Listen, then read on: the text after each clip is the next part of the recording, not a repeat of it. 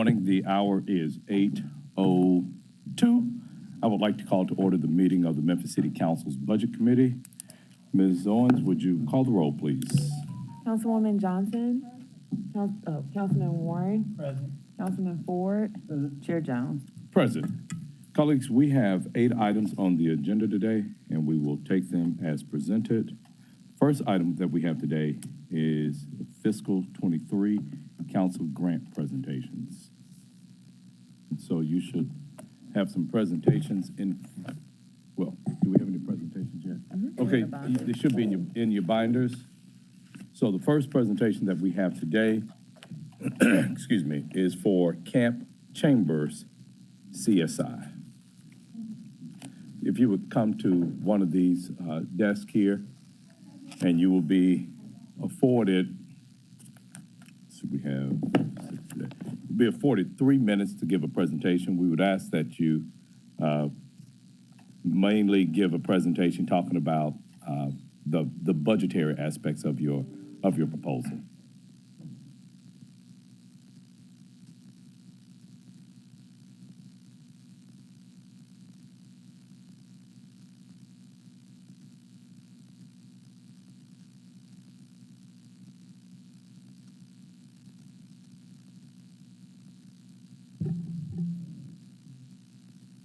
Okay. If you would start by stating your name and address for the record as well. All right. Good morning. Good morning. First of all, thanks for giving us this opportunity to present to you all this morning. My name is Ressie Chambers, and I am the, excuse me, we're both fighting something here, VP Program Director for Camp Chambers CSI Inc. And anything else you want to? You can go with your presentation. Okay. And should I let my husband introduce himself? And my name is Jimmy Chambers. I'm president of Camp Chambers. I coach basketball and I'm a horse. Yeah. All right. You ready? Okay. Okay. This is just our mission statement, what we do here in the city of Memphis. And a lot of it is just to enrich the lives of youth through education, mentoring, and as y'all can see, hands-on skill and community service, which is a big part of what we do. Just our information, we were founded in February of 2014, 501c since March 6th of 2015, and we've never received funding from the city. We hope that changes today. And of course, I've given you my information. We are located in the Raleigh community, District 6 in Super District 8.3. And to date, we have served approximately 5,900 citizens in our community. We are requesting $8,000 from the city. And as you all can see, our budget is outlined here. Just our core programming, what we do for the youth and their families in the city. We're requesting $3,500 for that. And we do a lot of events in the community with youth and their families. We have partnered with Department of Children's Services. We provide school uniforms, school supplies. We have school supply drives, and whatever kids need to be successful in school. And we try to do a lot of community events so that we can bring the community together and just give our citizens a better quality of life. And just, you know, we do have some overhead where we have a vehicle, a van, that's a 12-passenger van that allows us to transport children as needed. Now, I'm not going to go into all of this because it's quite a bit, but Camp Chambers, you know, one of our goals is just to address financial and functional literacy, parenting, poverty, and youth crime and violence. We have been instrumental in bringing awareness to the above-mentioned issues. We partner with nonprofits and other businesses just to bring awareness and attention to the problem. Okay. Excuse me, excuse me, Ms. Chambers. Your 3 minutes has expired. I want to have an opportunity for okay. council members to ask any questions of you. Council members, are there any questions? Councilman Ford. Okay, you say you located in Raleigh? Yeah. Yes, sir, 2559 New Raleigh Road in Your the mic, James please. subdivision. Okay, James subdivision, I Yes, don't sir. think that's District 6. Yes, so, Let's put straight on what district it is first. Councilman Jones is eager to do that. so the district, would it be Logan. okay, that would be District 2 then. Okay. Oh, okay. And then the super district would be, depending upon where it is, probably super district 9. So Oh, the okay. super districts are 1, 2, and 3. Oh, whether it's okay. 8, so it's not just one super district. I got you. All 3 positions. I think I Googled. I Googled it. Sometimes it can be it can be hard. That's where I got my sometimes. numbers from. That's we where I got my understand. numbers from. But that We don't understand. mean I'm not gonna help. Yes. Okay, thank you, sir. We Okay, appreciate I that. just, for the record, I need to make sure it's on the right thing. Okay. Indeed. Okay. Well, colleagues, are there any other questions for Camp Chambers? You're asking Mike. your request for 8,000. Yes, sir. Okay. And what's the 30% for them? Do we know? 28. Okay. So they get 15. No, it was, well, can I go back to that? It'd be eight. Because I followed the guidelines that's in red. 30% of the total operating budget, which would be 8,000, Good. according to our 990. Okay. That's our Bible. Yeah, yeah. Indeed. Well, seeing no other questions from council members, we want to thank you for coming out this morning and presenting to us. Okay, thank you. Have a good day. All right, you too. Next, we will have Indy Memphis. Okay. I get to talk about her. I'm gonna enjoy this.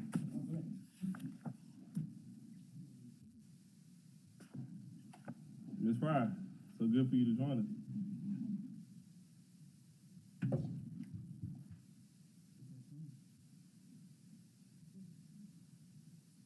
Were you late?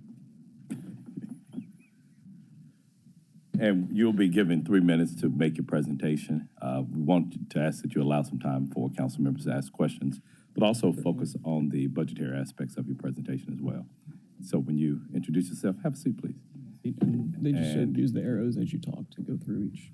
Please state, if you'll be presenting or commenting, please state your name and address for the record. Good morning. Good morning. My name is Camille Fryer. Yes. Good morning. My name is Camille Fryer. I'm the newly appointed Executive Director for Indy Memphis, and I have my Managing Director here with me as well. Yes, I'm Joseph Carr, Managing Director of Indy Memphis. Thank you. Good morning and welcome. Thank you.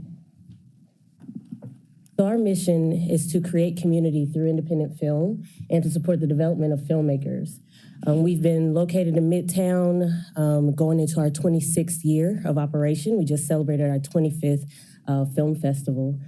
And so we are really excited to be here before you today. Our total expenditures for the year of 2022 was $765,000, so we are requesting up to $229,000. Some of that to be allocated towards payroll expenses, a lot of it to be allocated towards our program fees, so that we can reach more of our local community and the community that we've started to reach, both local and honestly globally as well.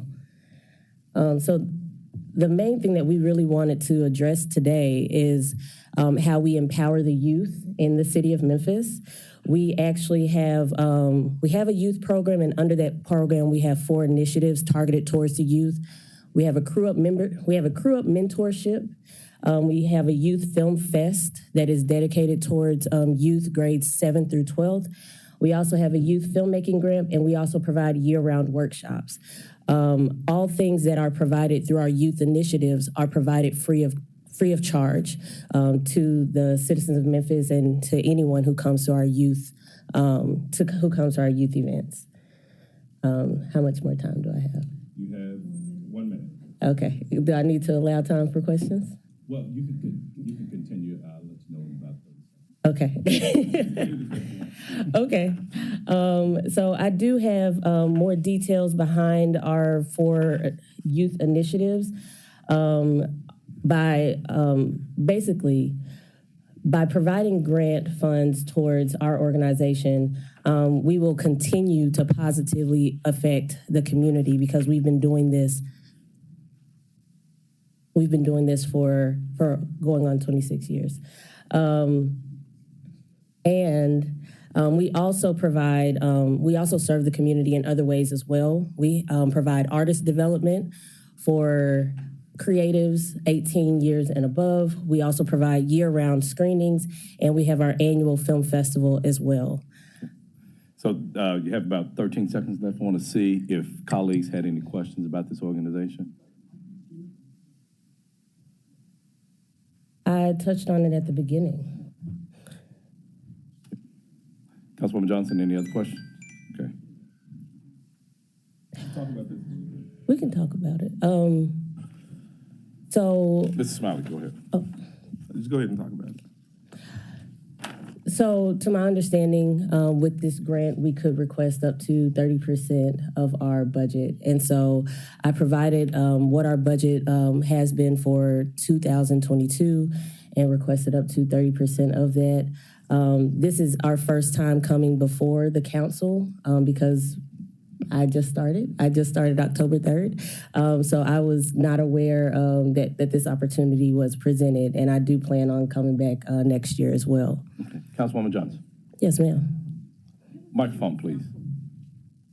Thank you. Give us some examples of your program fees. You said you want a large portion of your request to go towards program fees. Yes. So I would like for you to explain our youth fees. Sure. I think that it's more of the expenses as opposed to fees because we don't charge any students for this. This is not a program which we ask money for any of the participating individuals. But the expenses around the program include venue rentals, paying for professionals to come and provide their services to students, the Crew Up mentorship program, which allows for teams of 3 students and 1 professional filmmaking mentor to make a film. Each team gets $500. There's expenses for staff, obviously, to oversee that, and just the technical aspects of filmmaking, putting on the screenings, getting the equipment necessary, all of that stuff, and, of course, just general administrative expenses and marketing fees.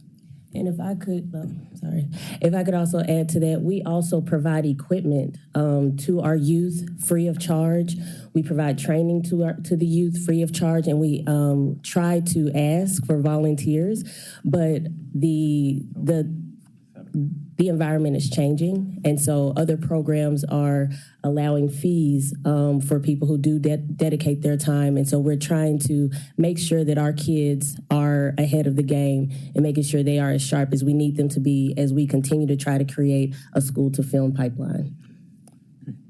Please note for the record that we've been joined by Councilwoman Logan. And unless there are any other questions, I have one quick question. So your ask is mainly to support your youth program? Yes. Or is it your total program? It's mainly to support our youth program. Okay. We have our Youth Film Fest that occurs in August, but we actually do programming for both youth and for adults year-round, and our youth is actually about to kick off beginning of the year. Okay. Well, thank you for your presentation this morning. If colleagues have no more questions, want to bid you a good day. Thank you. Thank you so much. Appreciate it. Our next presentation is going to be the April 4th Foundation.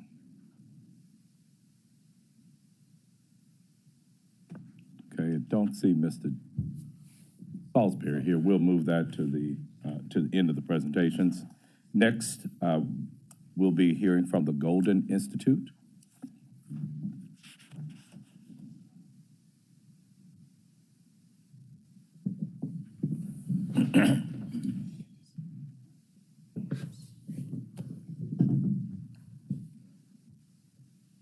Good morning. Good morning.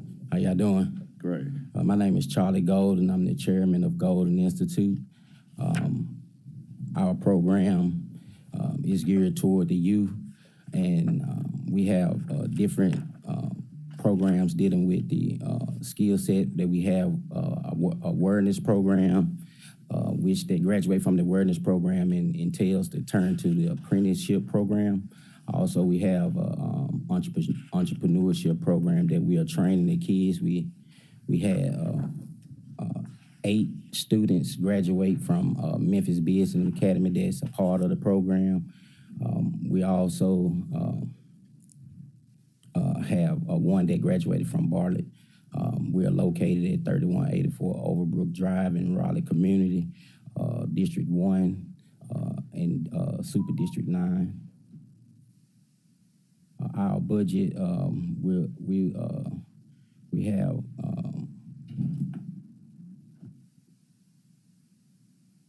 it's 70,000.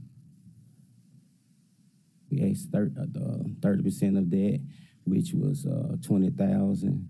We have marketing plans that we're dealing with the coverage of advertisement. We have recruiting process that we have. Also, we are planning administrative communication stuff that we're dealing with the youth on that part, as well as our training staff to be able to pay for those hours for that. And also about our facility that we have on Overbrook. Most of our program is dealing with trying to deter the crime. Idle time is the devil workshop, and a lot of the kids are going wayward in the community. So we're trying to be proactive and have a sense of urgency to be able to put the kids in a better position to be able to move forward. A lot of the kids may not go to college, so we're trying to give them some skill, hands-on training.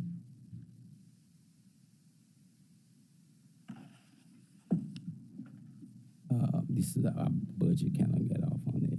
The budget, the capital raise is 70,000, but we was asking for 35%. Most of all of the funds that have been allocated to Golden Institute have been provided through my landscaping company, which we pay the youth to learn the trade. And so we're trying to continue to work, but it's a lot of expenses that go involved with what we're trying to do. But we're grateful for being here, for the opportunity to seek funds to be able to move the objective forward. Okay. Thank you for that. Colleagues, are there any questions? Councilman Warren. So I just want to make sure I understand. So what you're doing is it's a program where you're helping to train kids to learn how to do landscaping? Yes, sir. And they work with you while they're doing training? Yes, sir. Are they paid while they're working with you? Yes, sir, they are. Okay, what are you paying them? $13 an hour. $13 an hour. And for the average kid, how many hours a week would he work, and how many weeks would this be during the year? Okay, well, initially they was working part-time when they was in school. So since they graduated from high school, now they're full-time employees. So they're working at least 35 to 40 hours a week. We also have Nail Academy, which we have 3 young ladies that have graduated and got their certification. And we just got approved in August to be full cosmetology, full barbering school. So we have spectrum for the young ladies as well as the young men. So when you're doing this, as far as kids, once they get out of the program and now they're working for you full time, are they still at $13 an hour, or do you raise them up? Well, they started at $8 an hour when they come in an awareness program, and they gradually move forward as they hone their skills into the program. Once they get hired into the apprenticeship part, they get start making $10 an hour. And then after that, as they continue to progress and more knowledgeable of what we're doing, that's how their pay rates get to $13 an hour. Thank you. This time. Thank you. Councilwoman Logan. Thank you and good morning. Good morning. Mr. Golden, thank you for being here. We Thank you. appreciate your service. I know you've been noted on a few news shows, so you're a celebrity now. But we appreciate the work that you do in the district, and I just kind of wanted to get you to share the young people that come through your program. Are they from the area? Would you say, are they college bound, or why did you do this program? What were you seeing with the young people, and how has it affected them, or help them? A lot of the youth right now, they're really not having an outlet, and I haven't always been at this place, so God give me an understanding to be able to create something where the kids will have a different source of means by working with their hands and being able to be their own boss one day. So that's what we're trying to train them, put them in position to succeed. It's so much that they can get into, and we're just trying to change the demographic in our community where the kids can be able to move forward. Thank you. Colleagues, any other questions? Seeing none, thank you for your presentation this morning.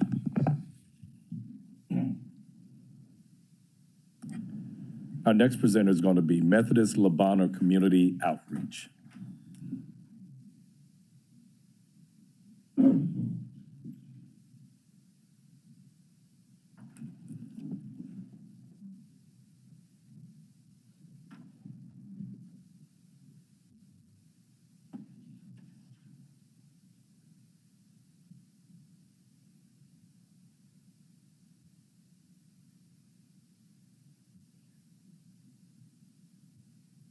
Good morning. Good morning and welcome. And thank you very much for giving us this opportunity to speak to you today. My name is Jenny Lynn Utkoff. I am the Vice President of Methodist Le Bonheur Community Outreach. And I am here today on behalf of the Le Bonheur patients and families.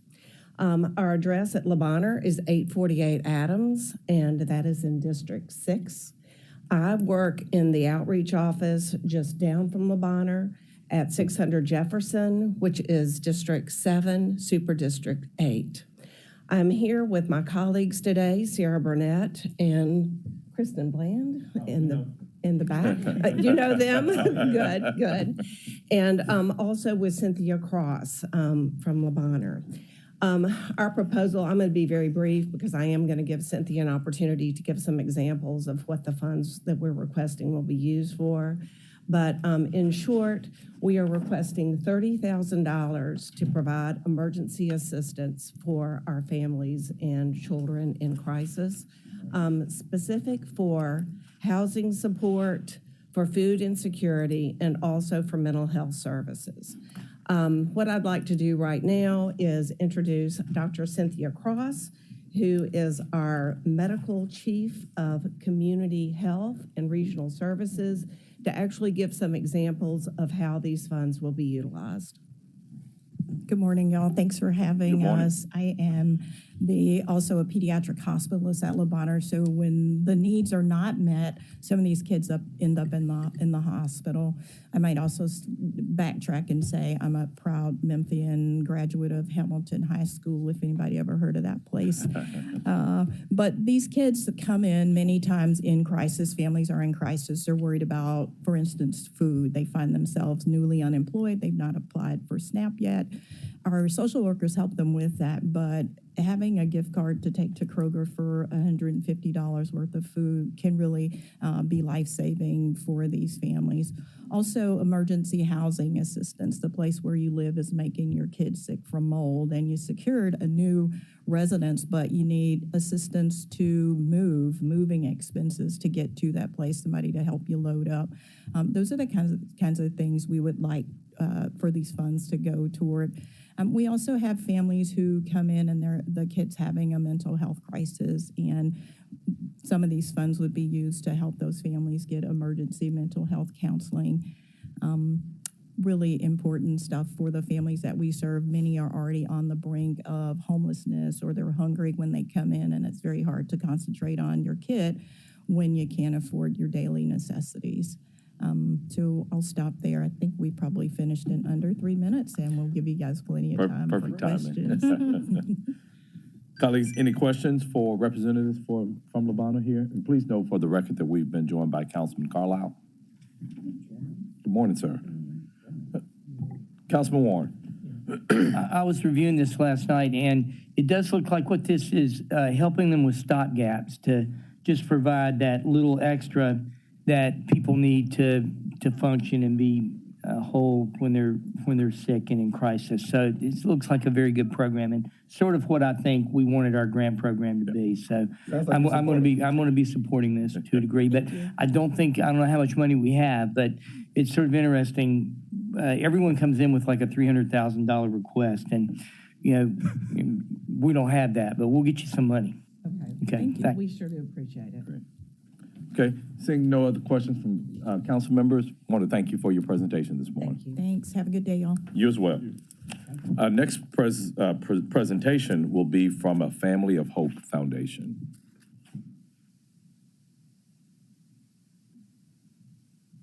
Okay. She just stepped out to the restroom. Oh, okay. Is there a representative here from Out Memphis? Okay, well, we'll hear from you first.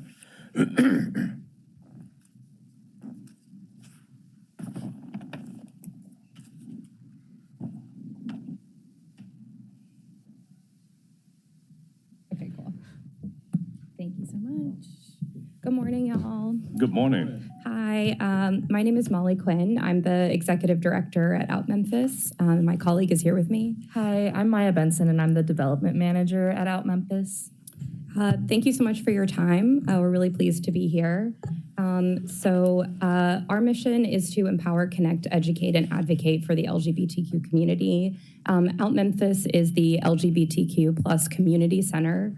We've been around since 1989, but for the past 13 years, we have served as the largest and most significant social service provider for LGBTQ plus individuals. So our organization steps in for members of our community who are seeking to meet basic needs. We have, as noted in the presentation, we've not received funds from the City Council before, but I did want to correct that we have received funds through the Division of Housing and Community Development for the past 4 years. So our budget request, our organizational budget for this past year and upcoming year is a little bit over $1.3 million. About half of our overall budget goes into our largest program, which is our program for young adults experiencing homelessness. That program happens on multiple levels. We operate a youth emergency shelter that's located at Cooper and Southern. At our shelter, we have a large drop-in center that includes case management, mental health, a kitchen, a kind of lounge, a computer lab for young adults, and it includes emergency and transitional housing units on site. So young adults who come through our program are immediately placed into independent units that have their own private entrance, a full bath, a lot of safety and security. Youth are eligible to stay there as long as 6 months, and then we provide up to 2 years of full rental assistance in apartments all around the city. We are planning to operate 23 units for the next fiscal year. We've operated between 10 and 15 for the last 5 years.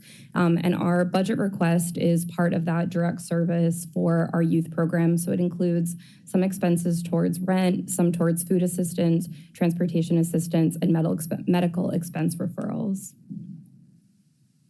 The rest of the presentation is just a little bit of information about what our program does overall and how young people find Out Memphis. So we serve primarily people from Shelby County, but we do provide a lot of assistance to folks who come from all across the region. There are only 13 LGBTQ plus specific youth housing programs across the country, and we're the 4th largest based on the need of the national crisis of youth homelessness for our community. All of the youth who come through our program are dealing with a combined factors of the socioeconomic barriers that have come with homelessness experience, as well as family and social rejection based on their identity and experience. Okay. Well, that's the 3 minutes. Excuse me, colleagues, are there any questions from this or for this organization? Councilman Warren. Mark. Most of the kids that you're helping have been sort of kicked out of their home once the family finds out that they're gay. That's correct. Yeah. Okay, so it's so these are traumatized, kids that are on the street. So I think this is a really good way to keep them safe. Thank you. Thank you. Okay. Councilman Smiley. What was the ask again? I can remember. The what? How much money were you requesting? $50,000. $50,000. Okay. Seeing no other questions, want to thank you for your presentation this Thank morning. you. Have Thank a you for your good day. time. Another exciting project coming up soon. At this time, we will hear from a Family of Hope Foundation. Is there a representative for that organization?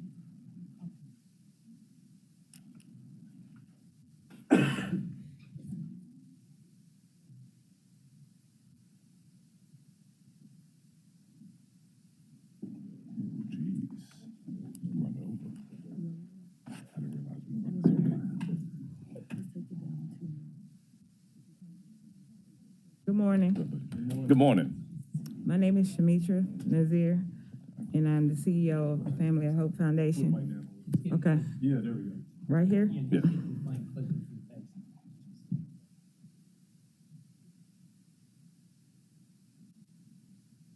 Okay, we are a charity, a nonprofit. I pretty much built this foundation out of a passion for senior citizens and children.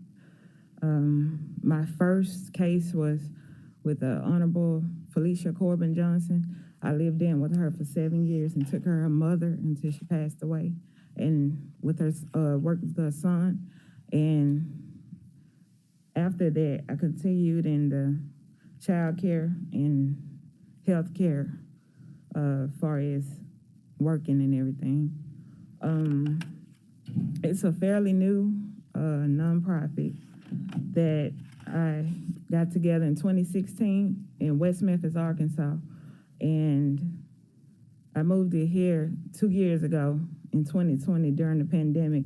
So my numbers of the citizens that I would like to serve is kind of low, but I like to more because of the pandemic. It's just, it's a charity resource empowerment center serving seniors and children in low poverty communities in the Shelby County area. Our goal is to enhance self-confidence, provide needed necessities, and to promote growth and development skills in the economics. It's sort of like this project is sort of like a home economic program that they took out of the schools to show children how to sew, how to garden, and prepare for the outside world. And we also help senior citizens with med errands, because there's a lot of citizens out of here that don't have family or loved ones to come help assist them with these kind of things. So we do med errands, grocery errands, yard work and stuff during the summer times.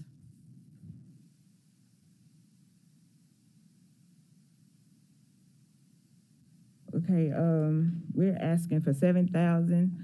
This will help to get the more sewing equipment and material for the program. Right now, we're getting a lot of donations, fundraising, and my out-of-pocket expenses. So with that, I'm asking, since I had this opportunity, I'm asking for help so I can get. The problem we are facing in poverty communities are high rate of school dropout, teen pregnancy, gang, and drug activities. Due to the parents, it's like one home parenting, and the parent is at work, so the kids are distracted by social media and what's going on out here. So we try to provide a place in a safe place, in a safe environment for them to come to have a place to learn and to grow at the same time. Okay. Colleagues, any questions for Family of Hope Foundation? Councilman Warren. Just want to make sure I understand. So what you do with the kids is, in addition to teaching them to sew and things like that, you actually have them run errands for the older people in the community, like go get their groceries and go get their medicines. How does that work? Well, we, me and a couple of adults that are, these are volunteers that work with us. We have a list of adults and seniors that we assist. So we get a list of what they need and we go get it ourselves. And we have the kids to help unload the groceries or whatever it is that they need, and we take it to them. So the kids go with you and they help you carry the bags of groceries in, do things like that. So you're teaching them charity and how to help their neighbors. Yes, sir. Okay, thank you. Councilwoman Logan. Okay.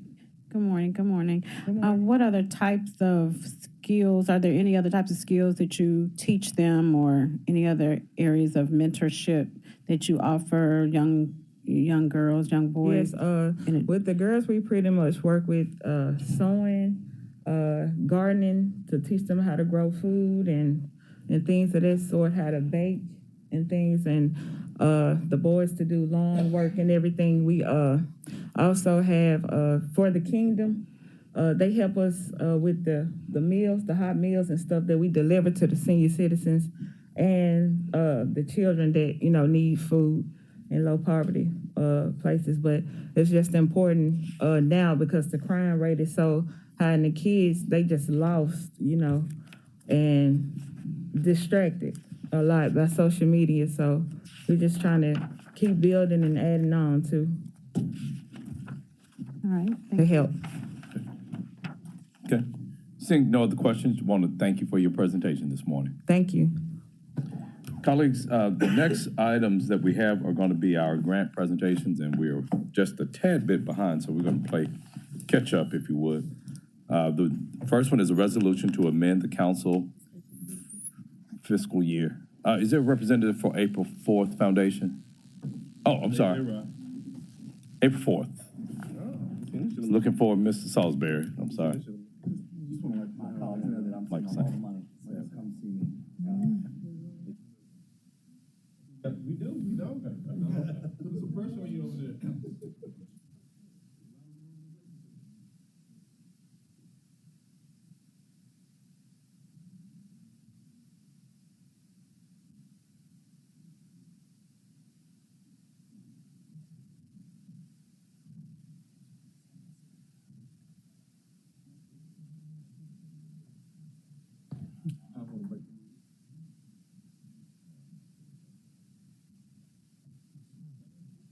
Good morning.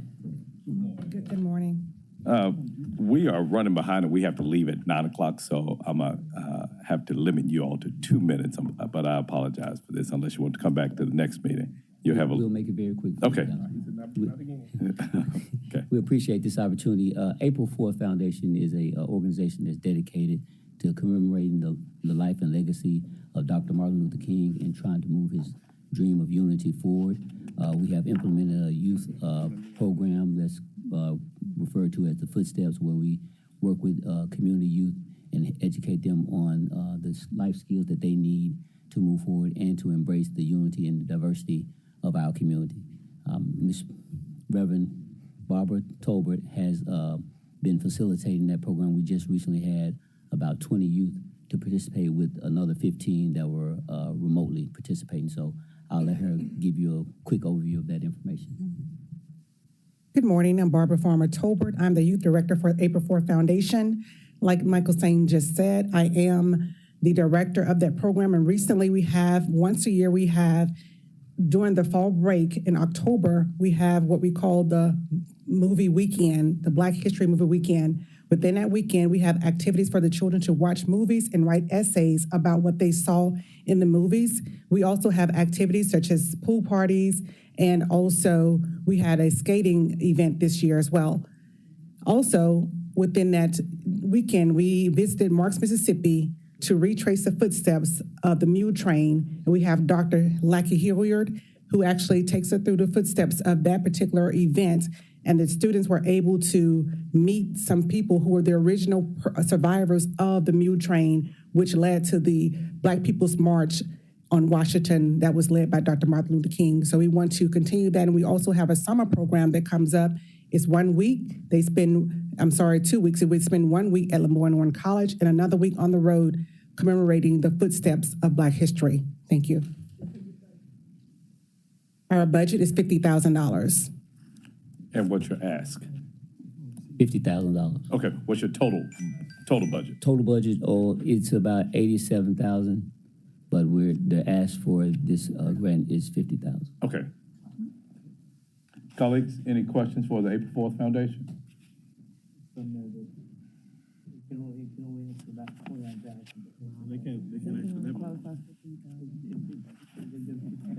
Okay.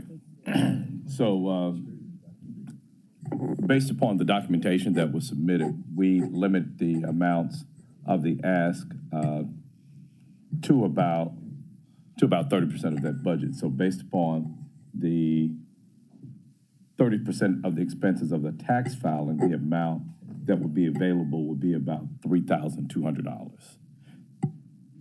So that's just based upon the, did either one of you submit the documentation for this presentation?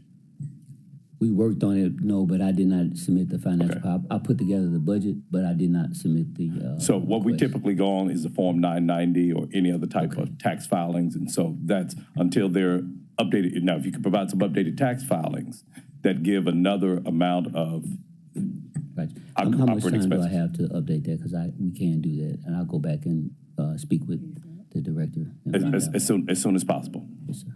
As soon as possible. Colleagues, if there are no other questions for the April 4th Foundation, we'd like to thank you for presenting this morning. Thank you all.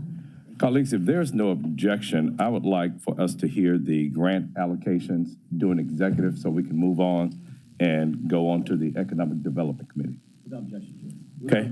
There's so the grant programs or the grant allocations will be moved to executive today, and they still will be with the same 9 minutes. Is there any other business to come before the Budget Committee? Seeing none, this committee is adjourned.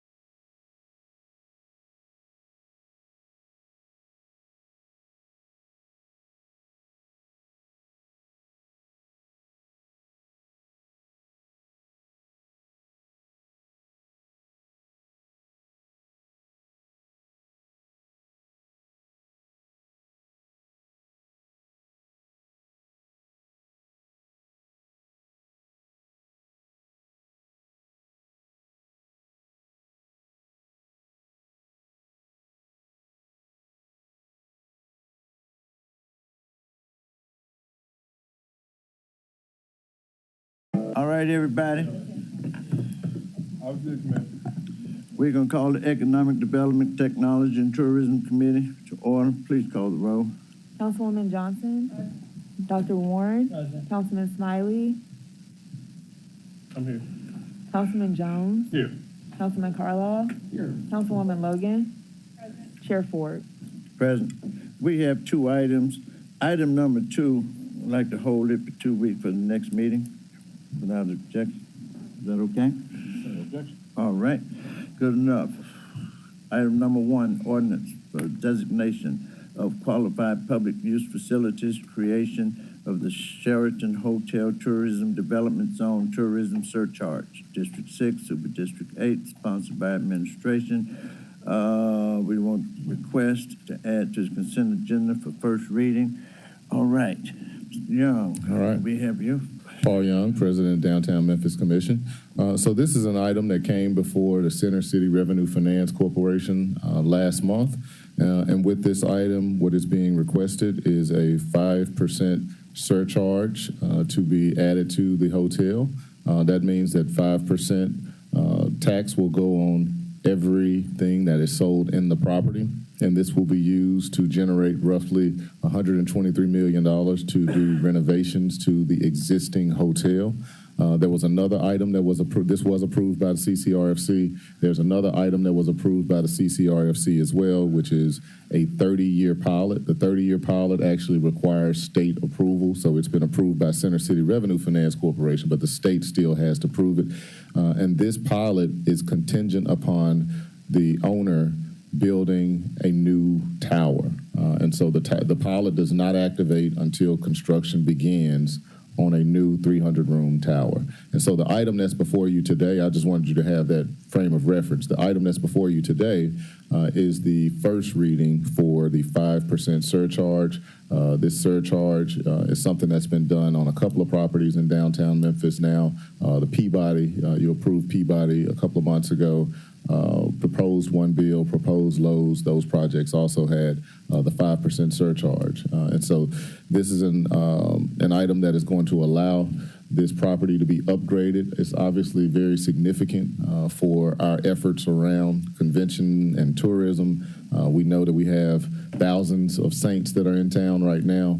And when they come back later, we want them to benefit from a refreshed Sheraton Hotel. So that's the bulk of the request, and I open it up for any questions or comments that you might have.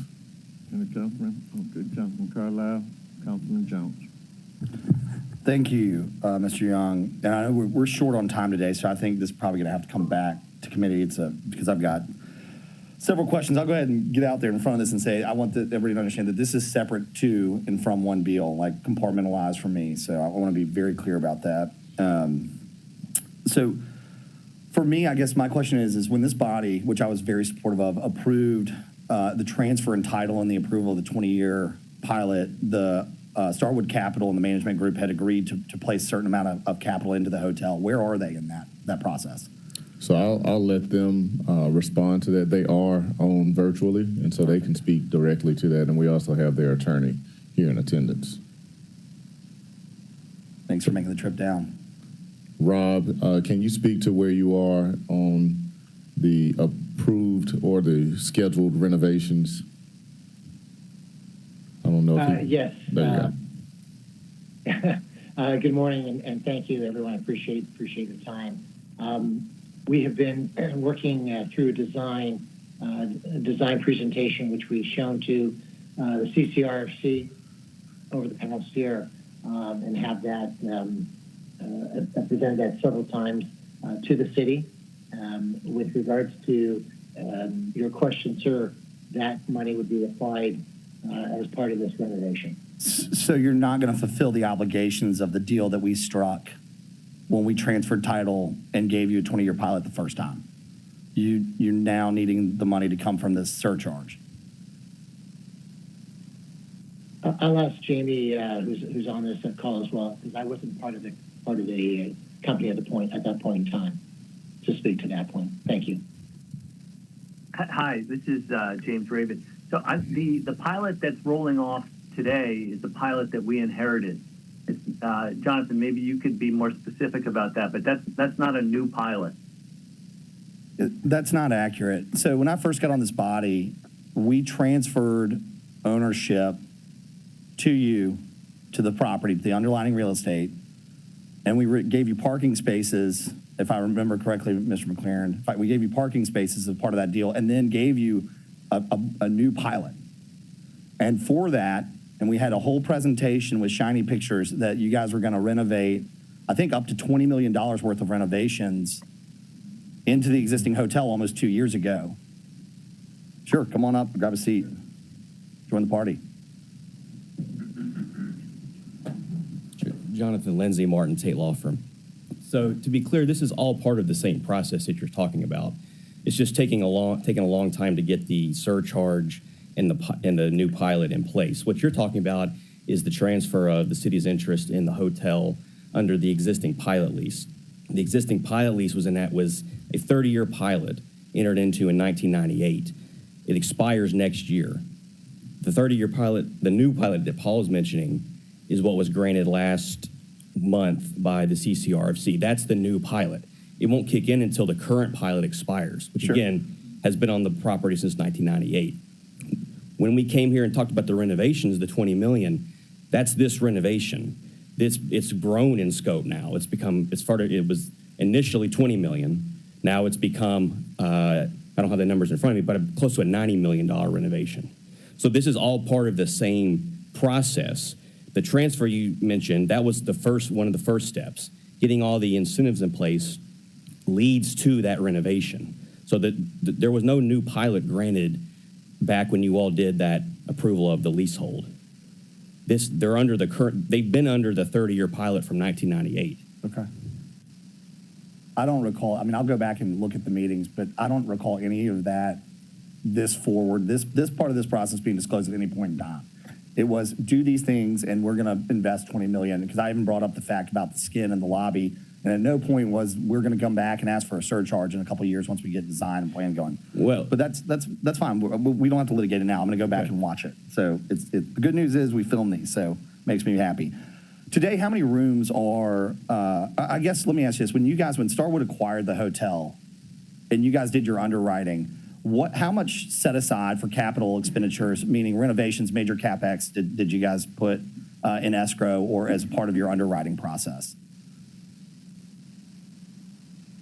Rob or Jamie, can you answer that? Matt, I'd ask if you have that in chance by handy. So typically, going back to the. Yeah, go ahead. Got it. So it looks like we underwrote around about the $20 million in underwriting. So you got $20 million already. When you bought the building, you underwrote $20 million in capex. Yeah. So where's that $20 million now? Well, then obviously we had COVID, and once COVID hit, all bets were off, and we basically had to, in order to fund operations, we had to draw down on the capital, so all the escrow funds, and then over the past 2.5 years, we've lost a little over $10 million through COVID to fund operations. So unfortunately, I think as you kind of go back and look at anything pre-COVID, that really threw a curveball at all of us. So we've had to pivot, which now brings us to where we are today. So did you during COVID, did you guys apply for any federal grant funds as a part of your, or business loss insurance as a part of COVID? That I'm not familiar with, because I've been here a little over a year and a half. So Jamie may need that. So short tenured group. Yeah. So we did consider applying for some programs, and then we were advised not to, because the property is owned under an umbrella organization, a real estate private equity firm. And if you recall, there was a great deal of hand-wringing around who was an acceptable recipient of those relief funds. So we were at the end of the day, we were deemed not eligible for to participate in many of those programs. Okay. I've got two more quick questions, then we move on, because I know I've got other colleagues. But I think, like I said, we're going to have you guys come back since you're not traveling. I really don't mind asking you to do it. But today, how many rooms, well, actually, before I go there, as far as the 5% surcharge, is the plan to take the cash over time, or are you intending to bond the debt? We're looking to structure a bond deal. So we're going to, from a capital stack, we'll use the surcharge and then go after a bond. Okay, great. And then today, how many rooms are offline at the Sheraton? Unavailable for occupancy? Yeah, as of today, I think there's roughly like 80 rooms. Okay. All right, thank you. Those are my questions for today, and I look forward to seeing you guys in a couple of weeks. I'll pass it on to my colleagues. Thank you. Quick question that I have. Where's the proposed additional rooms going to go? What's going to be the site in relation to the existing footprint? My understanding is there's a plot of land, some green space right behind it that would be used for it, but they can speak more directly to the location. That's correct. Where it currently is an L, it would be essentially forming a U. That gives it additional clarification there, but it is on existing land that is currently used, if I'm not mistaken, as the exterior outside parking. Okay. And those 80 rooms that are currently offline, that represents what percentage of your total room, or how many total rooms do you have right now? 600.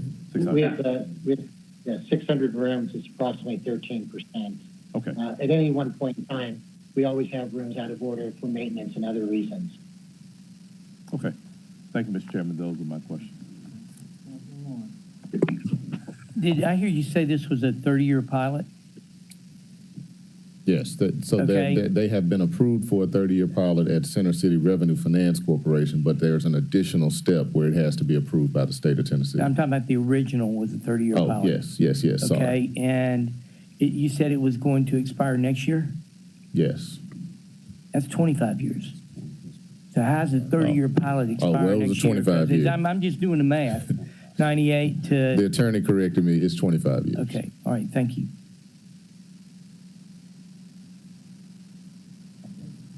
Chairman, I have one more or two more questions. Your surcharge, is it going to begin before so your 30-year pilot doesn't trigger until you go to the new hotel tower. Is the surcharge going to lead that in? So you can start collecting the surcharge today, but if you never build the 30-year pilot, or if you never build the new tower, you're still getting the surcharge for the current hotel? The surcharge will be used to finance the renovation. And then if the expansion ever occurs, it would also be used to finance that. So I'm going to say this a different way. I love talking to attorneys, even though I'm not one. It's the intent for the surcharge to finance the renovated units at the 600-room Sheraton today. It is the hope that somehow, some way, that there's going to be even more bonding capacity off that same surcharge to contribute to a 300-room hotel. So how long is the surcharge on the books? Is it in perpetuity? 30 years. Yeah. So it's a 30-year. So really, we're actually approving two separate things here. We're approving a 30-year surcharge for the existing hotel today, and if and when they build a tower, they get a 30-year pilot when they close their financing for the tower. And that portion would get its own 5% surcharge as well, in addition to the current surcharge. Yeah. James McLaren, counsel for Center City Revenue Finance Corporation. There would not be any extension of the time, so let's assume that this body approves the surcharge and it goes into effect the first of the year. It would be 30 years from the first of 2023. And if the tower is built, it would benefit from just the remaining years of that 30 years. Okay. There's one more important point. There is a time limit on the execution of construction for the new tower. For that pilot to kick in, it would have to be built, I think it was the end of 2027 or 2026. So I'll validate the date, but there is a time limit for when that pilot could be executed. Sure. And by the way, if we approve it, and like your board has always been as accommodating as long as progress is being made, I think that's fair, and as we should be. Sheraton's a Marriott property. Are you guys in compliance with all of their brand standards and guidelines at this time as a flag? Because again, right now we don't have anything else in the pipeline, and we're trying to sell conventions, and so I know this is a big piece of that. Just curious. Yes, we are. Okay. And then final question for me, where are you in the process of getting an order of magnitude on the 300-room tower? And I'm going to make an assumption that the majority, like the lobby and things, will will stay in the main building, and the new tower will be predominantly hotel rooms with very little back of house and common area structure in it. A very efficient tower is basically what I'm saying. Your explanation of the tower is absolutely correct. And at this point, we have not started any design elements at this point. Okay. All right. Thank you, Mr. Chairman.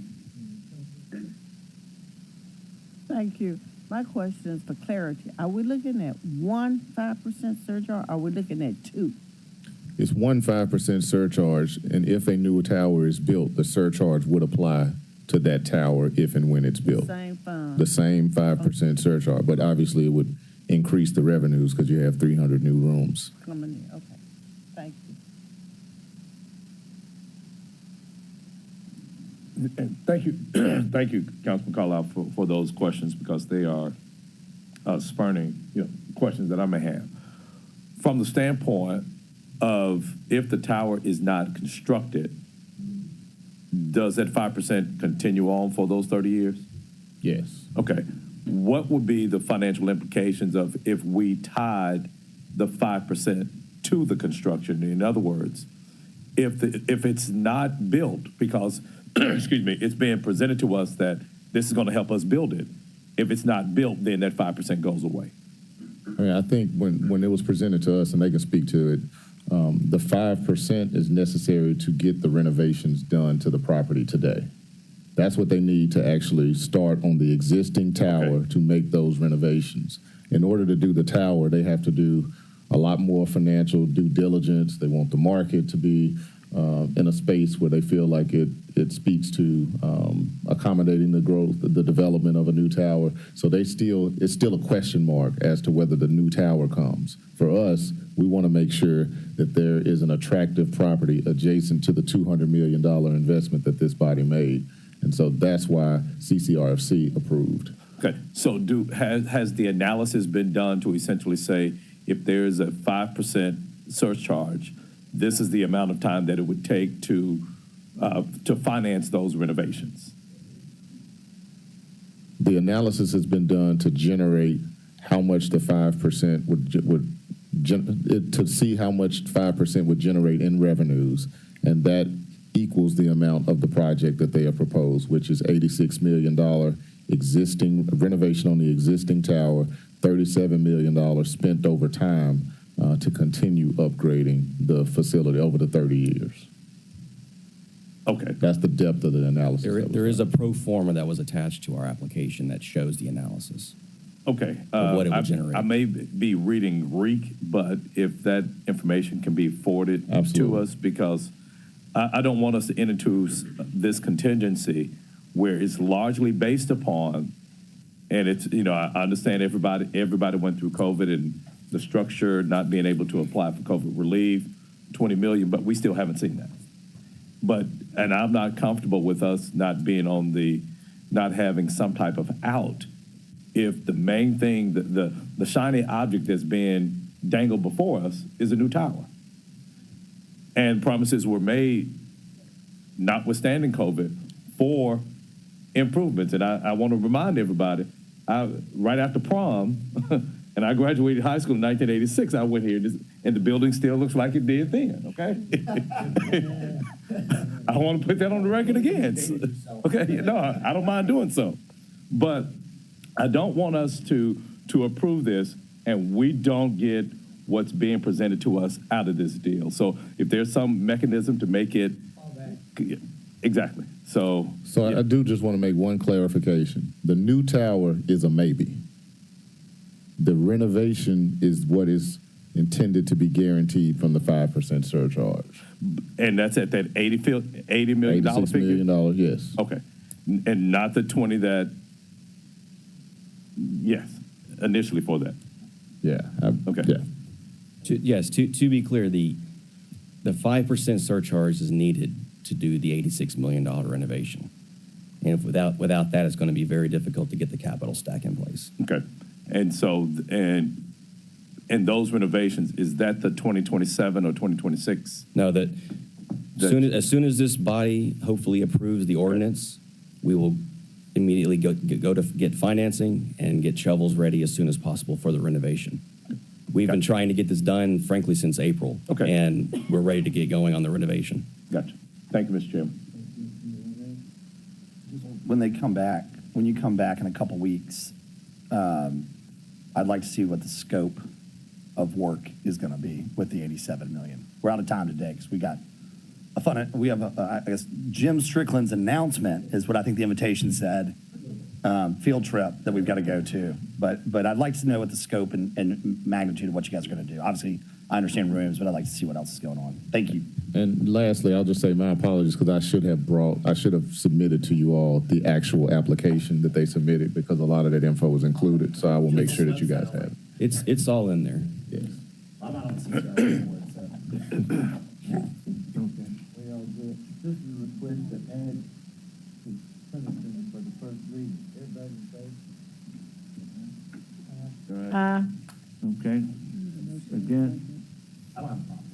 No problem? Okay. I needed a motion though first. Second. Okay, now I can get my eyes. Everybody in favor? Okay, ayes have it. Okay. Thank you very much. Thank you. No further business. This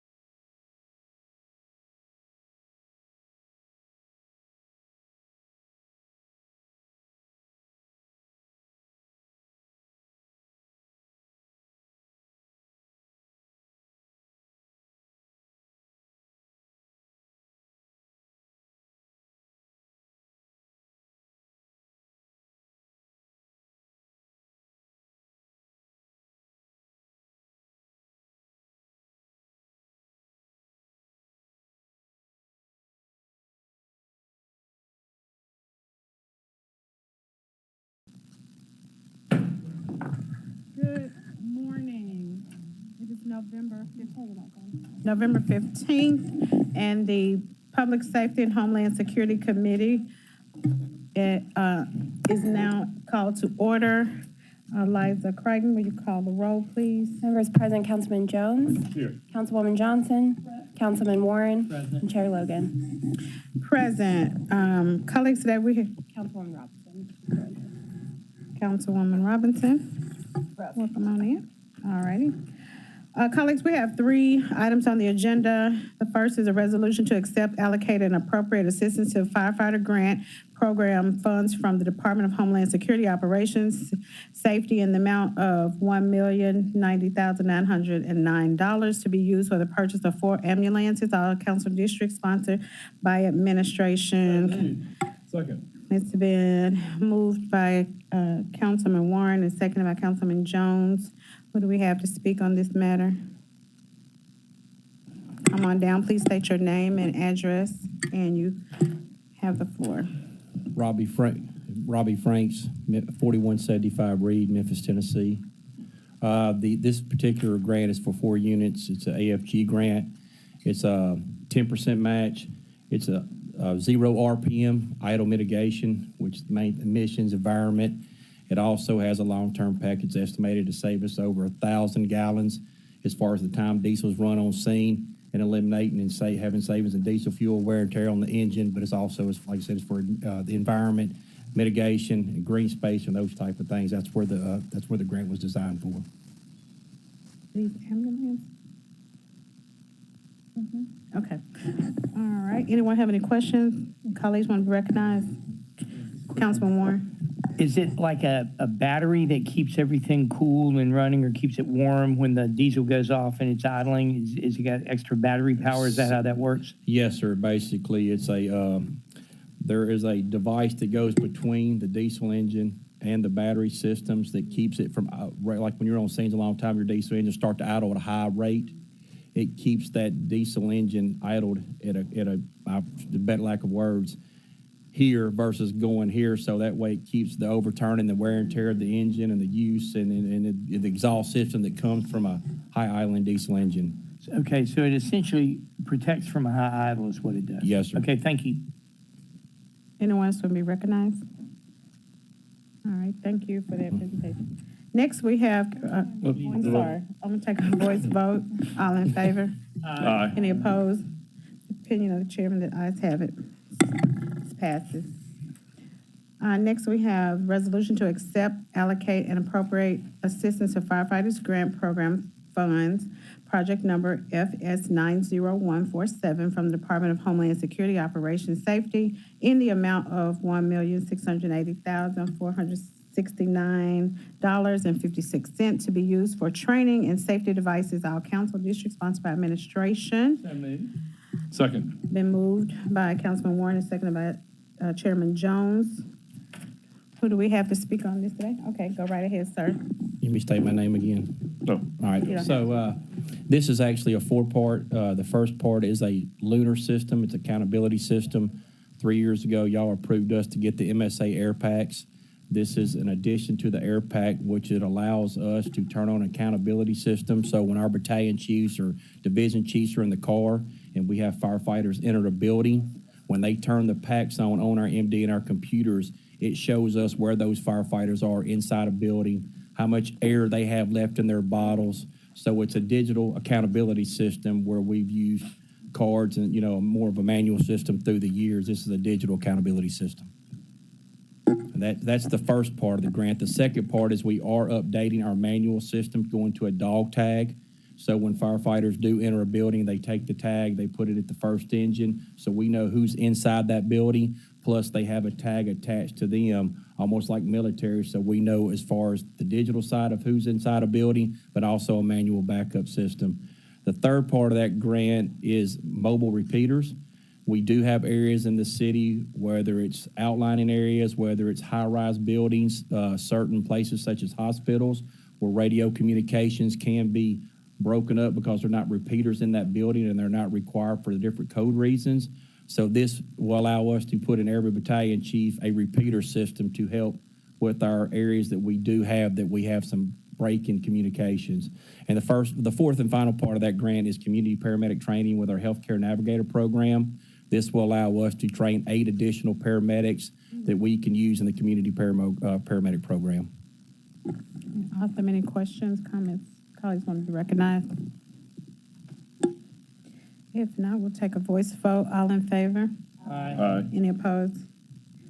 The ayes have it. This passes. Thank y'all. Thank you. Appreciate it. Last resolution, last item, resolution to transfer a portion of the City of Memphis Division of Police CIP project number PDO2018 Violent Crimes Unit renovation from the construction line to architecture and engineering line based on the quote received all council districts sponsored by administration. Request for same night minutes. Second. Been moved by Councilman Warren and seconded by Chairman Jones. Do we have anyone who wants to speak to this item? Come on up, Assistant Chief Jones. State your name and address for the record, please. All right, Sean Jones, 170 North Main Street. So this is just to complete our renovation project at the 51 Flickers location. Basically, the project includes replacing the roof, lights, the ceiling, and some HVAC work. And it was approved in our budget. Just want to make sure we move these funds to be able to complete that request. No, Chairman John. Just a statement. In our notes, we have the amount of this being $17,000. Is that correct? That's $17,000. It's not noted on Yes. our sheet here. I just want to make it known for the record. That's correct. That that's the amount. Thank you. Anyone else? All right, we'll take a voice vote. All those in favor? Aye. Any opposed? The ayes have it. Anything else? That passes. Anything else before this committee? If not, this committee is adjourned. Thank you.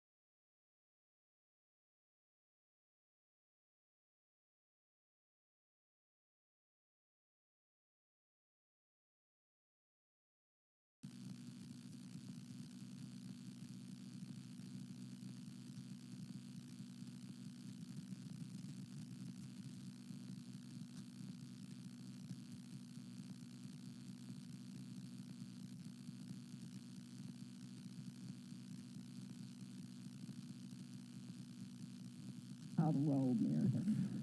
Councilman Carlisle. Councilman Morgan. Councilman Ford. Councilwoman Logan. Councilman Jones. Here. Councilwoman Johnson. Councilman Canali. Councilman Warren. Chair Robinson. Thank you, present.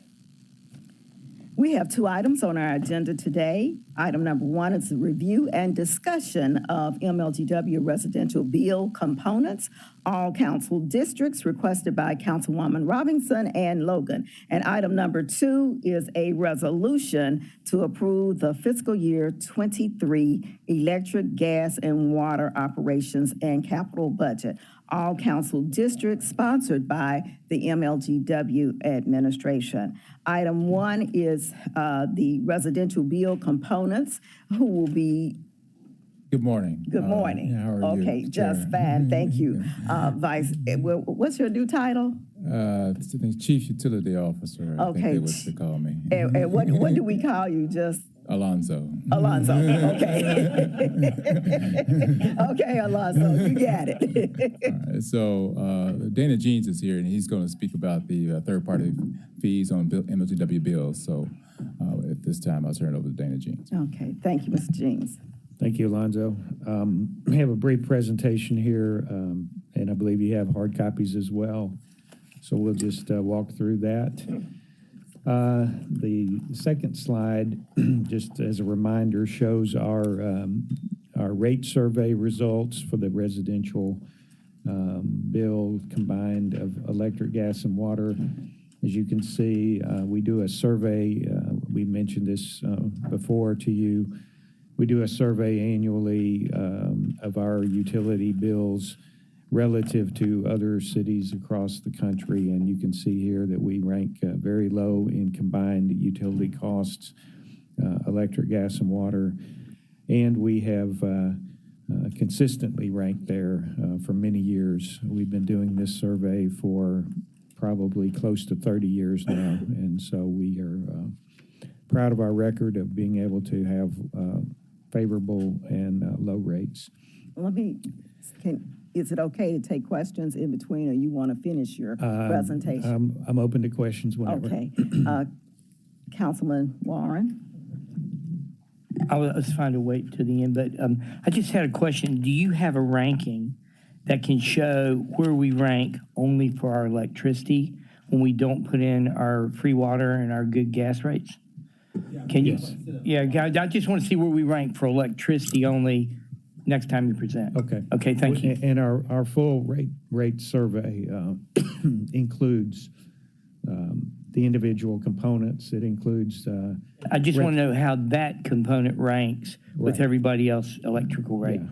And we can probably pull that up before we're finished, hopefully. Okay, thank you. All right. The next slide shows our potential items that can be on a bill, and this depends on where you live, actually.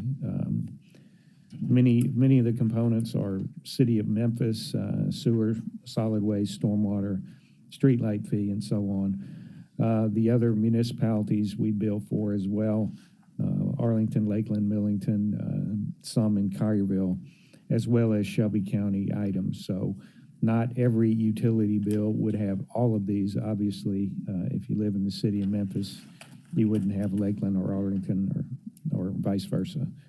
But this is kind of the comprehensive list of things that are on a bill. If you look at the next slide. Okay, before you move there, we have Councilwoman Logan. Thank you, Chair. Is there a fee assessed or any revenue that comes in from us doing the billing for the other municipalities? Yes, we charge typically about 2% of the revenue that's generated by whatever the billing is to cover our costs of our customer information system, the cost of printing bills, the cost of collections, postage, et cetera. So, yes. Are theirs listed the same as the way ours, the way City of Memphis is listed in terms of all on the same bills? Is there any difference in how they package it or print it? Yeah, it's basically the same. Okay. It's shown as non-MLGW charges. We'll see a typical bill here in just a minute. Okay, thank you. Okay, thank you. The next slide just shows, I think, what's probably of interest to a lot of folks, and that is the percentage of the bill that is non-MLGW items. And this is a typical City of Memphis customer, residential customer. So you can see the items there on the right side that are billed, sewer, solid waste, stormwater, streetlight, and the Shelby County vector fees, all that added together for typical customers, about 24% of the total bill. The MLGW portion is broken down into what stays with MLGW. Basically, the cost to operate our system is almost 27%, and the balance is our payments to our gas suppliers and TVA that are power cost. The next slide shows this is a sample residential bill. This is an actual bill of a customer. We redacted the name and address, but this kind of shows the various components and how the bill is laid out. Total amount due up in the top right corner, any prior period balance and billing statistics are there on the right side. And then in this box have shown the electric, gas, and water bills. And then we begin the other items that are not MLGW. And that goes over to the second page of the bill, which shows specifically City of Memphis sewer charge, solid waste, the mosquito rodent fee, the vector fee, and the stormwater fee. So you can see for this particular customer, MLGW, electric, gas, and water is about 70% of the total bill, and about 30% of it is non-MLGW items. Finally, the next slide just shows how much we bill for other entities, including City of Memphis. And so you can see overall about $261 million a year we bill on behalf of other entities besides MLGW. Vast majority of that is the City of Memphis. About close to 85% of the billing is for City of Memphis items. As I mentioned, we do charge a fee based on our costs that are related to billing, customer information system, postage, printing bills, collection, and so on. And we do pass along, once we bill the revenue, we pay the various entities, City of Memphis or the other municipalities, and then send the money that the revenue produces for those particular items to each entity. And I'll be happy to answer any additional questions you may have. Okay, I have let me put that down. Warren, I have Logan, Carlisle, Warren, and Johnson. Is there anybody else? Jones. Okay. Councilwoman Logan. Thank you, Chairwoman. I was under the impression that you all were going to come back and offer ideas on how we could change this up so that it would be more informative or more useful for the ratepayer, because we were talking about it, we've talked about it several times, the fact that a lot of our constituents are not educated on what you're charging for, how it affects them. Is that a part of the cutoff, payment or requirement? And so it was my hopes that you all would come back and give some options as to what can be done in terms of changing the way the bill looks or changing how we bill. I know you said that it would be a lot more money to send a separate bill, but I think one of my questions was, can you send two sheets in the same envelope, one for just MLGW and one that has all the other fees, even if it's a different color piece of paper, to where people will know that this is your bill, that your MLGW, as Memphians say, and this is what, if you don't pay, your utilities will be cut off. However, it's in the same bill, so we met the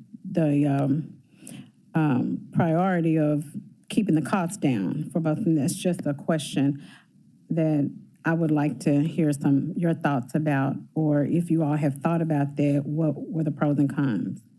So over the years, this issue has come up, and in our last bill redesign, which was a few years ago, we tried to make it more clear as to what was MLGW specific and what was other billing, and that's why, if you could go back to the bill, we put specifically like City of Memphis, Shelby County. We tried to identify those, as well as put the contact number for questions regarding those particular items, because our MLGW call center staff is not really equipped to answer detailed questions about those particular items.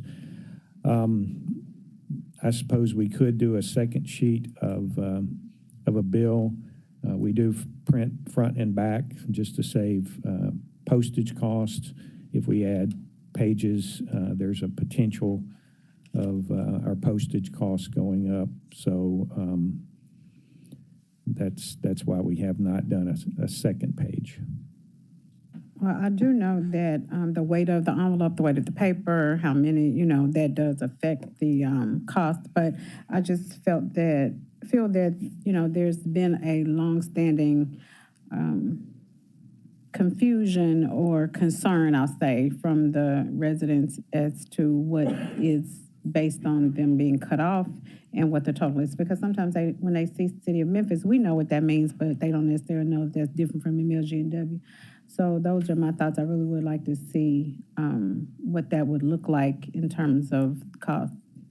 So in terms of cutoffs or payments, so payments are prorated among the various items. So I think this overall bill was about $201. So for example, if there were a partial payment made of $100, then it would be prorated among these various items. So it's not going to one before another, if that makes sense.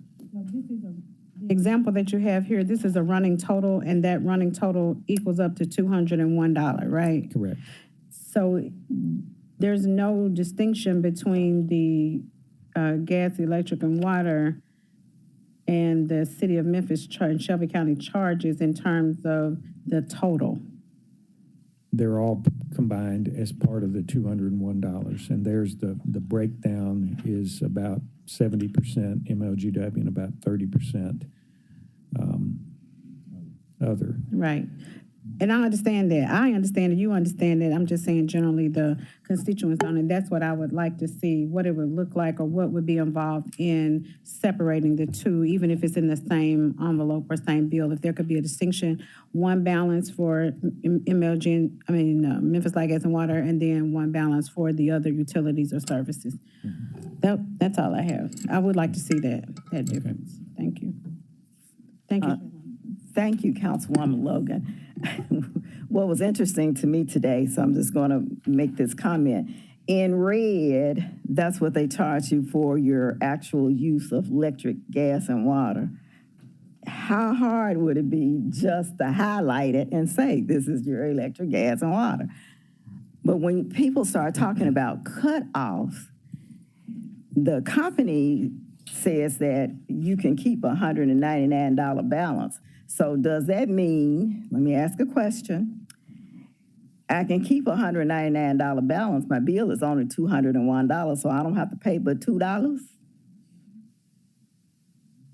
Is that true? A true assumption? So you could keep that balance, and then it would show up in your previous balance there. You will be paying a late fee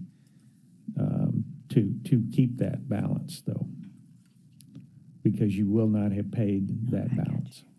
Okay. No, but along those lines too. Yeah, but with this though, if somebody only pays $2, their bill now is going to be $199 plus $200. So they have to. So it's not like they'd have to pay that next month. They'd have to pay $201 to get it back down below that $199. Okay, I just want to make sure we had that discussion. For that first month, they can pay just $2, but ongoing, they'd have to pay whatever that bill is in order to get it below that $199. If you want to maintain that $199 balance indefinitely. Yes. Councilwoman Logan, you asked the question about being able to disaggregate it, and MLGW responded that we're doing a percentage of each of the categories. Are you saying that we do not want to charge a penalty or collect any money for the city services? No, ma'am. What I'm saying is it has nothing to do with the way we're billing or what we're billing. It's how we are communicating it on the bill. Okay. That's the only thing I'm concerned about. I do understand, and let me go back to the $199 that you can keep. Is that for the total bill? Because their utilities, the utilities is one amount, but the entire bill is another amount. So is it the $199 on the utilities or the $199 on the entire amount? It's just, that's confusing. It's on the total bill. Right. $39.88 for utilities. Yeah. But I'm just looking at the fact that, is it a way that we can make it very simple and very easy for the customers to say, open my bill, hey, I got this white sheet of paper and this from MLGW, here, this is for my gas, electric. If I don't pay this, my utility's gonna be cut off by this such and such date, or I can keep a $199 balance on this card, that thing. But that's the problem. That's what they're saying. Like that's the rub. You can't pick and choose what you're going to pay. Right. What you would have to do is ask them to change their policy and their agreements with the city of Memphis to allow you to elect, and this is what Chairwoman Robinson was asking, to allow you to elect to pay utility only, or rather, should I say, MLGW's utility divisions only, and not choose or elect to pay a percentage towards other utilities such as storm and sewer. No, that's not what I'm asking. Okay. What I'm asking is there a way to look at your utilities separate from your gas, electric, and water separate from your other public utilities? I'm just asking that question. Let me just add something real quick. Okay. Perhaps if you all could have on here MLG&W charges at the top here, a heading. Then on this part, non-MLG&W charges.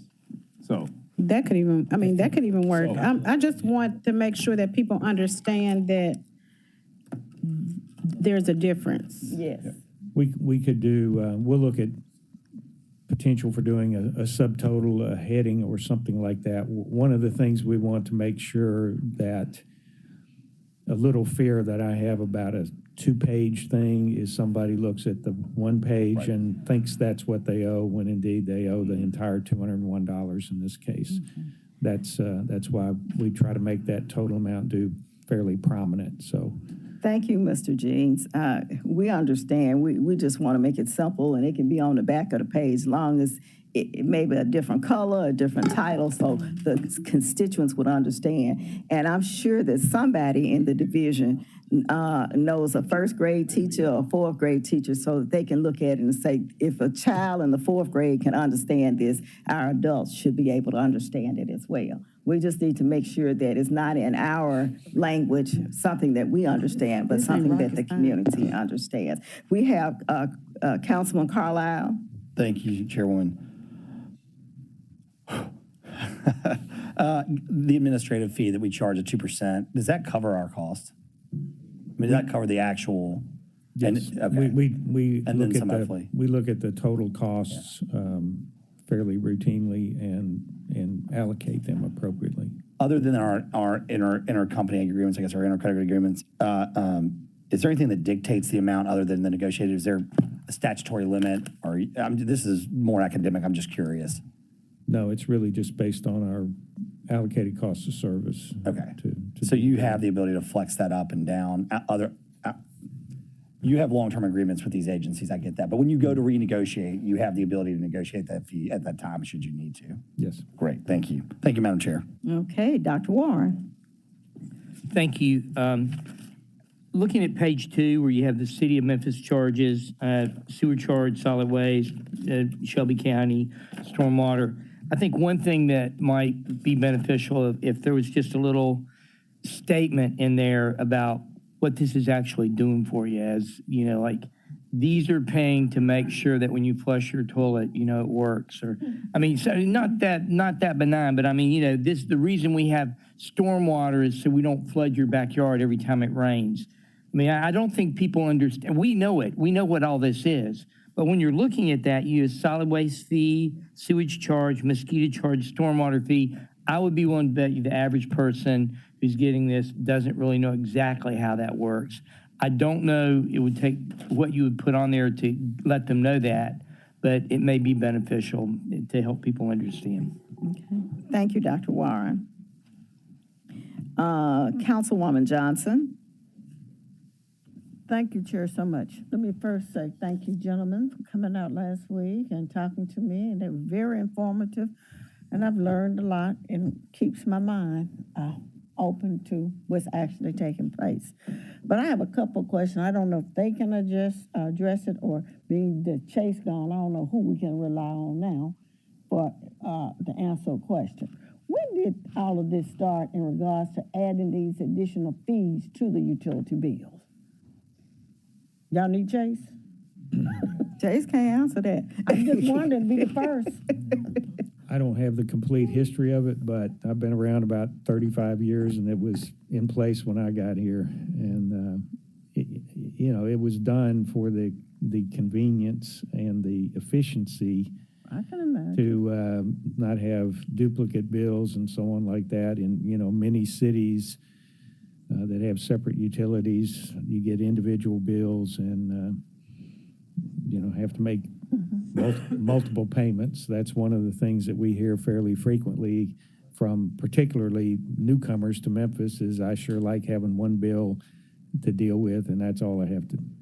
Okay, I was only curious how long this practice has been in place and who started it, because the next question comes to mind is, when the practice started, did the law say, or the rules, whatever we govern ourselves, say that it will be cut off if either one was not paid, or the cutoff only occurs when the utilities is not paid? What was the guidelines? What were the rules at the time this was initially started? Well, that's the reason that the payments would be prorated. The bill, as the example I mentioned a minute ago, if the bill is $201 and someone pays $100, then it's allocated amongst all of the charges. Yeah, but my question is, when you decide to do a cutoff,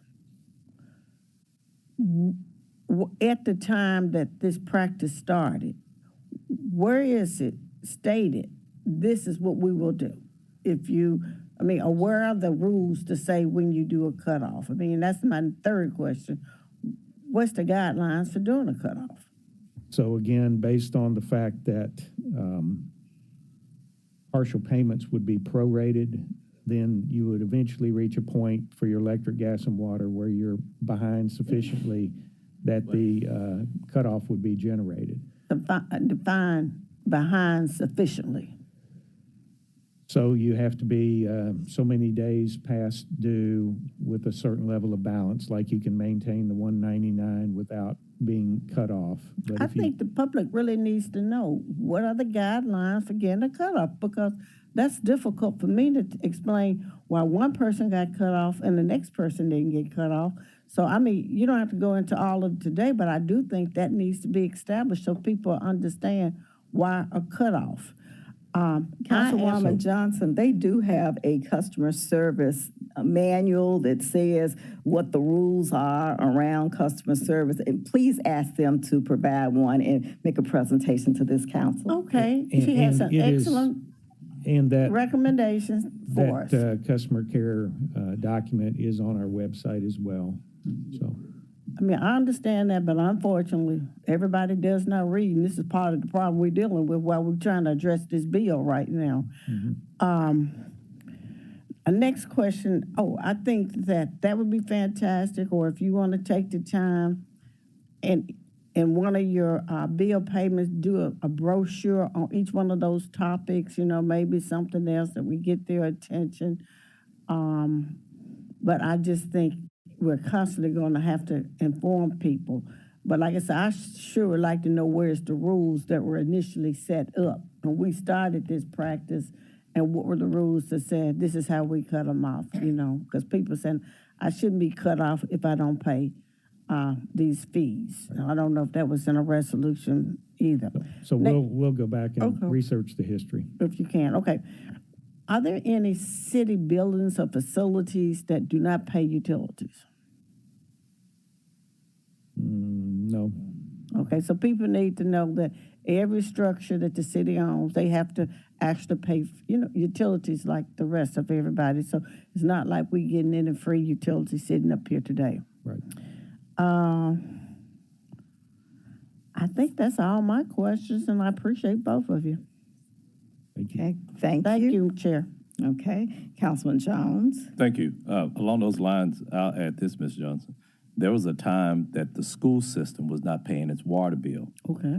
But the school system had to go in and start budgeting to pay for its water because there's no entity is allowed to not pay a utility bill. We've gone through it for however many years, but we had to start paying for water because it had been some practice for a certain period of time. I don't know whether the law changed, but okay. Ms. Robinson said the city too, but yeah, so everybody has to pay that. But colleagues, I still would say MLGW serves as our collection agency, period, point blank. So we can have, but I can't think of a more efficient system to collect. Just imagine if we sent out, if you live out in the county, you got to pay, I don't know, well, maybe some parts of, I think, Shelby County that people actually get a bill for their trash pickup. So I think that the burden would be, and it would be a whole lot less efficient if we sent out for the trash, if we sent out for the water and sewer. But these are fees that our predecessors put on here. And so we can take them off if we want to, but I don't think that will be good practice, good fiscal practice of our having money in order to do those things. I think it would create, a burden. You'd have more people complain about my trash didn't get picked up with because you didn't pay the fee. Something that I don't think that was answered by Ms. Johnson's question. Is there a number of days? I know that there's a dollar amount. So the first premise we have to operate under is that if your bill is under $199, you will not get cut off. So somebody to get cut off, they are carrying a balance greater than $199. And what I don't know, and maybe you all can answer this, is that 60 days, is that 65 days, but we still do know that if you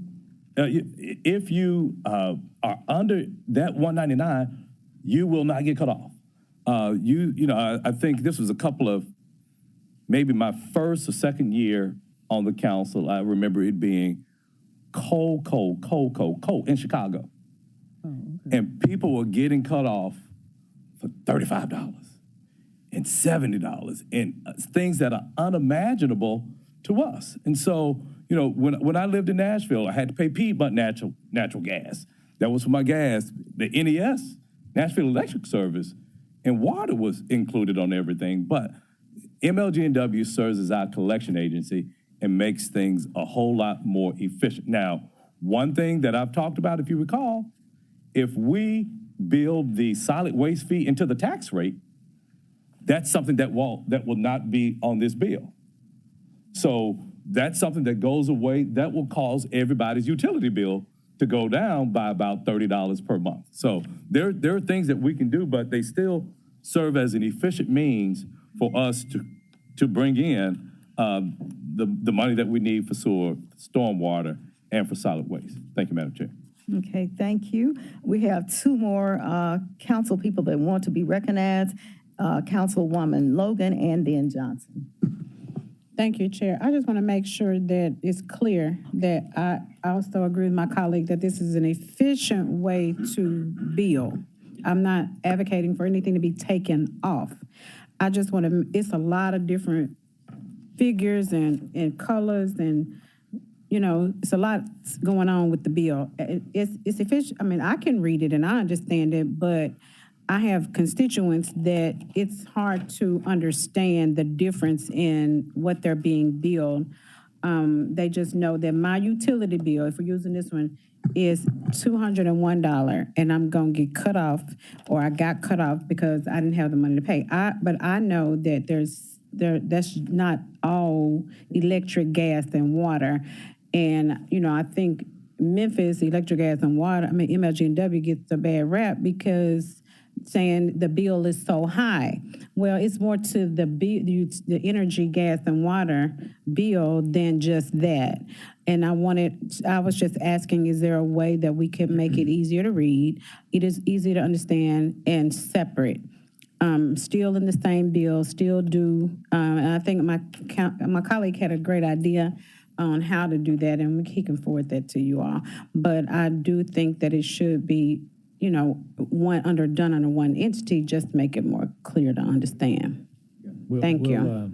We'll get with our team in-house and just think about some ideas. Thank you. I appreciate that. Okay, thank you, Councilwoman Johnson.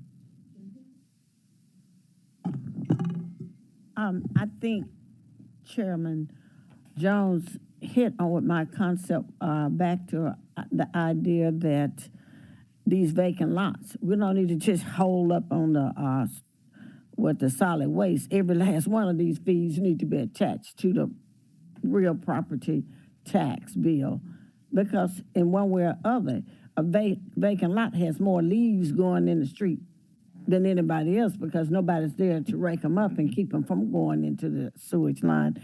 You have to have street lights even for a vacant lot to keep people off of it in order to keep things from occurring that you would not want to occur.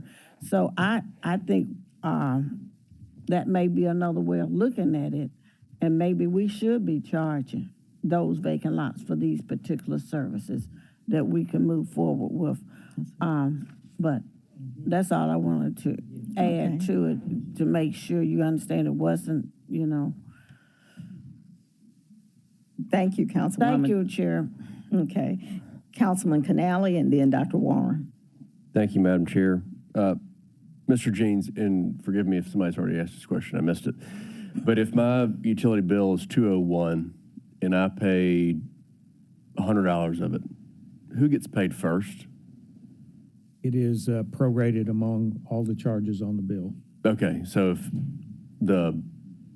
all the way down. Okay, Yes. Thank you, sir. Okay, thank you, Dr. Warren. And did you come up with the ranking for the electrical only? Where are we? We are 14th out of 40 surveyed. for Okay, just the so we're elect- sort of in the bottom third or top third? Is that the lowest 14th or the highest 14th? The lowest bill. Lowest bill is 1? Lowest bill is 1, so we're Okay. 14th out of 40.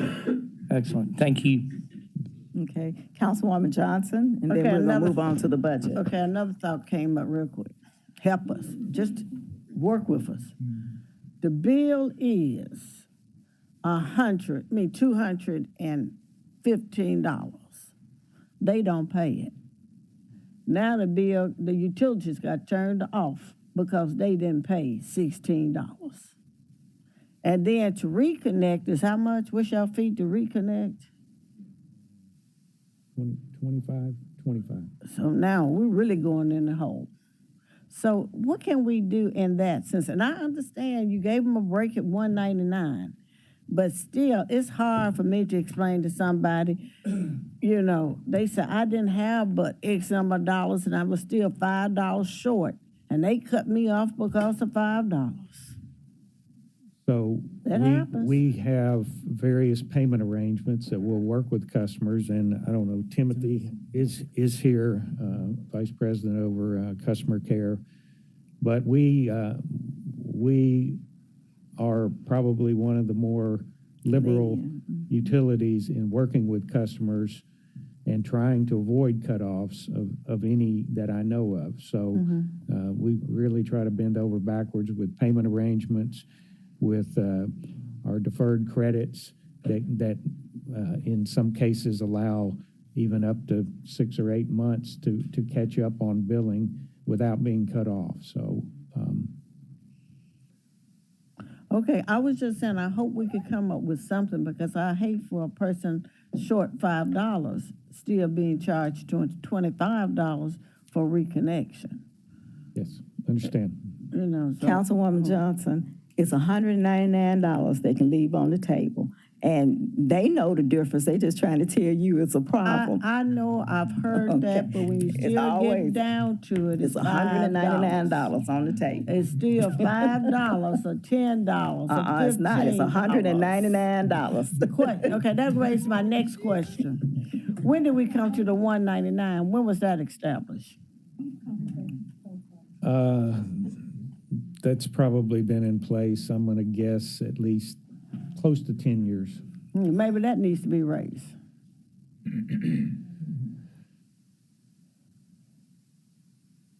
Well, That's a discussion. it's a discussion. Okay. One of the things is, of course, a balance between the, financial stability of MLGW and the other customers that pay their bill on time and regularly. Because right now, we're sitting and holding a past due balance overall of electric, gas, and water of about $22 million.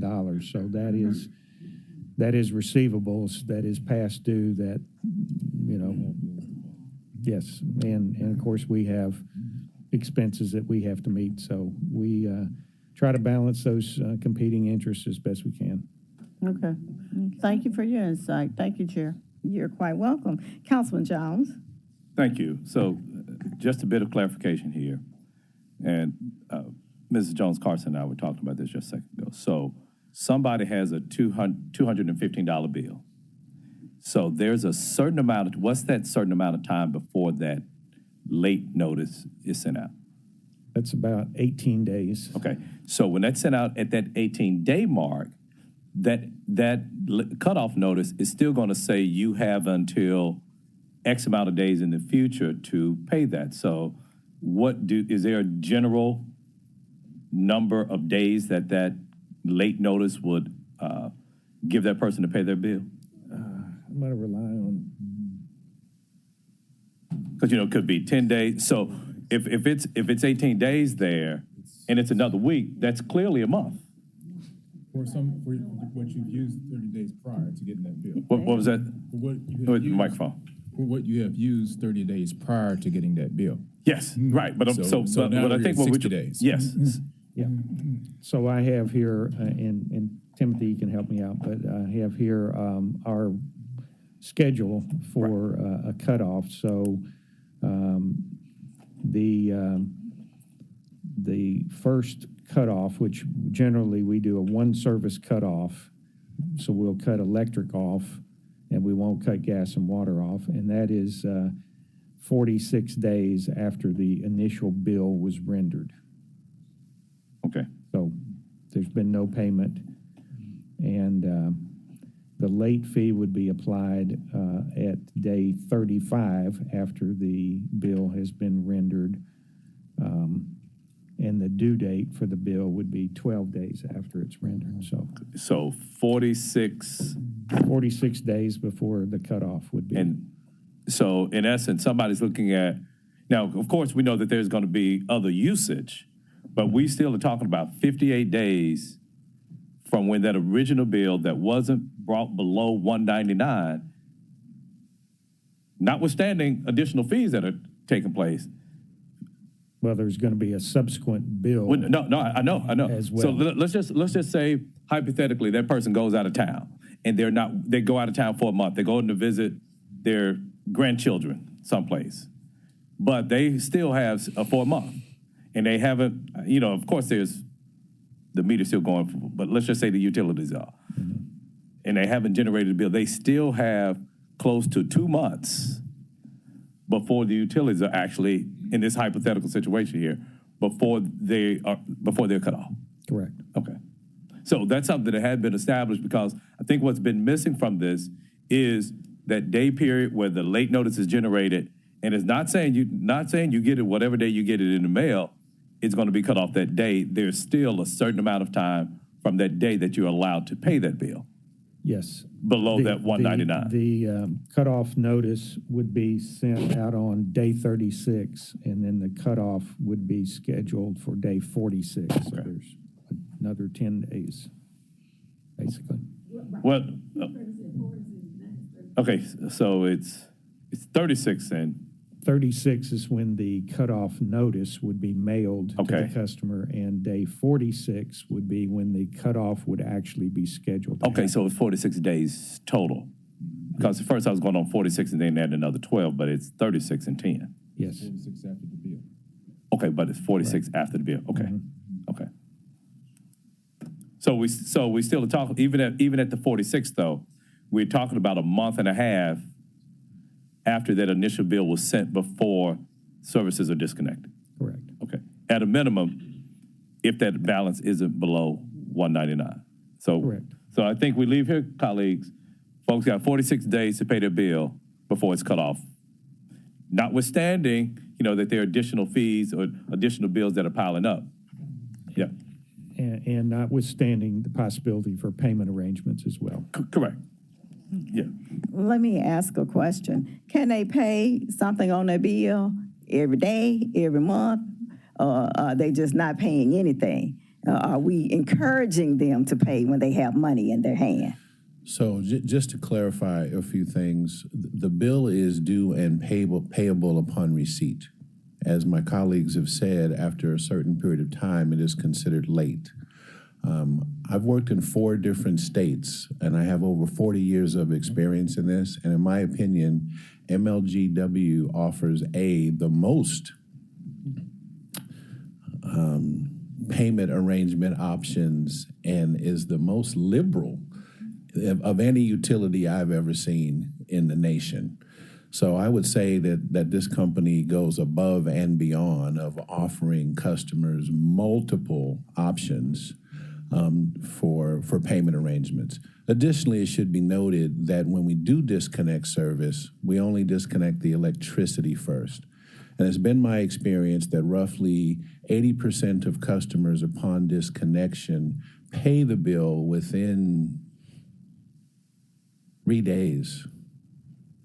And then it's that remaining customers that we wish to seek. I will also add that a significant percentage of call center volume is for payment arrangements. And we offer a multitude of those. So we go through every opportunity that we possibly can. No one wants to disconnect a customer. And let me say, as a person who has disconnected the electricity of hundreds of customers, maybe probably more likely thousands, you don't want to do that because you have to go back out and reconnect them. So under every situation where the customer is where they do call, now some people don't call, where they do call, we offer payment arrangements as respectfully and as compassionately as consistent in our values. Okay, I have one other question. Councilman Jones? No. You through? Okay. Dr. Warren? Do y'all have any sort of system that lets you know you've got someone they've been paying their bill on time every month, then all of a sudden they don't get their bill and you don't get a payment? Do we make a phone call if we've got someone who's consistently paid, or do we just assume that they're going that same 46 day, we're going to cut you off anyway? Do we ever have anything that says, hey, you guys have been paying for 15 years, you never missed a payment, and now you haven't paid, but we're going to cut you off? Is there any sort of algorithm that you've got to identify that customer to make sure that we reach out and say, did you get your bill? So I'm not aware that we do that here. Typically, customers, again, the bill is doable, is payable upon receipt. So if they don't receive it, it doesn't come in the mail. So you're saying that the customer would not receive a bill in the mail? The customer didn't get a bill. Okay. And so the mail, I don't know if you noticed, the mail wasn't necessarily always 100% perfect during the pandemic. But so the customer doesn't get their bill. Do we still cut them off if they haven't received the bill? How do we know they got the bill? We know we sent it, but it's payable on receipt. How do we know they received it if we're not there to see them pick up their mail? I really don't. I would say that would be, based on my experience, and I'm sure Memphis has different things, but that would be a vast exception to the rule. Typically, people are expecting a bill. I personally have been approached by customers who are telling me they haven't had a bill. They didn't get one because they had difficulty. Most customers know that they should be getting a bill every month and have to take some accountability for that. But to answer your question, I have seen it on occasions in other places I've been where our call center could make a phone call to let people know, or there's what's called an auto dialer that will contact people automatically, because again, nobody wants to disconnect the customer, and we'll call them through the use of technology to let them know that their bill is due. That's a common practice in the industry. Do we do that? I do not think that we do. I'm not aware of that though, so please don't quote me. Okay. Okay. Yes, we do. Yes, Very we do. excellent. So if we have that, then maybe in your algorithm, you may want to throw that in. People occasionally don't get their mail, so. Okay.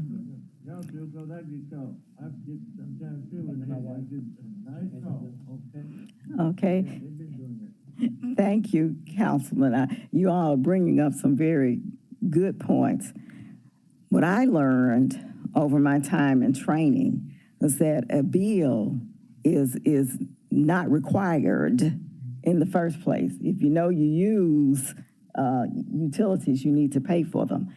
Everybody knows that whether the bill come or not, they use it, and all they have to do is pick up the phone or go to the computer and figure out how much they need. But bills are a courtesy. They are not a requirement. Councilwoman Johnson. Thank you, Chair, for another opportunity. I have another question for you that I hear a lot. We talked about the disconnects. You made the comment, we don't want to send anyone back out.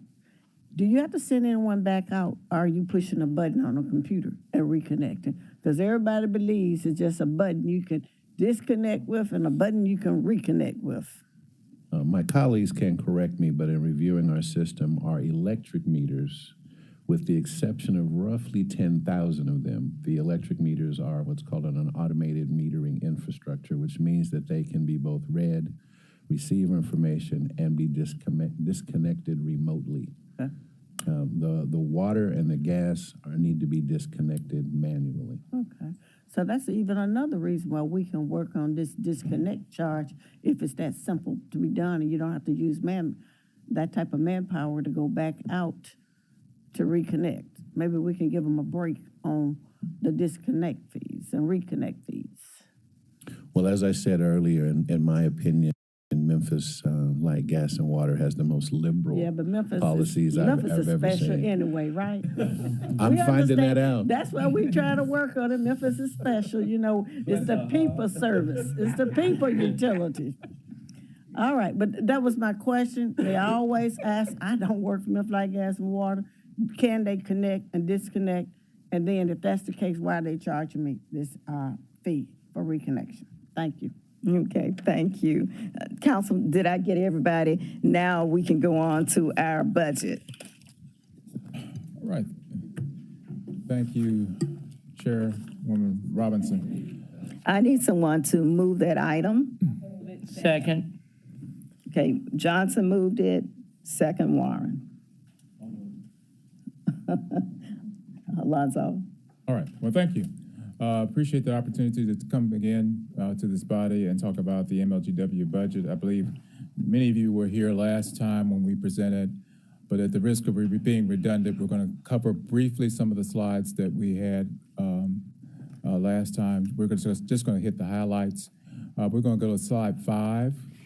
I just want to tell everybody our budget includes funds, but it does not require an MLGW rate increase, so no customers will receive a rate increase because of this budget.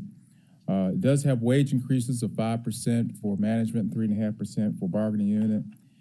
It does reclaim 58 positions, which were, we had eliminated several positions through the MLGW Way Forward. We're reclaiming 58 of those to try to meet additional demand. Our OMM growth of about 8.5% or 35.7 million is over the 2022 budget. Of that, 8.6 million is in the labor category and 26.7 million is in the other category. We are getting, in some cases, significant grant reimbursement, and we also planning to get a grant reimbursement in a couple of projects. I'm not going to get into details on that right now, but you already have the presentation. You can take a look at that at your leisure. And we're continuing with our infrastructure improvement plan. We're still moving and making progress in that area. So I'll ask that Rod take me to slide 15. So slide 15 talks about our infrastructure improvement plan. You see the challenge around tree trimming. We've talked about that. That's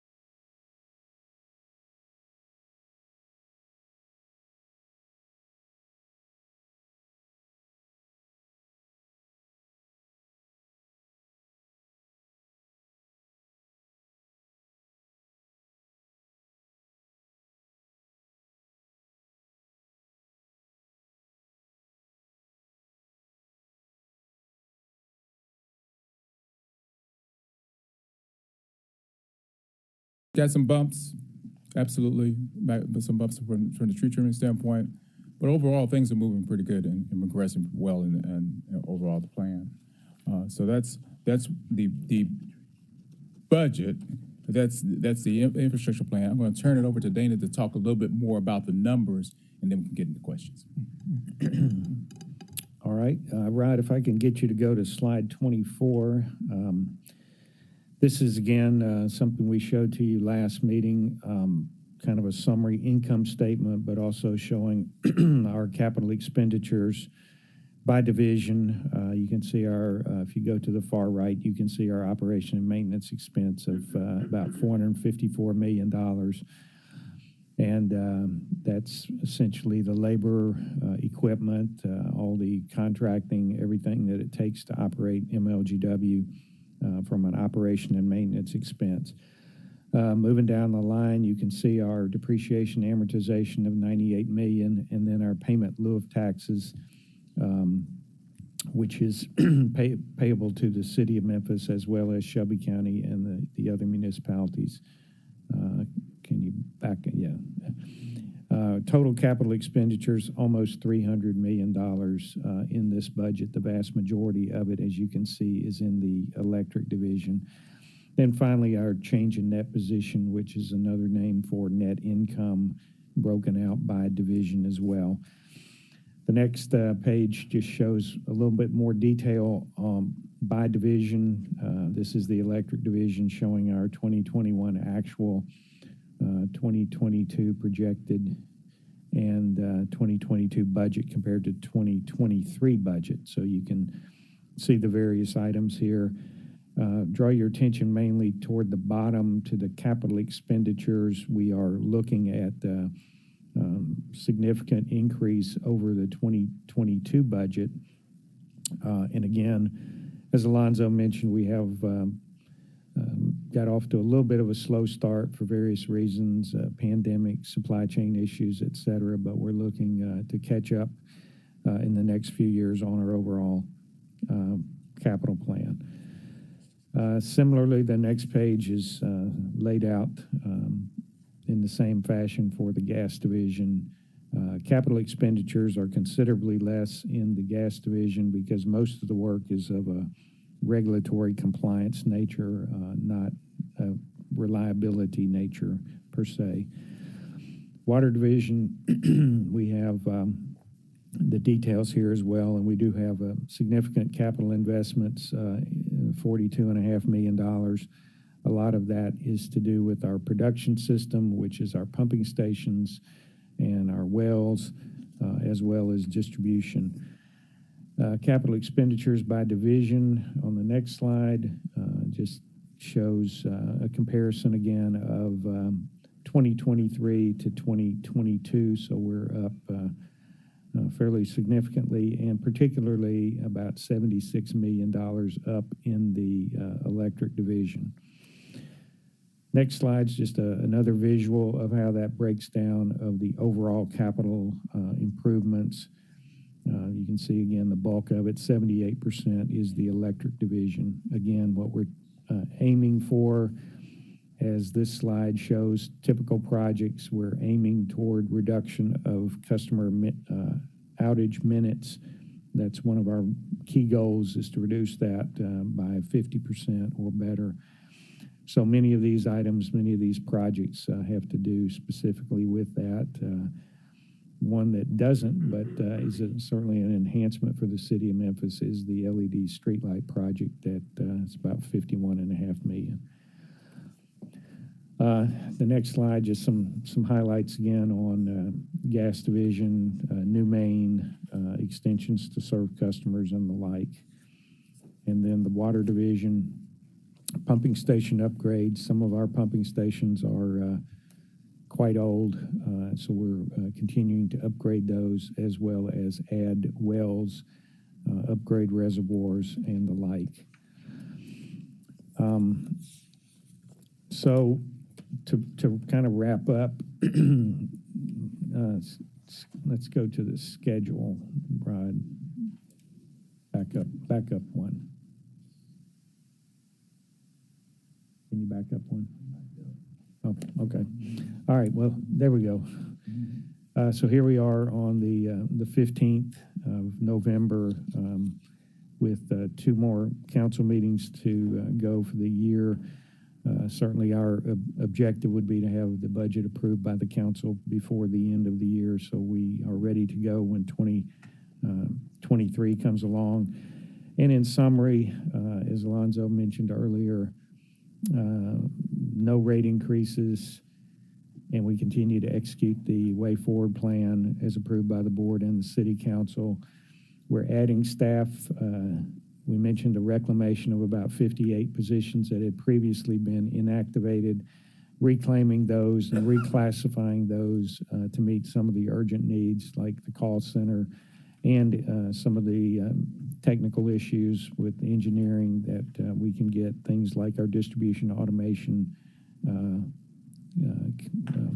progressing and completing. So with that, I will entertain any questions you may have. You have a question? Dr. Warren, anybody else? Slide page 17, had a constituent talking about how we're, I guess, replacing lead in our water pipes. We're going through there. And he was saying one of our workers said, well, you know, we're going to do this, but then we're going to come back and we're going to tear this street up again and do something with the gas pipes. I'm just wondering, as we're doing this, do we have a coordination between those different divisions so we tear the streets up once as we go through to redo it? Ideally, we'd like to be able to do that. We can certainly look at that and try to coordinate a little tighter on that. But we are pretty disruptive in the streets whenever we do any work, particularly in gas and water. So we should let our constituents know, when you see these streets torn up, what we're doing is we're trying to alleviate the lead that's coming to your home. Right. As part of our lead alleviation program, particularly when we're doing water pipes, what are we doing with the gas pipes underneath the street at this point that we have to do? So gas pipes, we're doing steel tap replacements. And when you do a risk, we have to do a risk assessment every year on our system and determine what components may need to be replaced. And in this case, we're doing steel tap replacements, which are usually in the street. They've been prone to leaks. So we're trying to make the system safer, and it cuts down on greenhouse gas emissions as well by doing that. Okay, and those are part of our Way Forward movement. Those are part of Way Forward, but they are regulated activities. And do we actually discover those when we're out looking for them? We actually have we're out looking for leaks. That way we know which ones to go for. In this case, we have identified a component that is prone to leak. And so we are going through a programmatic way of replacing all the components that are prone to that type of leak and replacing them. Okay. Thank you very much. We do have leak detection. Don't want you to get the leak detection also helps us determine where we need to dig and make replacements as well. But this is a programmatic change. So I guess one of the things we need to have our staff know in the street when constituents walk up and talk to them about it, we probably shouldn't tell them, well, we're going to be back here again, tear your street up. So it may not be the best PR. All right, thank you. Sure. Appreciate that. Thank you. Are there any other questions? This item, we going to do a voice vote to send this downstairs, a resolution to approve the fiscal year 23 electric, gas, and water operations and capital budget. All council districts, sponsored by MLGW, was moved by Johnson, seconded by Dr. Warren. All in favor, say aye. Aye. Any opposed? That motion carries.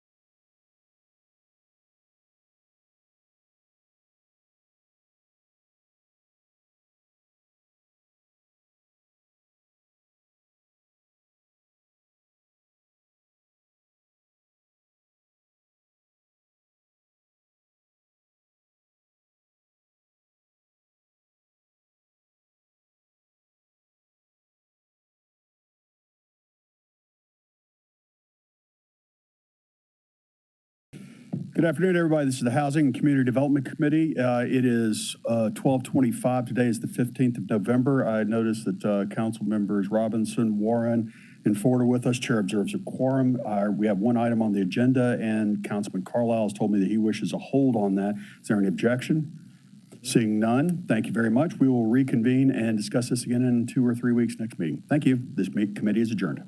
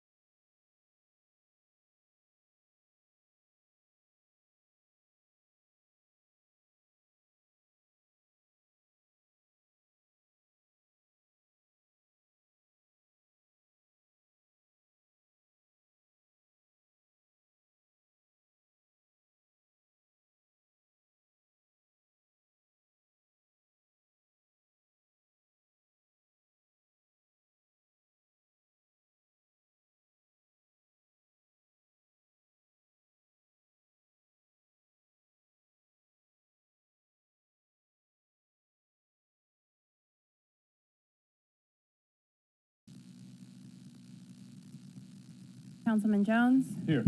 Chair Warren. Present. We have 3 items on our agenda. I believe item number 2 is a resolution to Redline FM Global Insurance Claim Settlement in the amount of $61,574.75. Project number PK 23103 for Fraser Raleigh Senior Center for operating budget to capital improvement project budget. District 7, Super District 8 had been sponsored by administration. I think we have administration would like to withdraw this. Is that correct? Could you give us an explanation? Mr. Walker, please come on up. Thank you.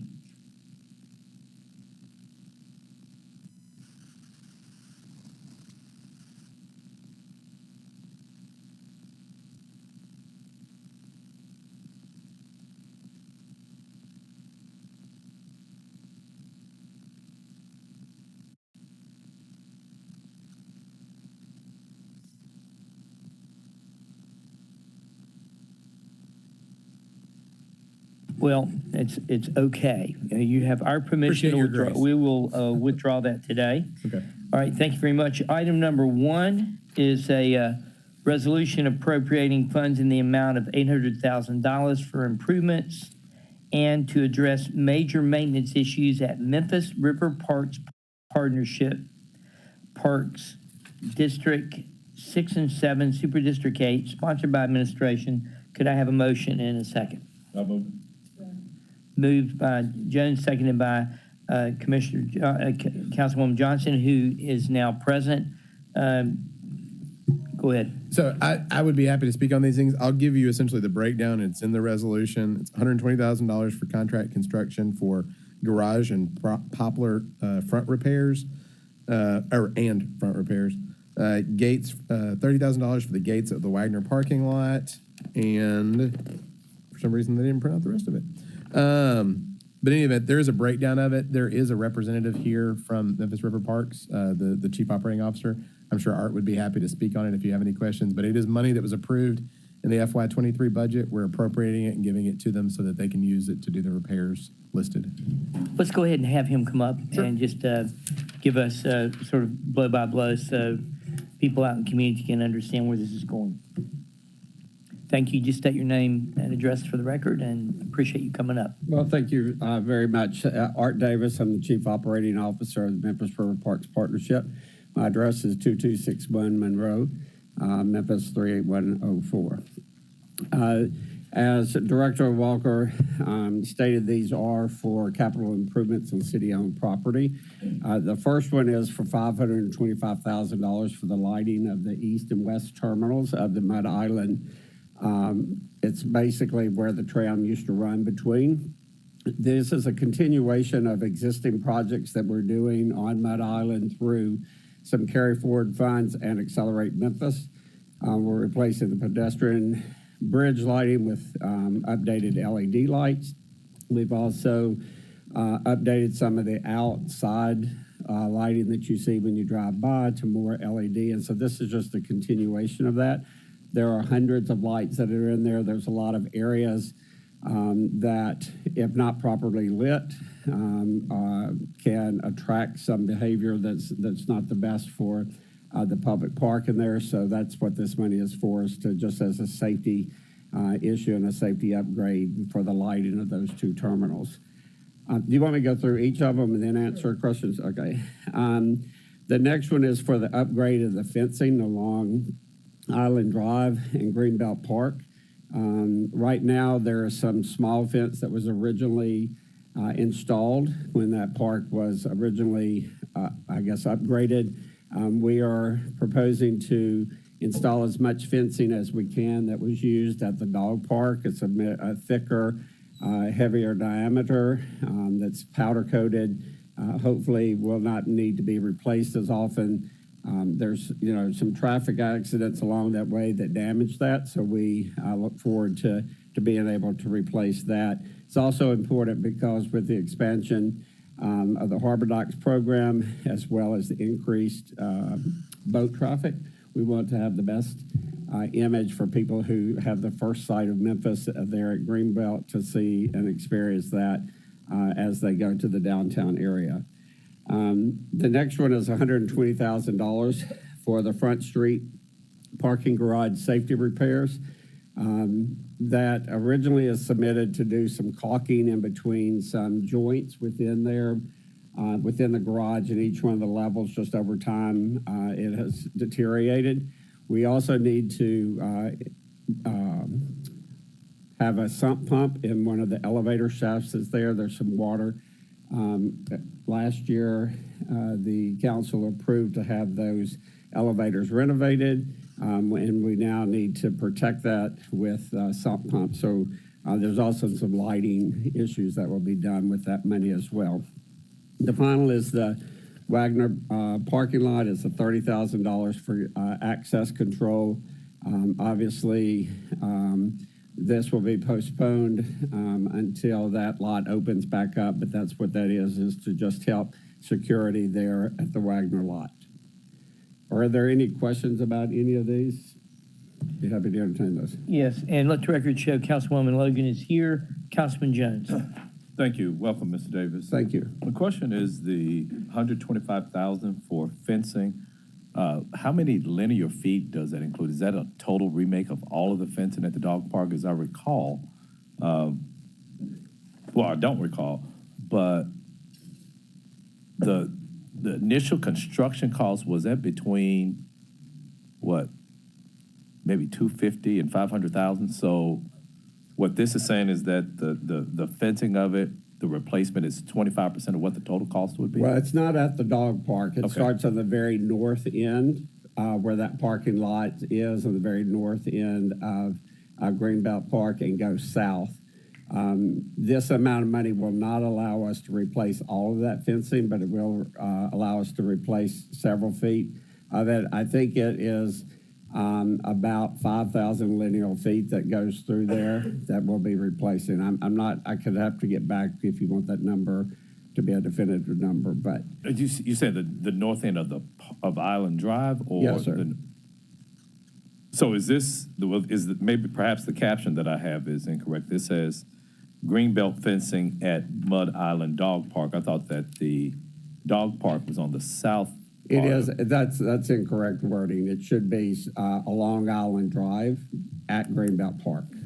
Okay, so this is the entire Greenbelt Park, not just the dog park aspect of it. No, that's right. The dog park will not, we're just mimicking that fencing that was there because that has withstood time. That's the type fencing we're going to use, but north of there.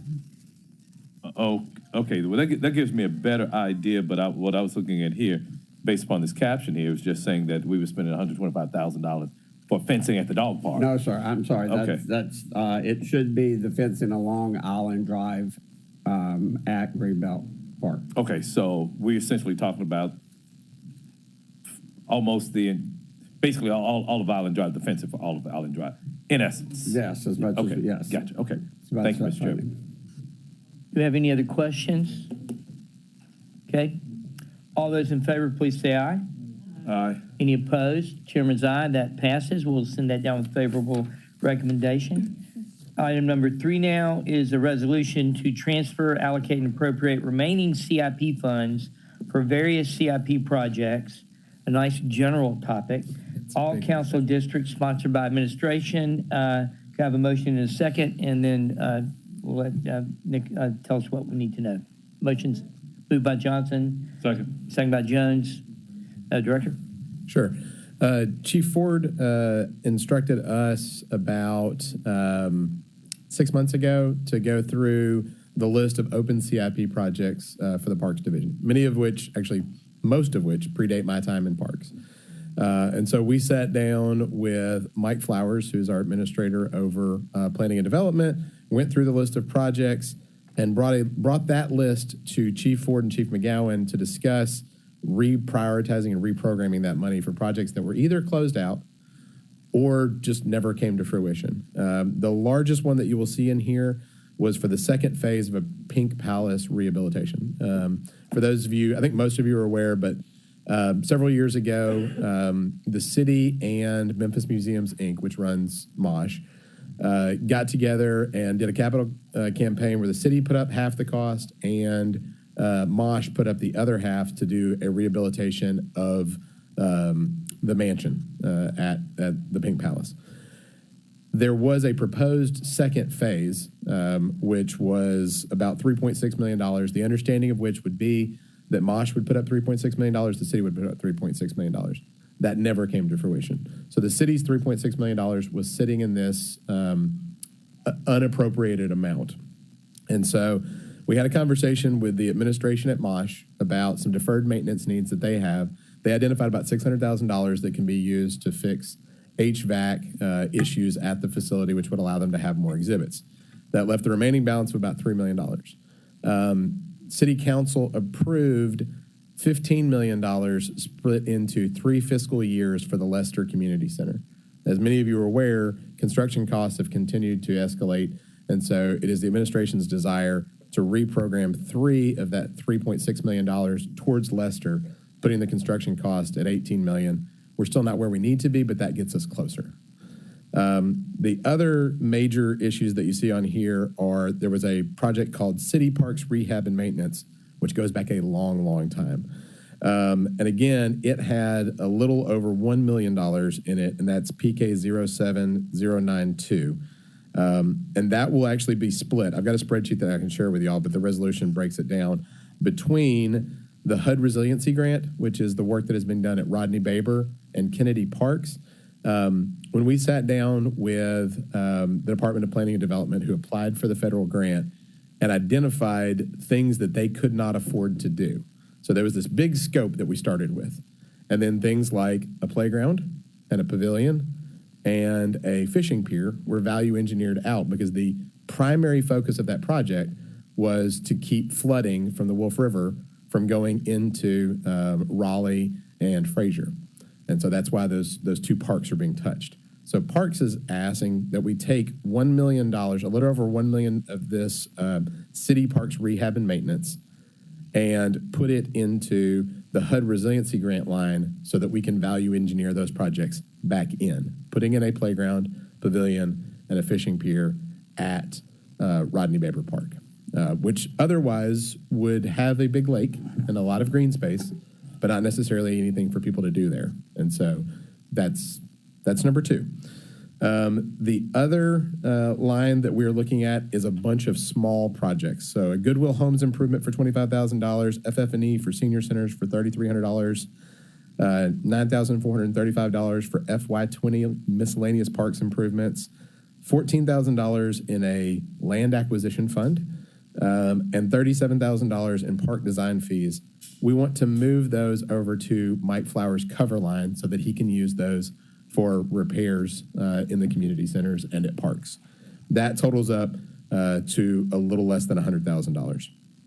Then we have another $39,000 in an old tennis improvements line that we would like to move to the sort of open funding source for the tennis major maintenance, which is the 10-year program, which I want to say we're either in year 4 or 5 of, to resurface all the publicly playable courts in the city.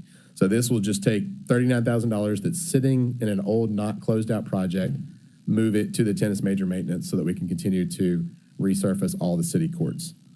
Then finally, and that's a lot, there are 3 equally old projects, one of which I've already talked to you about, which was the City Park Rehab and Maintenance, a WYPL radio and TV equipment line from back when libraries was in the park system, and then $25,000 for the Brooks Museum security upgrade, which, as you all are aware, they're building a new Brooks, and this should give you an idea of how old this project is. We would like to take those and reprogram them toward the Lichterman Nature Center adventure playground that, again, the city administration and the city council approved the funding for that in this past fiscal year. So through the Accelerate Memphis project. Hopefully that addresses all of this, and I'm sure there are some questions. Thank you for that. It was daunting to read through. I understand. And so I do want to apologize, but also give some clarity on this. Several years ago, we did this, and we brought it forward as like 7 or 8 resolutions.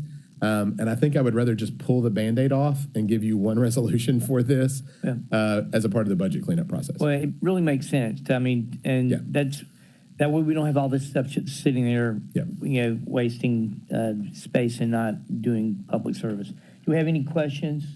Councilman Logan, thank you. Thank you, Chair. I wanted to thank you for that presentation and for finding all of that money. My question about the resiliency. Yes, ma'am. That one. And so all of that's going to Rodney Baber. Is any of it going to Kennedy? You know, they're doing this, we're doing the same resiliency, and there are a lot of projects that are left open-ended at Kennedy. I think the reason that we identified doing some work at Baber as opposed to Kennedy is one, thanks to your sponsorship, we are building a playground at Kennedy currently. Two, the time frame on the two things is that Baber should actually allow us to get this in while the construction is going on. They're already a little bit further along at Kennedy. And then three, between the two of them, there are the field improvements that are happening at Kennedy so that there will be playable soccer fields. The fear was that there would be no public amenities at Rodney Baber but for us putting money into here. I think as you're aware, our intention moving forward is once the resiliency work is done at Kennedy, that's the next site for a splash pad. And so I think we'll program that into future budgets. But for this exercise, it made sense to move forward with prioritizing. So we don't have to use that. We'll just definitely build it in. You guys give us the checkbook. I know we'll we be talked happy about to do it, it. Yep. but when I saw that pot of money, I'm like, hey, we better get it while the getting is good. I get that there's a bird in the hand and two in the bush kind of situation here, but I do think that again, this is a prime opportunity to get the contractor to do this work at Baber, and it is our full intent to put in a splash pad at Kennedy. Okay. Thank you, Councilwoman Logan. Let the record show Councilman Ford is here. Councilwoman Johnson. Yes, thank you. Let me back up. Sure. You said initially you were able to identify the money because it came out of, was it the Pink Palace? Yes, ma'am. Situation. Mm-hmm. Now, it sounded to me at first y'all had an understanding with the Pink Palace where you split everything in half. Why did they not get half of that $600,000? Or half of the $3.6 million? No. Oh. When you went back, when you realized you had the extra money, then they were able to locate $600,000 worth of work that had to be done. Why did they not just split half of that with us? So essentially, the reason for doing this is that the money had been sitting there. No, I got that. Yeah. The question is, why did not Pink Palace take half of the expenses? Yeah. Like only $300,000. Oh. We only paid $300,000. No. I'm with you. I will tell you that there's well more than $600,000 worth of work, and they are actually matching the $600,000 with their own $600,000 to do more like $1.2 million worth of work on the air conditioning system. Because for them to be both accredited and bring in certain exhibits, they have to be able to control the humidity and temperature within a certain threshold.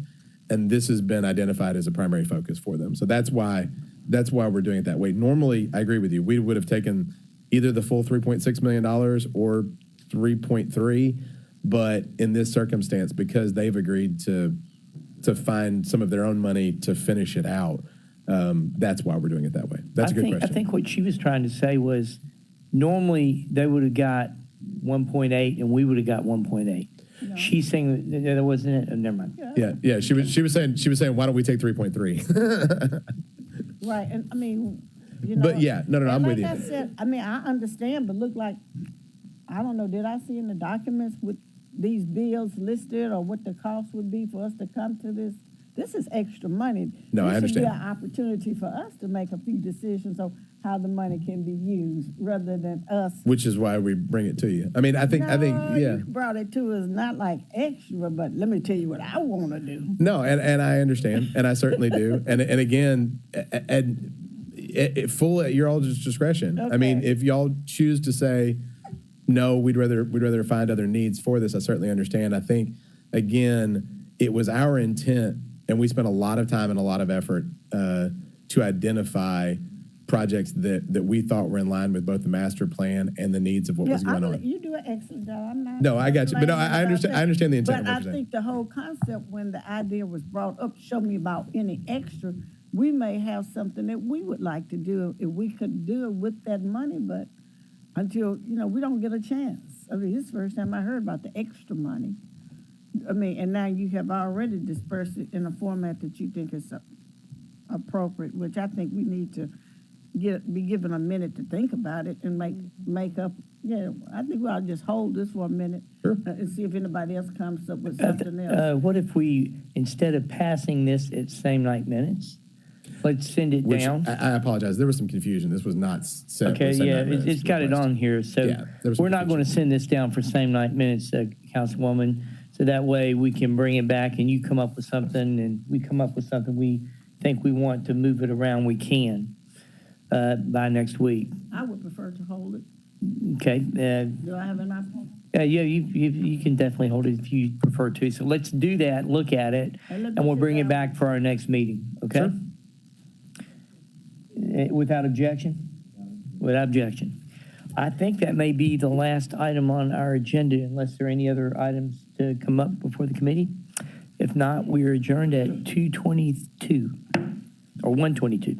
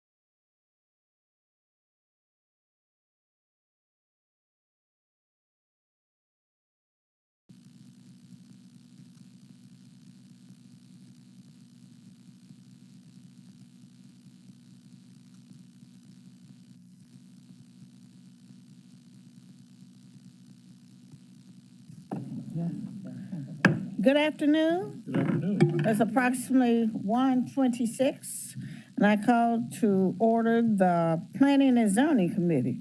May I have a roll call, please, Ms. Dearborn? Good afternoon. Councilwoman Logan. Present. Councilman Jones. Here. Councilwoman Robinson. Councilman Warren. Present. Chair Johnson. Present. Today, we're going to have a pretty quick meeting, committee meeting on this subject. Items number 3 and number 4 are being held, so we only need to address item number 1 and number 2. We're going to start with item number 1. It's a resolution requesting an honorary street name change for Stovall Avenue from Boxwood by Councilwoman Easter Thomas. She's requesting same night minutes. Can I get someone to move it? I'll move it. Been moved by Jones and second by Warren. Is Miss Easter Thomas here? Well, we'll just move it. Let's take a vote on it. And if she wants to have any comments later, she can. All in favor? Aye. Any opposed? Ayes have it. Go down with a favorable recommendation. Second item. We've heard this one before, so if someone wants to hear it again, let me know. Otherwise, we can move right through it.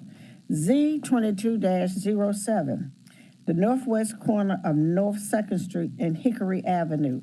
This affects District 7 and Super District 8. It's down for the third reading. Can I get someone to move it? Moved by Warren, second by Robinson. Are there any discussions? Which I'd like to have a reminder, a review of this particular item to know what's going on. The street closure, if I remember correctly. Rezone it. Okay. Can you identify yourself quickly and give us an update real quick on that one?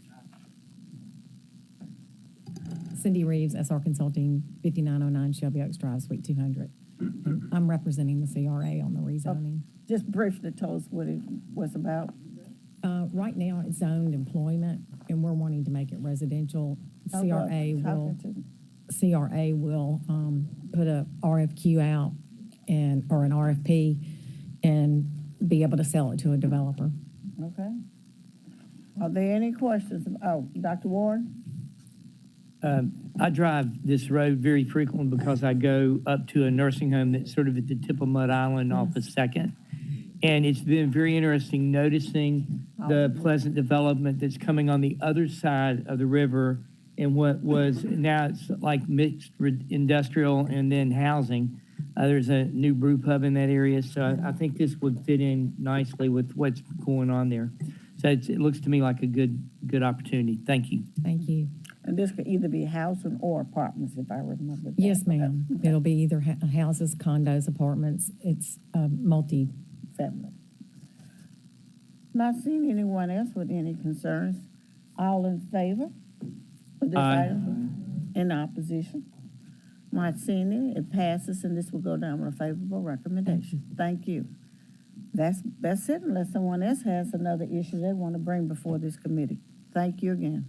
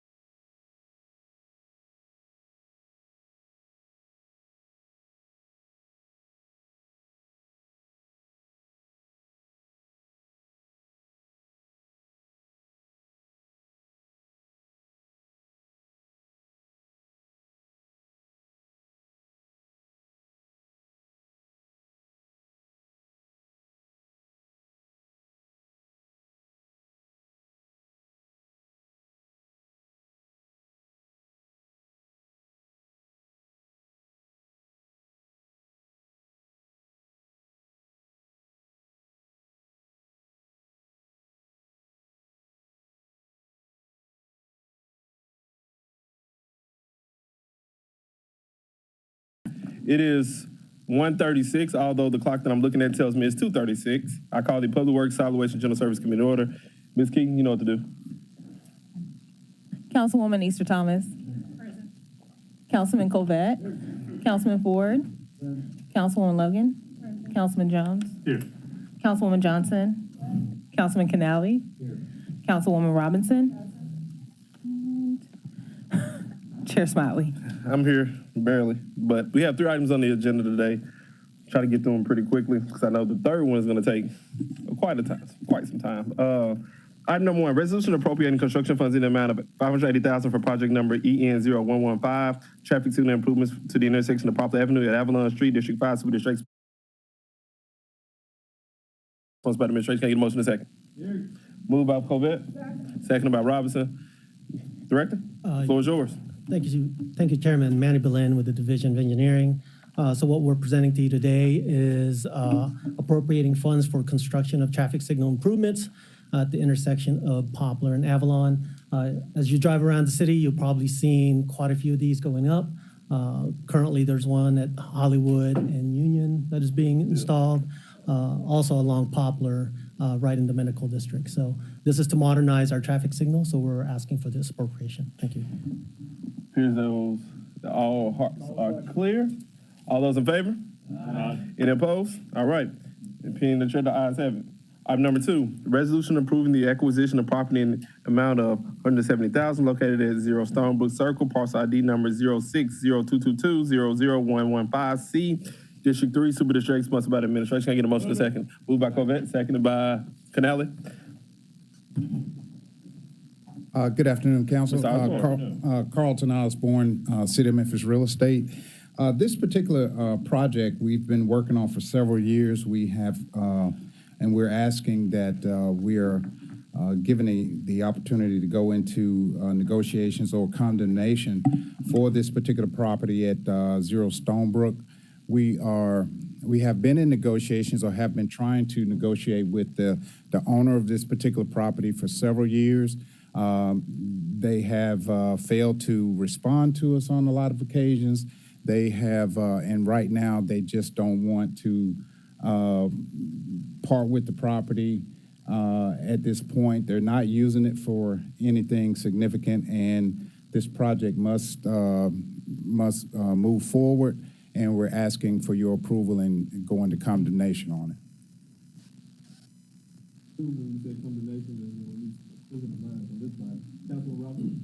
I need a presentation. Mike. I need to see a presentation where it's located, why are we condemning it?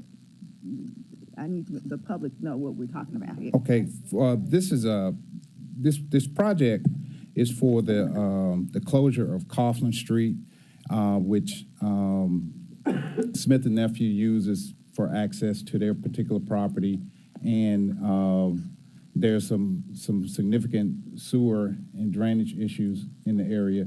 And I'm going to let Director Belen comment on this portion of it. Director. Thank you. So just a little bit of a context on what's presented to you today.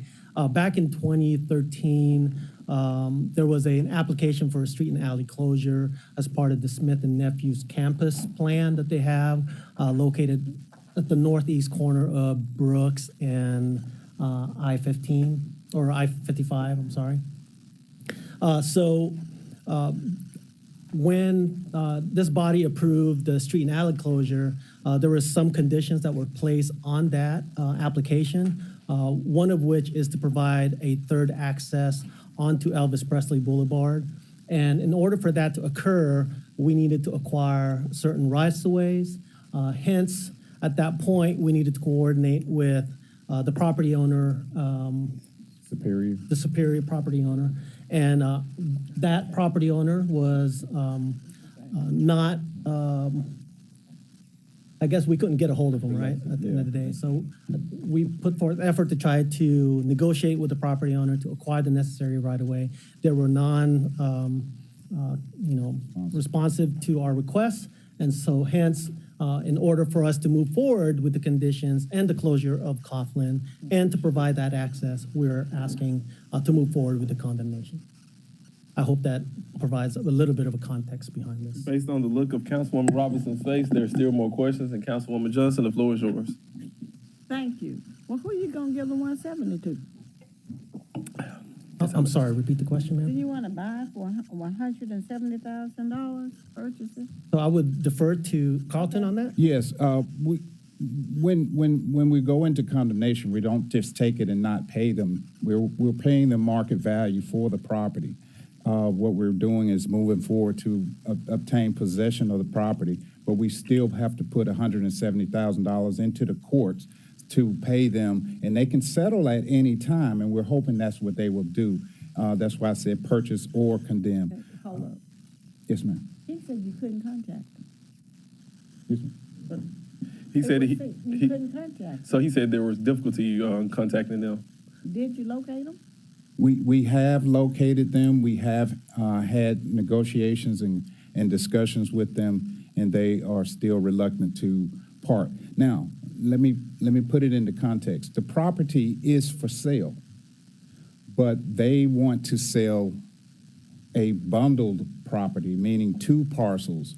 We're only in need of the 1 parcel, but they don't want to split those, the one main parcel and the parcel that we're asking to acquire.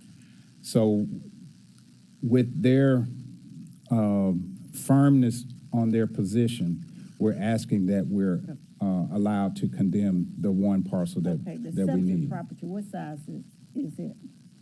The parcel that we're condemning, That you want to condemn? it is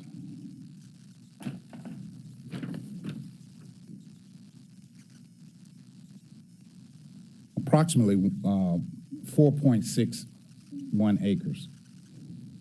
Approximately 4.16 acres. 4.6 acres. Okay, so okay. And the other parcel, what size is it that they want you to purchase as well? That's a significantly larger parcel that has infrastructure built on it, and it is approximately, I think, 7.1 acres. And what's the asking for both of them? The asking for both of them, I think they wanted somewhere along $700,000. We had an appraisal done on the parcel that we're asking for, and it appraised at $160,000. So we anticipate that we could go 10% above the appraised value. So that's why we're asking for 170. If the property is not condemned, what happens to your current situation? Our project, Yeah. it dies. Okay, how does that affect the citizens of Memphis? I guess from the street and alley closure perspective, so if this property is not acquired or the right-of-way necessary for that third access to occur, then the project dies, as Carlton indicated. And in terms of the campus for Smith and Nephew, that'll go away, and they'll have to come up with a different plan for that campus. The property that you're leaving behind, the approximate, you said 7 acres? Okay, how does it hinder them in any way? Do they still have the ingress? And Yes. Are they able to still market their property, or what are they losing? Will they be losing anything in this arrangement? Currently, the property is used as a trucking terminal, and they are planning to relocate out of the area. So that's why they have it on the market at this time. They have sufficient ingress egress at the site. Operationally, that property would not be hindered at all. So someone else could come in and purchase that particular property and be perfectly fine and operational. Okay, those are all my questions right now. Thank you, Chair. Mr. Chair? You have another inquiry? Yes. Do we want to let Councilman Jones go first? Yes. Okay. So I'm trying to go back in history since I have been on this council. The reason they wanted to close off that property is for safety reasons, am I correct? That is correct. So those safety issues are still at play. Very much so. And the last time I think we talked about this has been 3 or 4 years ago, and finally we are getting somewhere with it. Okay. The speed of government. It would be helpful to all the council members if they understood the background of how we got here.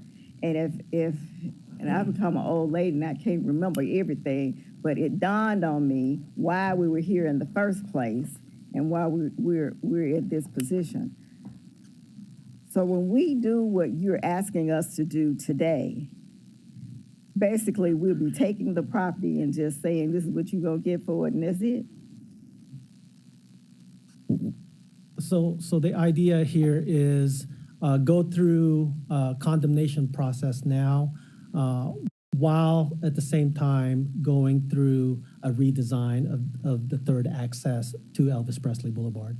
Because without this parcel and without this right-of-way, that third access won't happen. Okay. So I think it will be helpful to all the council members if we bring this item back and provide that information that hadn't been presented here today, because most of the people here don't even know what we're talking about. And you had to remind me of why we're here. So we just need just a little more of the background and why it's important to Smith Nephew and their employees. Okay? Thank you. Yes, ma'am. Thank you, Mr. Chair. All right, Councilman Jones. Well, Chairman Jones. Thank you, Mr. Chairman. I guess I had to look at it a little bit harder in order to see, because we don't have I see you have a colored copy. We just have the black and white, and with it being just black and white, I can't really tell, I couldn't tell the parts without looking at it harder. So my question was, and it was sort of the historical nature of it, and she touched upon it because I had to go back in my memory bank to recall this, and it did seem a little bit out of the ordinary for us to be back at this, because, when we approve things, we don't think it'll be 4 or 5 years and we still talking about these things. Yeah. But what we're doing, we're saying that since they won't sell at a reasonable rate, they want us to take 2.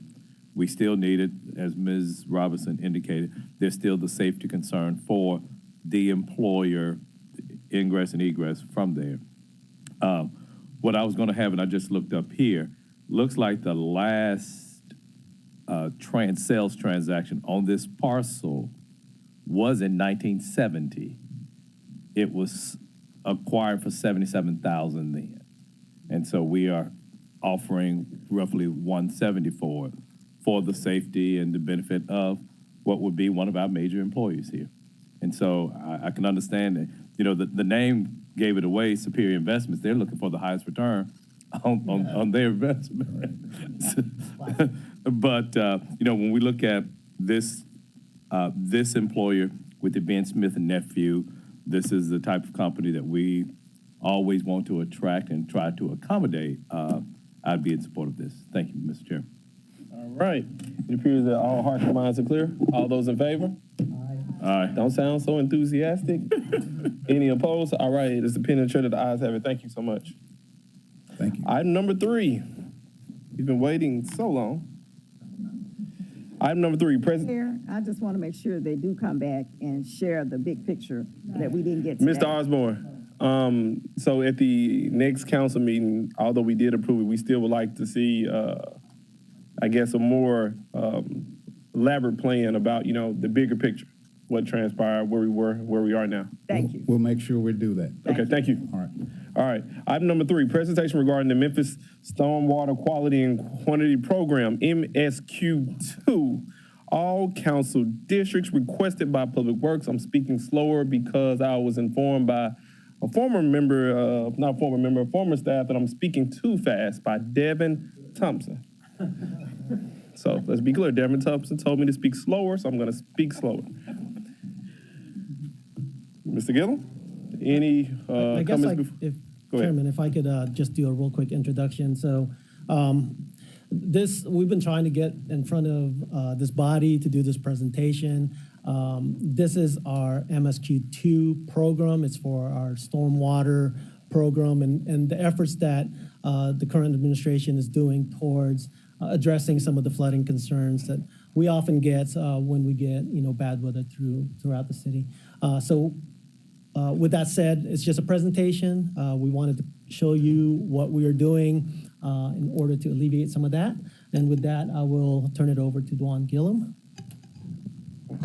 Thank you, Director Beline. Thank you, Chairman Smiley. Again, Dwan Gillum, 60 North BB King, All-World Project Management. I'm the program manager for the MSQ2 program. I would start by saying that we are here today to provide this body an update on the Memphis Stormwater Quality and Quantity Program, aka MSQ2. In doing so, we would briefly explain a combination of strategies we're implementing to improve the city's drainage system as well as to enhance the city's overall water quality. Next slide.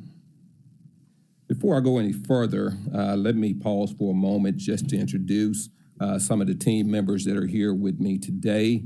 We have Mr. Jacob Wiley, who is the Deputy Program Manager for the program. We have John Cameron, who is a PE. He is the Senior Technical Advisor. We have Ms. Andrea Eason, who's to my left. She is a Project Administrator. We also have one of our teaming partners, Ms. Cindy Reeves, which most of you are familiar with. She's with okay. She's with SRC. Again, she is one of our teaming partners. We also have Mr. Jason Kimmett. He is a project manager with the MSQ2 program. And I would also call out Mr. Evan Bollinger. He is an administrator within the city engineer's office. He is the liaison between the MSQ2 program and the city of Memphis. So with that being said, I would mention that John Cameron and I have somewhat aged a little bit since we served as the city's public works director as well as the city engineer. However, we're very fortunate to have a team of young engineers and technicians working on the program. These young engineers and technicians, like most of us, wake up every morning with one objective on their mind, and that is to ensure that we're achieving the greatest impact in order to reduce flooding across the city of Memphis with the resources that have been provided. Next slide. All of you should have a hard copy of our program vision and mission statement. I would start by saying that the vision and mission statement was created early on in the program after we recognized the importance of having buy-in from our stakeholders. We held a vision and mission summit, which was attended by city officials from across city government as well as members of the community. The purpose of the vision and mission statement is to serve as a guiding principle to all of the major decisions that are made within the MSQ2 program. I would mention that the vision and mission statement, which you should have a copy of, points out the fact that we are attempting to be as innovative and as equitable as possible. The reason why we are being equitable is obviously we have limited funding, but again, we want to make sure that we achieve the greatest impact on flooding with the resources that have been provided. Next slide. These are photos of catastrophic flooding that the city experienced in recent years. While these two events look familiar in terms of the effect, the actual cause is extremely, extremely different.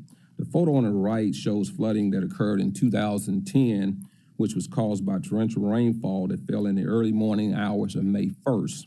The photo on the left shows flooding that occurred in 2011, which was caused by our drainage system backing up into neighborhoods across the city over a period of about a week due to the Mississippi River exceeding its flood stage, unlike it is today, which was caused by weather-related events north of Memphis. Next slide. Here I want to play a short video for you.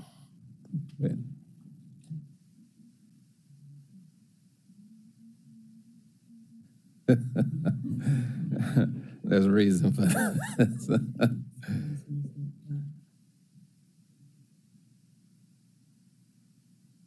There we go. Before gutter, free from drain, we do our but we still see flooding during heavy rain.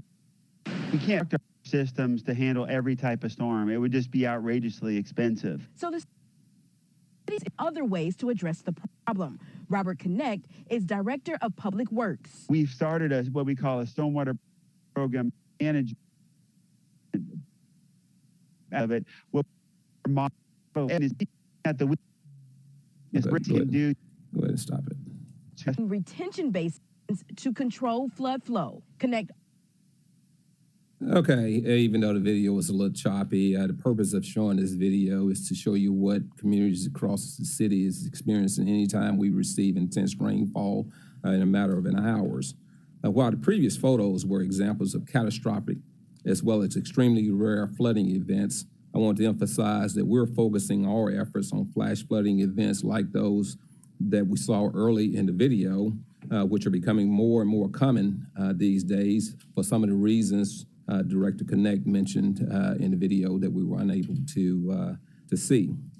We would also like to say that what we're doing in the MSQ2 program is designing projects that will withstand the 10-year flood event. A 10-year flood event is an event that has a 10% chance of occurring in any given year. Again, we're seeing more and more of those 10-year flood events. Next slide.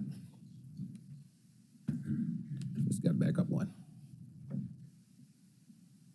No, back up one. Right there. Okay.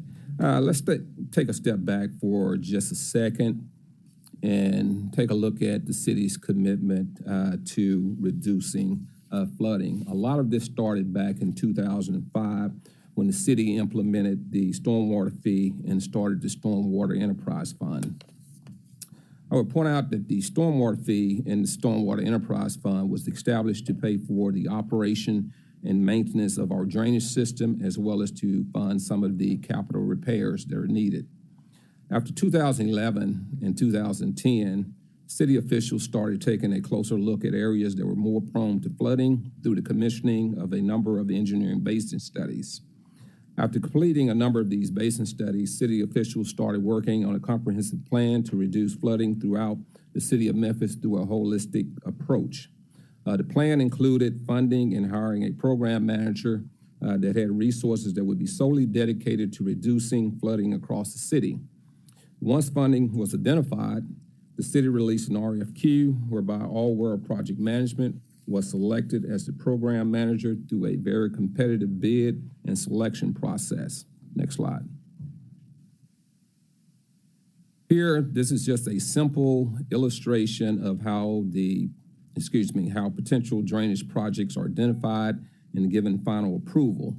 To date, the MSQ2 program has identified and considered more than 240 potential drainage projects.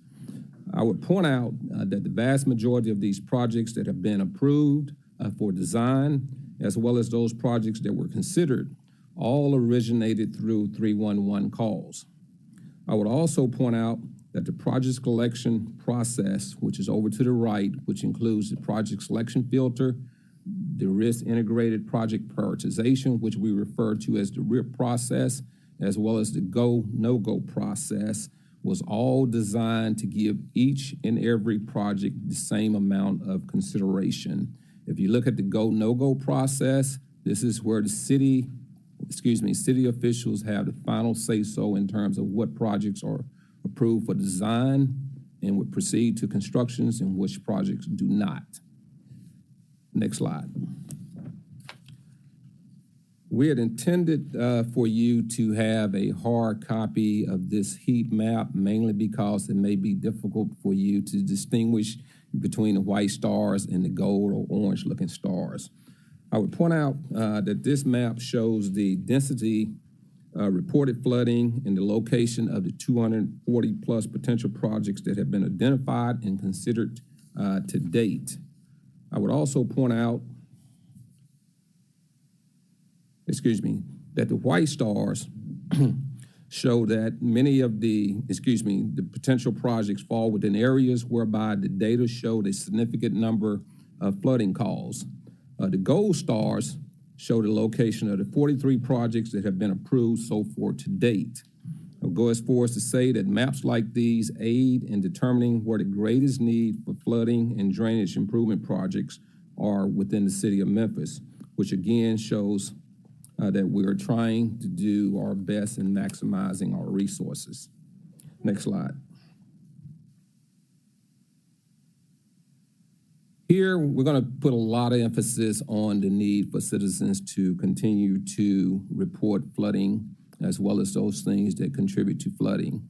If you look at the slide, you will see that citizens are still encouraged to report flooding by calling 311, as well as you can click on the MSQ2 program website, and there's a link for you to report flooding there. I'm mentioning this because the majority of the projects that have been considered to date was a result of a very significant number of flooding calls into the city of Memphis. I also mentioned that we would be rolling out a public awareness campaign in the next couple of months. Number one is to make citizens, to raise the awareness with citizens, and number two is to explain what the MSQ2 program is doing to mitigate flooding across the city of Memphis. Next slide. This is a slide that pretty much shows some of the strategies and ways that we are attempting to be innovative within the MSQ2 program, starting with the fact that the city of Memphis was one of 44 cities that was approved to apply for a WIFIA loan. WIFIA stands for Water Infrastructure Financing and Innovation Act. This is a low-interest loan that we have applied for and been pre-approved for that would pay for about 50% of the program. While we're pursuing the WIFIA loan, we're also looking at federal grant money through the PROTECT grant, as well as the PAS, which is planning assistance to the state. This is free money that we're hoping to secure in order to help pay for part of the program. On the right, you will see integrated planning. This is an opportunity for us to work with the sanitary sewer program and other departments within public works to improve the city's overall water quality by collaborating on our efforts.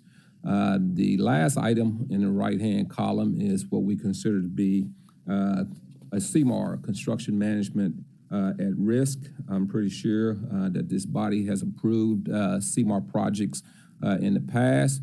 What the CMAR project does is allow us to hire construction management to efficiently move a group of projects from the design phase to the construction phase. So we're very proud of the opportunity to do this. We're hoping to get more shovels in the ground and get a number of these projects going in the coming months.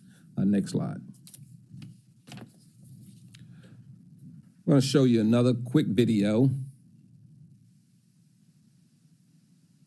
This particular video highlights our mapping condition assessment program. This is a strategy that we're extremely proud of, as we have field inspectors working in urban as well as rural areas across the city every day, physically inspecting over 100,000 city drainage assets.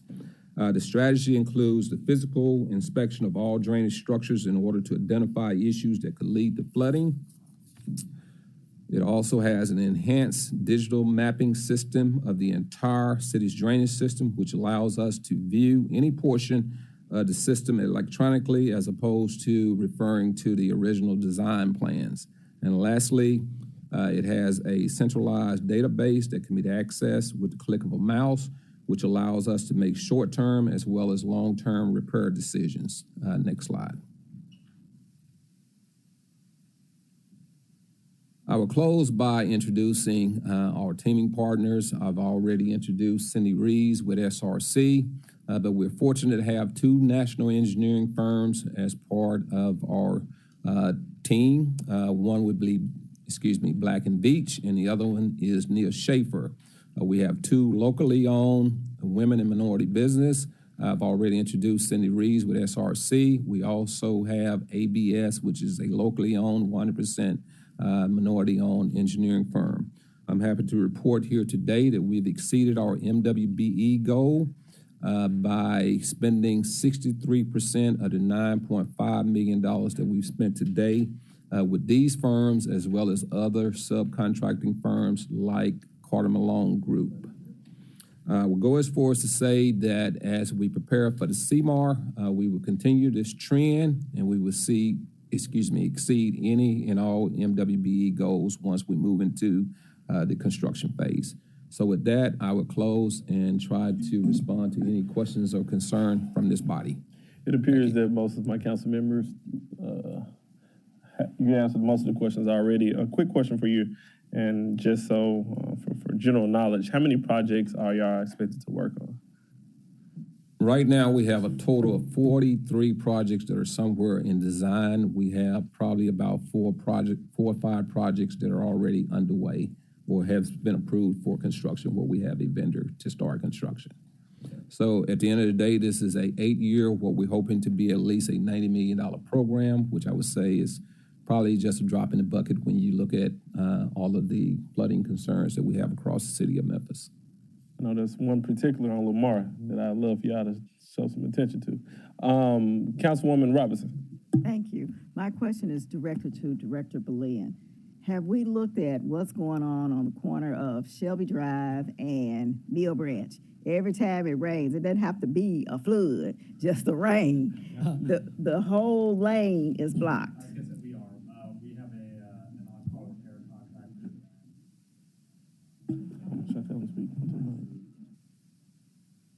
Did you stand up so we can hear you? Sorry. Your name was said earlier, but come on down. I've never done this before. So when you get to the mic, speak, say your name, address, your office. Okay. Evan Bollinger, City of Memphis Engineering Division. I'm a senior design engineer, 109 North Main, Unit 1507, right next door. So we have an on-call repair contractor for issues like this. It appears that when they put the inlet in, it wasn't put in correctly, and so it blocks all the time. They are scheduled to make those repairs. I don't have a fast time frame, but I've touched base with them last week on it, and they're well aware of it, so it is on the list to be repaired. Who put the inlet in? I have no clue. It may have been McDonald's when they put it in, but that's just speculation. Okay, but we're going to get it done when? Before I get out of office? We will work on it. I need a date certain, please. Yes, ma'am. Okay, thank you. We'll get you a specific date on that. Councilwoman Johnson, I think I saw your hand go up. I'm just so used to your hand going up. My apologies. You don't let us have it? Any other questions? Councilman Logan and Councilman Ford. Thank you, Chairman. Hi, are you all involved with the resiliency project that's at Kennedy and Baber? Is this a part of that, or is it connected or anyway? No, that is totally separate, but we are one of the stakeholders associated with that. So we funded part of that project when we submitted for the when the planning development team submitted for the application for the HUD resiliency grant. Part of that required some matching funds, and in order for that to happen, we actually funded a certain portion of that to match that HUD grant. Those actually coordinating and leading that project? DPD, the planning development team. Okay, all right, thank you. I'll get with, is that Director Zena? Yes. Okay, just thank you, Chair. Councilman Ford, the floor is yours. Thank you. Mr. Cameron, good to see you. Mr. Gillum, good to see you. That goes back when I was on council the first time. We started a lot of these different things. Okay, in the back, you're going to bring him up very shortly, my colleague back there, Mr. Jack Salmon. Hey, we dealt with all of these different things during that time. You know, it's been a pretty good day for me because I've seen all of my old colleagues, and I saw Tom this morning. So, hey, you know I'm a happy camper. I just wanted to say that because, hey, and y'all still working very hard. Sydney, you know you've been working. You're my sister anyway. Yeah, but y'all keep up the good work, everything else, because all those floods during those times that we had, everything else, and hey, just keep the good work up. And if you need anything, please let us all know where we can make sure it happens, okay? Thank you very much. All right. Well, if you made Councilman Ford happy today, that means I did a good job. Thank you for the update. Appreciate y'all for coming out. And it is 2:11. And with that, I adjourn this committee. Thank you.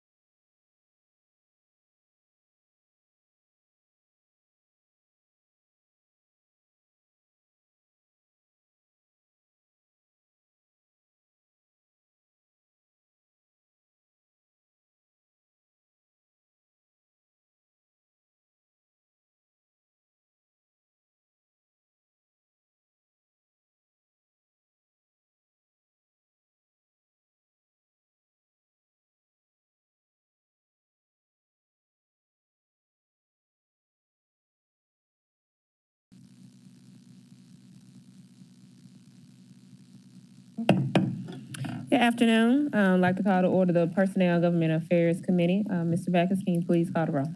Thank you, Madam Chairman. Councilman Morgan? Here. Councilman Colvette? Here. Councilman Ford? Here. Councilwoman Johnson? Councilman Canale? Here. Councilwoman Robinson? Present. Councilman Warren? Present. Councilman Smiley? Absolutely. And Madam Chair, Easter Thomas. Present. Thank you, Mr. Backus. Colleagues, we have 5 items on the agenda today. Number 1 is a reappointment to the Memphis and Shelby County Airport Authority. Mr. Jack Sammons, all council districts requested by administration. Can I get a motion in a second? Motion by Warren, second by Robinson. Mr. Salmon, if you would please give your name and address for the record and any words you'd like to share. Yes, ma'am, Madam Chairman. Thank you very much to all of you for having me today. My name is Jack Sammons, and I reside at 208 St. Albans Fairway here in the city of Memphis. Mr. Salmon, is there anything you would like to say for your reappointment? Well, I will tell you that the beautiful surroundings you have. It's been a while since I've been up here, and I'm delighted to see it. You kids are working hard there, Worth. I look around, and it makes. I wish every citizen would have to come down here and see the kind of work that y'all do and the things that you impact human lives every day. I mean, you talk about drainage. I wanted to jump up and scream about that closing that street because we dealt with that 15 years ago. And that's our largest employer in the city of Memphis, Smith and Nephew. So I was pleased to see you pass that. But airport, we're going through an evolution right now. We've just redone Terminal B. It's nice. It's nice. Waiting on that worked Chick-fil-A out though. very nice. And the next step will be to hopefully benefit from the bipartisan infrastructure bill that President Biden and the Congress passed. There's money for airports, and we're working hard to bring that in on both sides of the aisle. So I'm honored to serve on the airport authority. I'm thrilled that the sun has long set on my political career, but I want to continue to serve this community because I'm bullish on Memphis, and I think that you got to have clean water and you got to have air service if you want to have a vibrant business community, and we're working on that every day. Thank you, Mr. Salmons. Yes, let the record show that Councilman Carlisle and Councilwoman Logan are present. Councilman Smiley, then Councilman Warren. This has nothing to do with the airport authority. I'll bring it. Yes, sir. Yeah. Where was your committee room when you were on the council? It was right here, and it was about the most boring room. It probably ended right here. And it was just gray, and the chairs were, I think, World War II surplus and very uncomfortable. They didn't want you to stay there long, Councilman Morgan. Yeah, it was literally a conference table. It was basically a conference table. Yeah, no, y'all done a great job with this. It's very, I love what you've done. This is awesome. All right, that's all for me. Thank you. You still got the young man looking after you over here, too. Yeah, Sam was never going to leave. So. Thank you, Smiley, for the off-topic question. Councilman Warren and then Councilwoman Docker. Yes, sir, Doctor. Mr. Salmons, most small or moderate-sized cities that used to be hubs before we had consolidation of the Air Force, of aviation, have been suffering, at least as far as businesses are concerned, because they can't get anywhere without double stops. Is there anything that we can do that can help us? I know you guys beat your head about it, but what can we as a council do anything that would help? Other than try to become a hub again, what can you do? Because I think it's really hurting our legal business, because now, they can't go and fly and come back in the same day. Right. So all of a sudden their charges include a hotel bill. You're right, and Doctor. meals. So I think it's hurt a lot of our businesses. I don't know what we can do with it. It's really job one for our board. We're all like salespeople, and but we've got to partner with y'all in trying to create an economic development environment to where we're creating more jobs, more wages.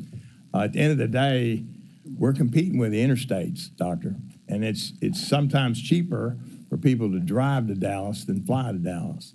So what we're trying to do is create the phrase we use, memorable, MEM, memorable, positive, memorable experience every time you come in and out of that building. So we're really trying to drill down into the details. Even the lady or gentleman that serve you, we have a new Chick-fil-A. We want to make sure they have that same kind of mindset where they're customer-oriented, that kind of thing. But it's a struggle, and I've visited practically every CEO of the airlines when I was chairman, and basically begged them to consider Memphis. And American, surprisingly, is now our largest carrier. They have surpassed Delta by about 30%. So we are attracting some interest, but as the economy improves and we create more jobs, through y'all's leadership here in this town, I think that you'll see more air service. It's kind of a chicken and the egg. Can't get the business without the air service. Can't get the air service without the business. But Thank we're you. working it. Yes, sir. Thank you, Doctor. Thank you, Councilman Warren. Councilman Ford. Doc kind of asked the question, but we really need to try to get some of these smaller airlines, have some of the smaller planes to go from here maybe to New Orleans, to Mobile, to some of these other places. Delta had their hub, but Delta, maybe if y'all can talk to them, they need to bring part of their hub back here. Because when you get to Atlanta, you got more problem because you're all lined up waiting, and don't let it be a storm. It ain't going nowhere. Ain't going anywhere. So we could really kind of help them out. Yes, sir. A lot of the places where you go. Right. But like you said, the interstate, yes, I can go to Mobile quicker than if I could fly to Mobile. Right, about the same time. Because probably, I got to go to Atlanta, and it's going to be a 2 or 3 hour layover. And it's going to take me 6.5 hours, and I can drive to Mobile in about right at 6 hours. Right. So, hey, but if you could kind of check those things. Yes, sir. Then not only that, go back, history, y'all. Ms. Robinson, yes, Ms. Nephew, we went through pretty hell, didn't we? Yes, sir. On them same little areas, and the people that own the property around there.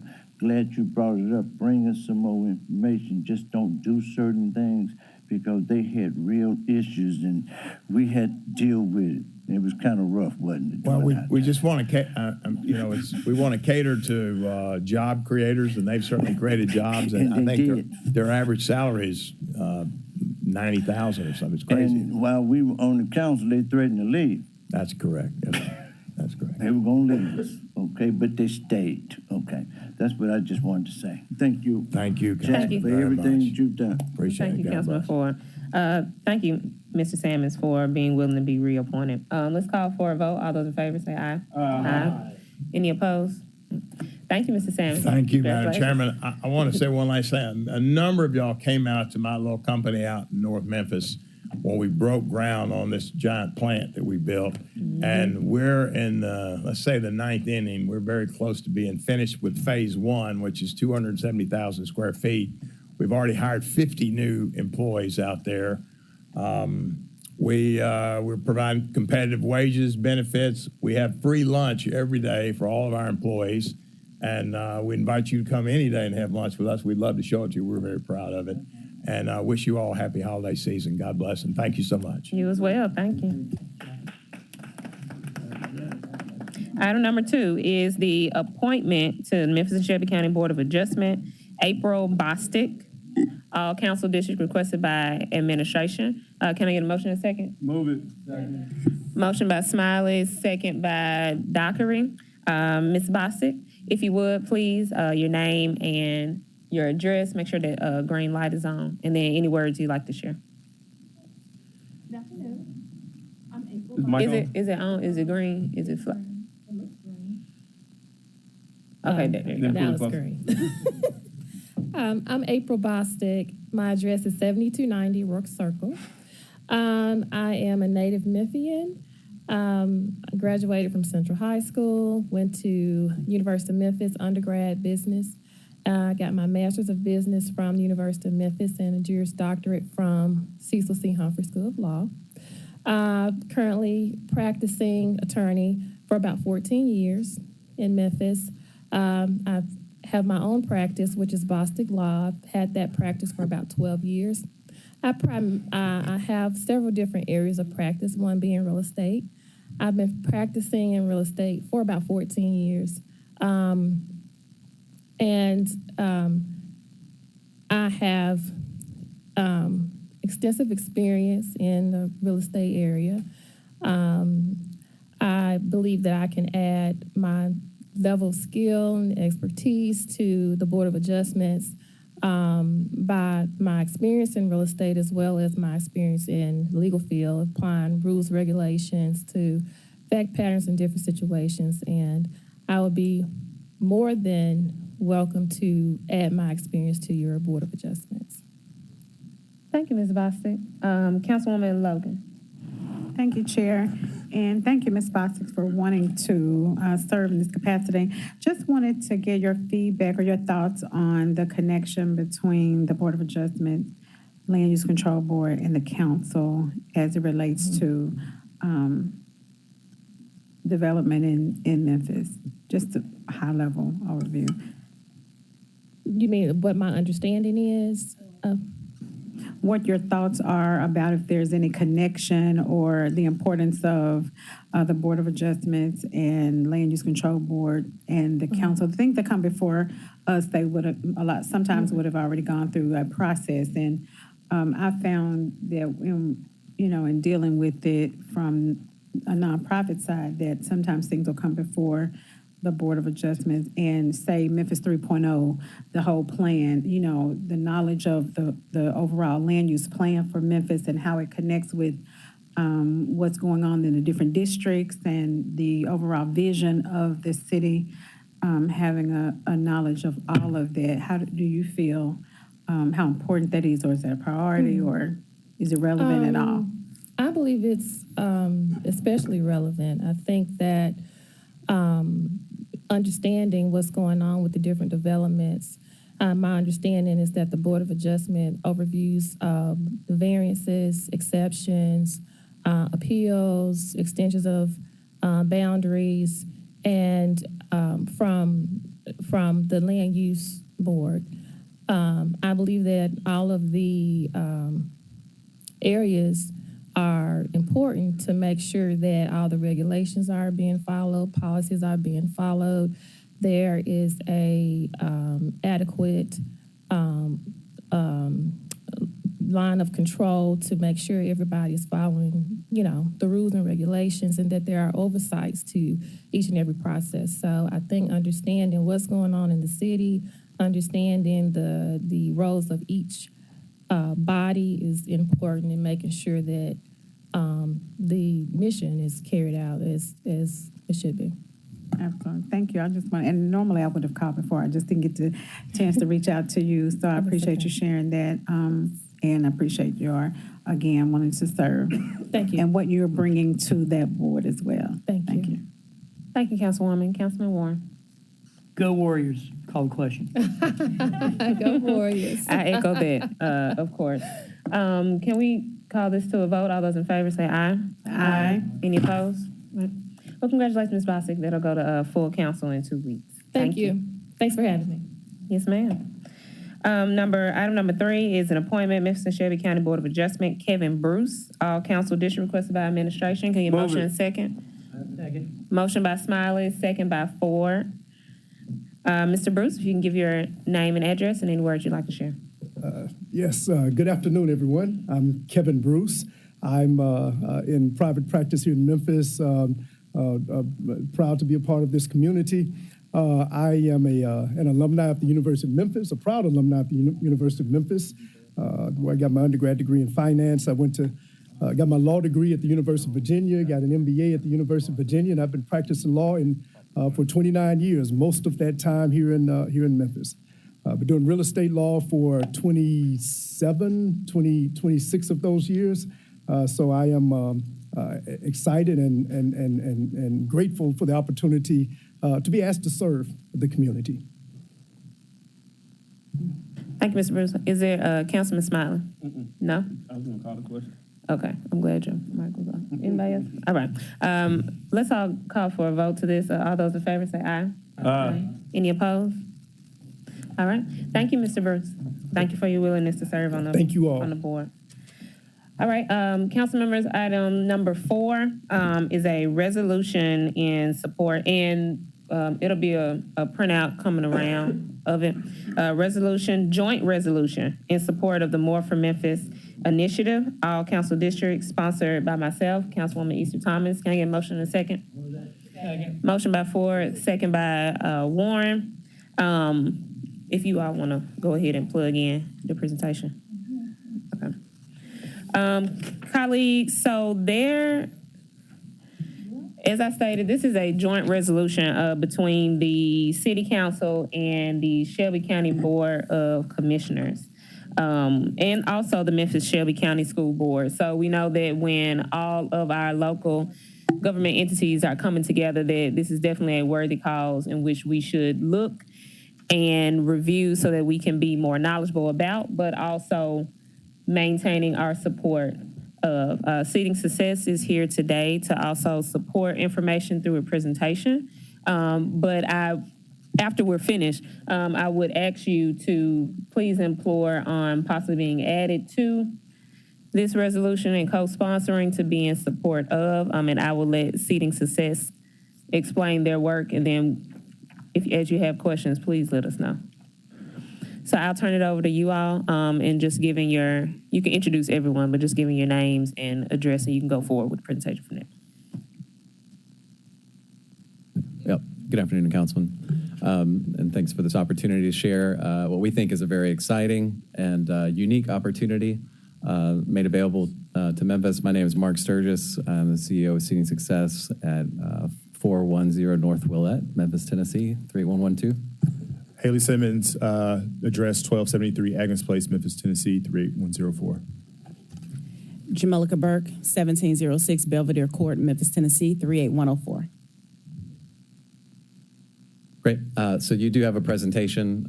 We'll walk through some of it. I won't go too detailed. I think this is really just an introductory opportunity and discussion, and this resolution really in support of what we think is a transformative opportunity for this city.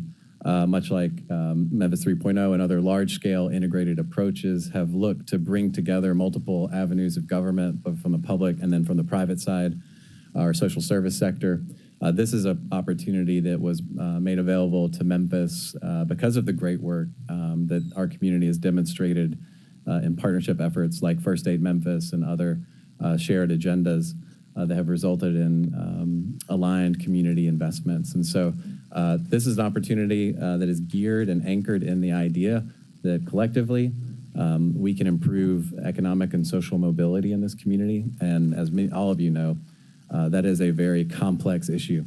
But if you, some of the data that we are anchoring this approach in would tell us that across our county, only about 2.8% of children born here have an opportunity for moving from the bottom economic quintile to the top. And if you took that same child and same family, for example, and they were born in Salt Lake City, they would have a 14% chance.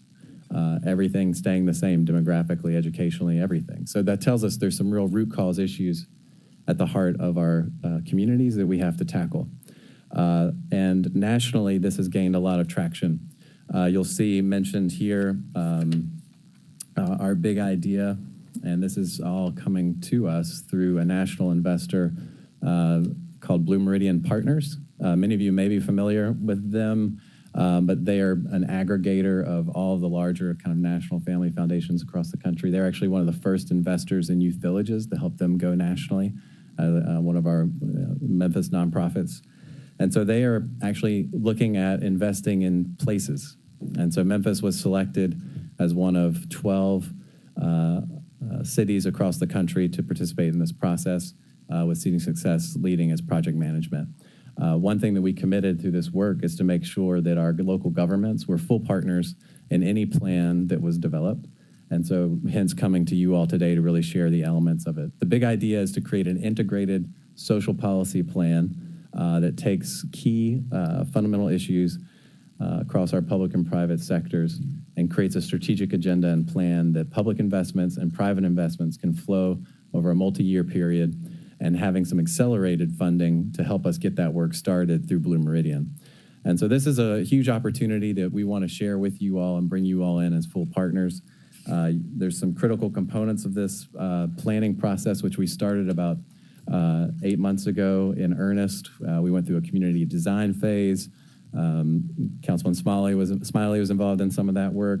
We've had commissioners involved in that, school board members involved in that, as well as parents, community members, nonprofit leaders, philanthropic partners. So this is a huge array of individuals. Almost 300 have been involved to date. But the big idea is develop this integrated social policy plan and strategy, which is an investable plan, integrated community data infrastructure so we can hold ourselves accountable to this plan. And we've already put $1 million into early term opportunities like COVID response work and other issues. So the goal, and there's a quick timeline on this here for you, but the goal is by our next kind of fiscal year to have something very substantial for all of our government partners to review, to prioritize, and to think about what strategic investments could look like in a shared social investment policy and practice across multiple government entities and our private partners. There's some big ideas that have already been identified. I'll just share, kind of those big focus areas so you get a sense of what will be included in this plan. There's the community development. You guys were talking about community development issues today. Education and youth, economic development, health and wellness, justice and safety, and arts and culture. These were identified by our community as the critical foundational elements of what a shared social economic mobility plan would have to include if it's going to address those root causes that keep only 2.8% of our kids at the bottom and not making it to the top. So that's in a nutshell, this opportunity. This resolution today is really just to signal your support.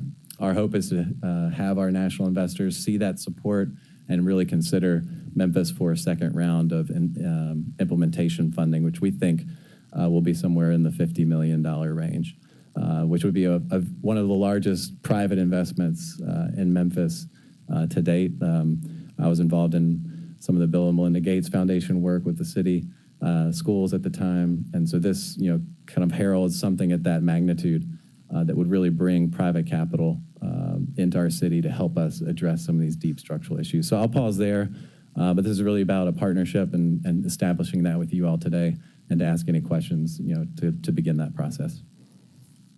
Thank you, Mr. Serkis. Let the record show that Chairman Jones is present.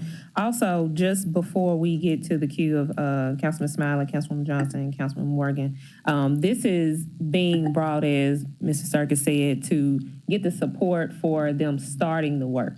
I do want to call attention, I don't think he said it, to the second page of the resolution, where on the back it says how they will do updates and engagement before we get to the timeline of actually adopting the plan, and so that we can visibly and tangibly see what efforts they're making to ensure that this plan that they're asking us to adopt, us and the county commission and the school board, is really aligned to how we see the vision for Memphis collectively as a government body.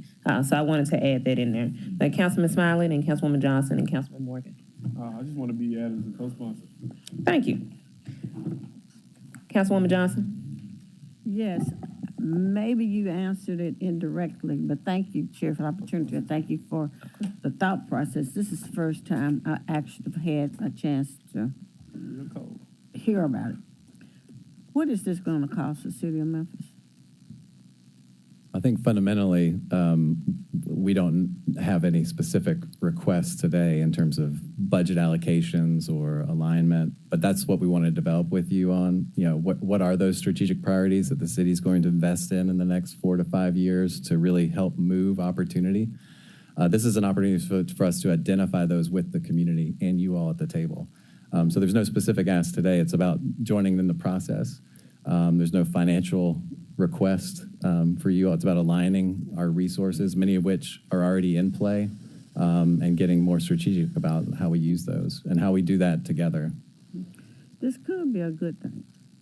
I see a lot of duplication of services that's taking place in this city. And if we could find some way to bring them all together in one area, we probably could do more with the funds that we have available. So if this could be a mutual setting where this could take place and everybody feels like they're being given a fair opportunity and being recognized, it'll be fantastic. because we have so many different groups addressing all the issues that you have here. So that'd be fabulous. So It sounds like you want to co-sponsor. I can co-sponsor it until I hear about the money now. Thank you. I will share, we have an initial investment from Blue Meridian to support the planning work. And what we've been able to do is to commit, in a lot of the ways that you're speaking about, Councilwoman, we've been able to commit resources to community members, young people, and other organizations to actually fully participate in this. A lot of times we ask people to come to the table to help planning things, and we don't recognize their expertise and experience. So, we actually, any community member or youth who we engage is, they make $30 an hour as. We sign up. That's right. Because the community's experience and all of these processes are critical to shaping the solutions. And we can use data and evidence and we can be accountable to outcomes, but we also have to know what that feels like and experiences in our communities so that it can shape how we commit this moving forward. So it's been exciting. And I do agree. This is a decade of work for me and seeing success, and we've been committed to collective impact and have done a lot of great projects with this council and councils before this. But duplication of effort has been a challenge for sure. Thank you. Thank you for your efforts. Thank you, Councilwoman Johnson. Councilwoman Robinson and Councilman Smiley have asked to be co-sponsors. Is there any other council members? Councilman Warren? Okay, we're gonna make sure Brian gets it. Councilman Canale, Councilwoman Dockery, Councilman Warren, Councilman Smiley, Councilwoman Johnson. That's together 3 times. Councilwoman Robinson, Councilman Jones, Councilwoman Logan. I'm trying to make sure Brian get it all wrote down, y'all. Councilman Ford. Well, not everybody. I didn't want to say everybody. I didn't want to put them out. We got some empty seats down there. All right, Councilman Morgan. Thank you, Madam Chair. Is our support necessary or a requirement for some of the grants that y'all are pursuing? So the general construct of this national opportunity is about building a public-private partnership to achieve these outcomes. And so, the city councils and the city administration, there's not a set-in-stone requirement, but our hope is that we can bring all of our critical government entities to the table to help shape this so that it can actually help the collaboration between government and private resources be more effective. And so this is a framework for doing that, and it's scoped intentionally to do that as this national investment. Because the difficult spot I'm in as I'm considering this resolution is y'all are going to go forward and to research all these different focus areas and then come back with policy, policy changes, funding requests. Maybe it could be an ordinance change. It can be a whole list of different, ideas and areas of policy. And I don't want to necessarily endorse those ideas yet. I'd like to see them. I'd like to discuss it and have a debate on it. But if I don't know what the work is, it's hard for me to get on board and support. And I look at the number of partners, I've read through y'all's website and the number of partners that y'all list in each focus area. And these are not, new players to Memphis or policy here in the area. And they've advocated for certain policies in the past. Some of them I've been supportive of and some of them I haven't. And so I don't know what voice or what work is going to come from the work that we are about to endorse and whether that is a good path for, in my opinion, we'll have 13 different opinions, for the city of Memphis. So that would be kind of one of my questions, y'all. How, as a legislator, how am I supposed to get on board with policy recommendations that y'all haven't made yet? Well, and I can certainly appreciate that opinion, but part of what we are articulating is that this is a process that can help us establish those priorities. So again, we're not bringing specific set of solutions or policies to you today. What we want to establish is at least a process in conjunction with this council that can bring those solutions to this council for discussion and debate. It doesn't, require you all to do everything that comes through this plan. The plan would come to you all for vetting, discussion, debate, and whatever version of it that you could accept and deliver, we would, work with you on. But again, kind of at the heart of this is a solution building process that takes evidence, data, and community experience and builds a set of solutions geared at tackling this complex structural issue of economic mobility.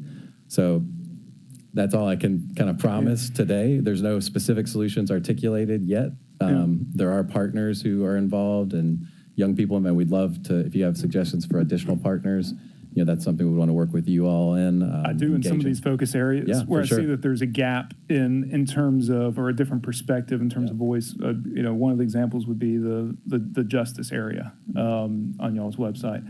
But, to my colleagues, I think I get along with that as long as this resolution is seen and marketed as us being interested in starting a conversation rather than us being a full-throated endorsement of whatever may come down the line in terms of something that is policy. That this is a step forward to a debate that will eventually be had about what is in the best interest of the people we represent in the city, rather than all of us being on board with what we don't even know what the results will be yet. So I just want to make sure that's very clear. And if it ever, is put forward in terms of the media or social media or how it's perceived, I think that would be something I'd be upsetting. So let's just be careful. I assume y'all are going to be successful today in getting this resolution passed. That as you go forward, that it don't cross that kind of nuanced or fine line about what this resolution is saying and asking for. Thank you, Madam Chair. Councilman Morgan, I'm gonna just reply quickly to that just for the good of the constituents watching. I definitely appreciate what you're saying, and that's why before bringing this, that I emphasize that same thing, because we don't want to ascribe to any, a whole list of policy that we don't know. But back on that second page, that now therefore it be resolved, I think that'll, the media, you say the media and such, it'll make it really clear. In conjunction with the Shelby County Board of Commissioners and the Memphis Shelby County Schools, request the following updates and engagement before considering the More for Memphis strategic plan. So I think that'll make it clear for everyone that we're not ascribing to what we haven't seen yet. We're supporting you in that effort to find out what it is, and then we'll, like you said, debate on it later. Councilman Warren and Councilwoman Logan. I think that I've got a really good concept about how this might work, and I just want to throw this out and see, because as we're discussing, this is a public-private partnership or collaboration, and we want, as a council, let's say we want to get more kids in our parks all summer long. Okay, so we want kids in the park all summer long, and now we're looking at economic development, so we're going to be hiring youth to come and supervise the kids. We're going to be bringing in the Healthy Well-Being Common Table to come and help us with activities and, to come in and make sure we do health screenings while we've got the kids in the park. We're going to have in Memphis City Schools to be able to, or Memphis Shelby County Schools to come in and help us with any education things that we're going to have during that program. As far as community development and culture, we'll be able to bring in various music talents or whatever to come and teach lessons during the summer. That'll be one of the classes we use while we have the kids in the park. So our goal is to have kids in the park, and the partnership is how do we use all of these different institutions to come and help us function and make that work. And am I hearing how this partnership is supposed to work as we move forward? Is that correct? Yeah, I think the most exciting part of this construct is that it's not standalone siloed interventions. We're talking about an integrated approach to addressing these fundamental issues. And I think what you just talked through is a prime example of how that could play out in the city parks. But that should be playing out in neighborhoods and schools where there's access to health, educational opportunities, employment opportunities, economic development opportunities. And so these things become a coordinated strategy, right? So it's a back and forth thing where, we're bringing a policy, the county commission is bringing a policy, or they're doing that, and then us as a community all together using this as a way to bring the parts in we need to get the program going the way we want it to go. Right. So, I think, I don't know if that helps Commissioner Morgan, but that's how I see this working more than, Councilman Morgan, excuse me. It's soon to be Commissioner Morgan.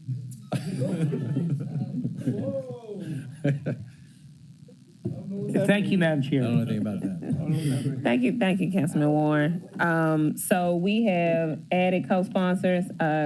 Do we have any other co-sponsors or any other remarks from colleagues? All right, let's call this to a vote. All those in favor saying aye. Aye. Any opposed? Abstain. All right, and one abstention. Thank you all. This item passes. We look forward to hearing about the updates and engagement as it goes forward. Thank you. Councilman. We appreciate you. All right, colleagues, last item before we head to executive. Item number 5. Oh, this is the wrong, sorry. Item number 5, discussion with Director of Human Resources on offering a trauma-informed care training course for all citizen-facing employees of the city of Memphis.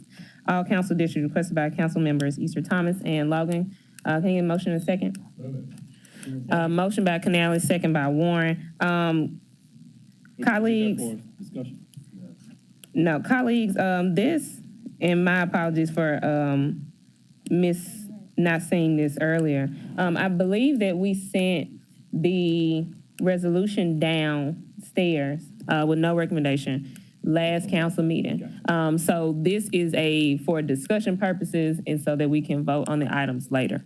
I will say that 2 things. Commissioner Caswell is rushing across the street if he gets a chance to give his remarks, but Councilwoman Logan and I are here. And initially, we discussed with Director Smith on the cost to implement ACES training. Oh, there he is. ACES training for ACES training for all citizen-facing employees. So this is a partly joint effort. It's not a joint resolution, but it's a joint effort. On the county commission side, thanks for joining us, Commissioner Caswell. County commission side, they passed this in order to ensure that their employees who are dealing with children and citizens and constituents of Memphis are well informed of ACEs, adverse childhood experiences. And definitely is a point that I want to make a point that not only children have ACEs, adults have them too. And so if we are here to serve the citizens of Memphis and the citizens of the county, we just need to make sure that our folks are informed. Last council meeting, we had talked with Director Smith and she gave us a price tag that I would say is now non-existent because of the way that the training can be implemented. And so initially we were going to do it half hybrid in person and on video, and she had a price tag for $200,000 for training. Now Commissioner Caswell is going to share with us training from the state of Tennessee that can be implemented for nothing. Just the minimal cost of having kept up with all of the 5,500 employees that actually took the training. So definitely less than 200,000. I don't have a number on that, but it would be the same way as they keep up with who did their online certification training as we do throughout the year. So we have Commissioner Caswell. Thank you for coming across the street from us. Just give your name and your address, and if you can share about how the training piece will work for our citizen-facing employees. Push the button. Appreciate the opportunity. Charlie Caswell, 3558 Park Ridge Code, Memphis, Tennessee, 38128. This adverse childhood experience training is something that I've been blessed to be able to do to over 7,000 stakeholders across the state of Tennessee, been able to get state legislation passed that now if you get divorced in the state of Tennessee, you have to go through this ACES training before the judge sign off on their divorce. Working with the state of Tennessee, Building Strong Brain Tennessee, this training is offered for free. It's on a YouTube video, basically. It'll be uploaded to our county human resource, and that they will also, once they do the training, would have a evaluation that they do, and once the evaluation is done, they get a certificate showing that they have completed the training. It's an 1.5 hour training. And what's the cost on that, Commissioner Caswell? It's free. All right, I just wanted to make sure we said that. So that's just for our discussion. The vote will be in full council downstairs. So we want to get to executive, but if you have any questions, you'll be definitely free to talk to, just ask us at full council. So bring your questions to full council and we'll go ahead and get to executive. Any urgent matters before this committee? All right. Thank you, colleagues. Thank you, Commissioner Caswell. This meeting is adjourned.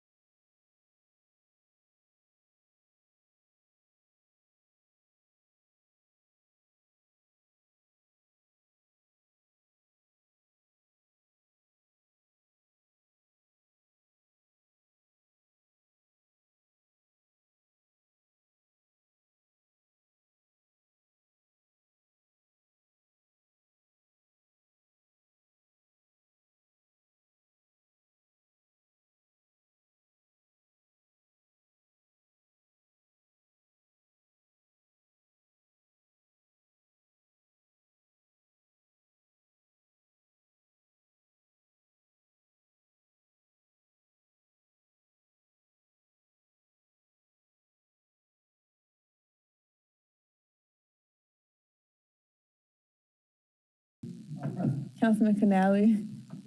Chair Jones. Thank you. Colleagues, I'm going to alter our agenda just a bit. When it was printed, we had only one item. That was item number 1, a resolution establishing a Parks Restoration Fund and reallocating and appropriating $500,000 from the fiscal year 23 CIP budget. So we're going to take that last. The other ones are some carryovers from this morning's budget committee. So we're going to hear those and allow the council members that introduce each one of these items to speak on them, and we will take it from there. So the first one is a resolution to amend, and all of these are going to be added to the fiscal consent agenda with same night minutes. So the first one is a resolution to amend the fiscal year 23 grant allocation, all council districts, sponsored by Councilwoman Logan. Councilwoman Logan. Well, may I have a motion on this item? Move it. Second. Okay, has been moved and seconded. Councilwoman Logan, the floor is yours, ma'am. Thank you, Chair. I want to, you all should have a copy of the resolution, and I'm moving it as is. Ma'am, what has been moved and seconded? I'm sorry. I was just saying, I wanted to amend the grants by this amount. So I'm putting this in for your reading as is, and so move. I so move. And you're going to amend it, you're amending the amount from what was 22.5? About 22.5. No, it should be. It's saying the same, right? Are you adding any? No, so this is it. You're not adding anything? No. No, what it is, colleagues, we didn't take this because we had to leave this morning. You already have some allocations on here, unless you want to add something now. If you want. We ran out of time, though. Okay, I'll just leave it. Okay, I'm leaving it like it is. Okay, as is, okay. yes. So if you would just for the record state the organizations that you're making these grants and the amounts. Camp Chambers 5, Golden Institute 15, Bevo Boys Fitness 2,500. Okay. So colleagues, a motion has been made. This is the grant allocation recommended by Councilwoman Logan. All of those in favor, please signify by saying aye. Aye. Any opposed? That item passes. Item number 2 is a resolution to amend the fiscal year 23 council grant allocations, all council districts, sponsored by Councilwoman Robinson. Councilwoman Robinson, you're recognized. Thank you, Mr. Chair. I'm asking that I respond in the following way to 3 different organizations: the Urban Promise, 901, $2,000, Novak Cardiac Alliance, $2,000, and Tariq Black Foundation, $6,000, for a total of $5,000. 6,000 or 600? I'm sorry, 600, and for a total of $5,200, and you will not be hearing from me anymore. Okay. So moved. Has been moved and seconded. And colleagues, I'll just note this is just modified a bit from what may have been in your packets. So she indicated 2,000 for Urban Promise 901, 2,600 for Novik Cardiac Alliance, and then 600 for the Tariq Black Foundation. All those in favor, please signify by saying aye. Aye. Any opposed? That item passes. Item number 3 is a resolution to amend, excuse me, the fiscal year 23 council grant allocations, all council districts, sponsored by Councilman Smiley. Absolutely. So, Councilman Smiley. thank you, Chairman Jones. I think the 3 organizations that I'm seeking to support is Methodist Le Bonheur in 2,000, Out Memphis 2,000, Indy Memphis for 2,000. So if you would like to amend and throw some support behind these organizations, I would be gratefully appreciative. Well, they have to do it on their own. Have to do it on their own? On their Okay, own so we can amend it. Yeah. All right. I think I have 1,000. I'm also amend this to add 1,000 to how much? 1,145. Okay. Well, split it in half. Half of it to the remaining balance. Half of it to was it April 4th Foundation, and the other half to what's it? Charlie Golden. April 4th is maxed out. April 4th already maxed out? Yeah, Councilwoman Johnson maxed out. Okay. So half of what I have remaining is like so about 700. Yeah. So $700 to Charlie Golden Institute. So 700 to Golden Institute, and I keep the remaining because I can't remember the name of the other organization. Okay, so you have amended yours to be $6,700. 6,700. 700 to the Golden Institute. Shout out to Liza for reminding me. Golden Institute, 700. And then our Indy Memphis, 2,000. Out Memphis, 2,000. And then Methodist Le Bonheur Community Outreach, 2,000. Absolutely. And you so move? Absolutely. And I move. And there's a second. All those in favor, please signify by saying aye. Aye. Any opposed? That item passes. Number 4 is a resolution to amend the fiscal year 23 council grant allocations, all council districts, sponsored by Councilwoman Johnson. Councilwoman Johnson, you're recognized. Thank you, Chair. I would like to receive the support for April the 4th, $3,236.70. Black Seeds, $3,000. And Alcee Ball Neighborhood Association, $3,000. For a total of $9,236.70. Okay, are you moving it? I move, so move. Is there a second? Okay. All those in favor of this grant allocation, please signify by saying aye. Aye. Any opposed? That item passes. Item number 5 is a resolution to amend the fiscal year 23 council grant allocations, all council districts, sponsored by Councilman Canale. Councilman Canale. Thank you, Mr. Chairman. I am allocating $5,000 to Urban Promise 901 and $5,000 to the Novick Cardiac Alliance. And with that, I so move, Mr. Chairman. Okay, is there a second? Second. Okay, has been moved and seconded.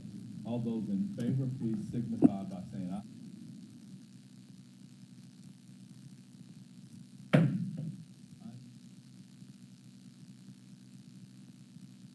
Council grant allocation.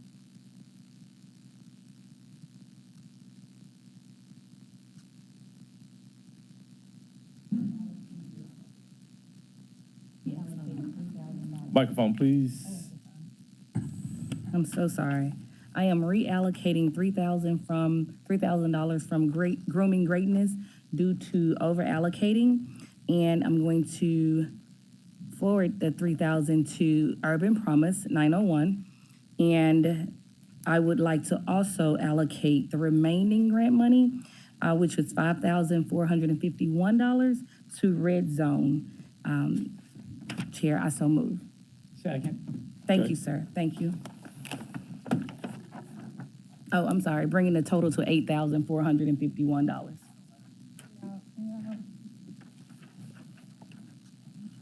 Did you get that, Chair? Yes, ma'am. Let's see, just.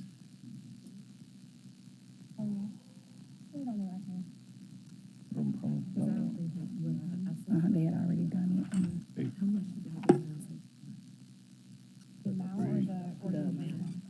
Somebody did. So it hadn't been 17. Is Red Zone on here?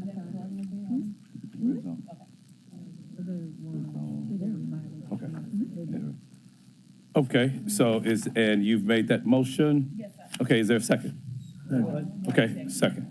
Okay, all those in favor of this amended council fiscal year 23 grant allocations, please signify by saying aye. Aye. Any opposed? That item passes. We got some invaders in the back. Next, colleagues, we will have a resolution to amend fiscal year 23 council grant allocations.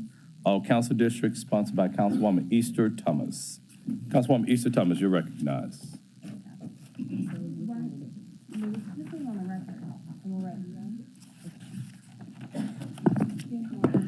Thank you, Chair. The changes aren't reflected in this current resolution, and the other grant allocations are waiting on complete applications. But for the sake of this HBCU organization, the amount on the paper says $5,900, but that amount should be reflected as $5,000.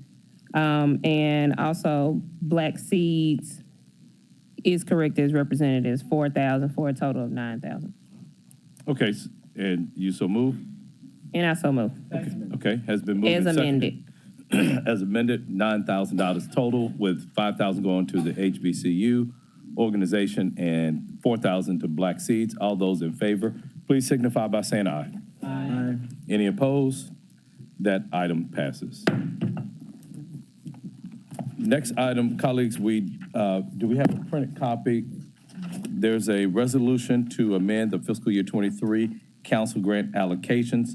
This is sponsored by Councilman Ford. Councilman Ford, you're recognized. Thank you, Chair. Okay, my amendment would be a Family of Hope, $2,500, Camp Chambers, $2,500, Methodist Le Bonheur Community Outreach, $5,000, Out Memphis, $2,500, and Golden Institute for $2,500, which totals $15,000, and I so move it.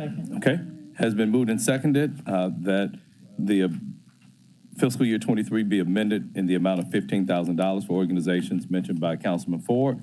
All those in favor, please signify by saying aye. Aye. Any opposed? That item passes. Next, colleagues, we have, we'll take what was originally item number 1.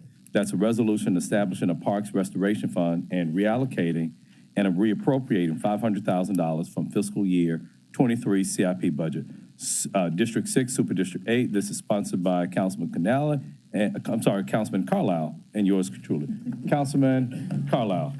Thank you, Mr. Chairman.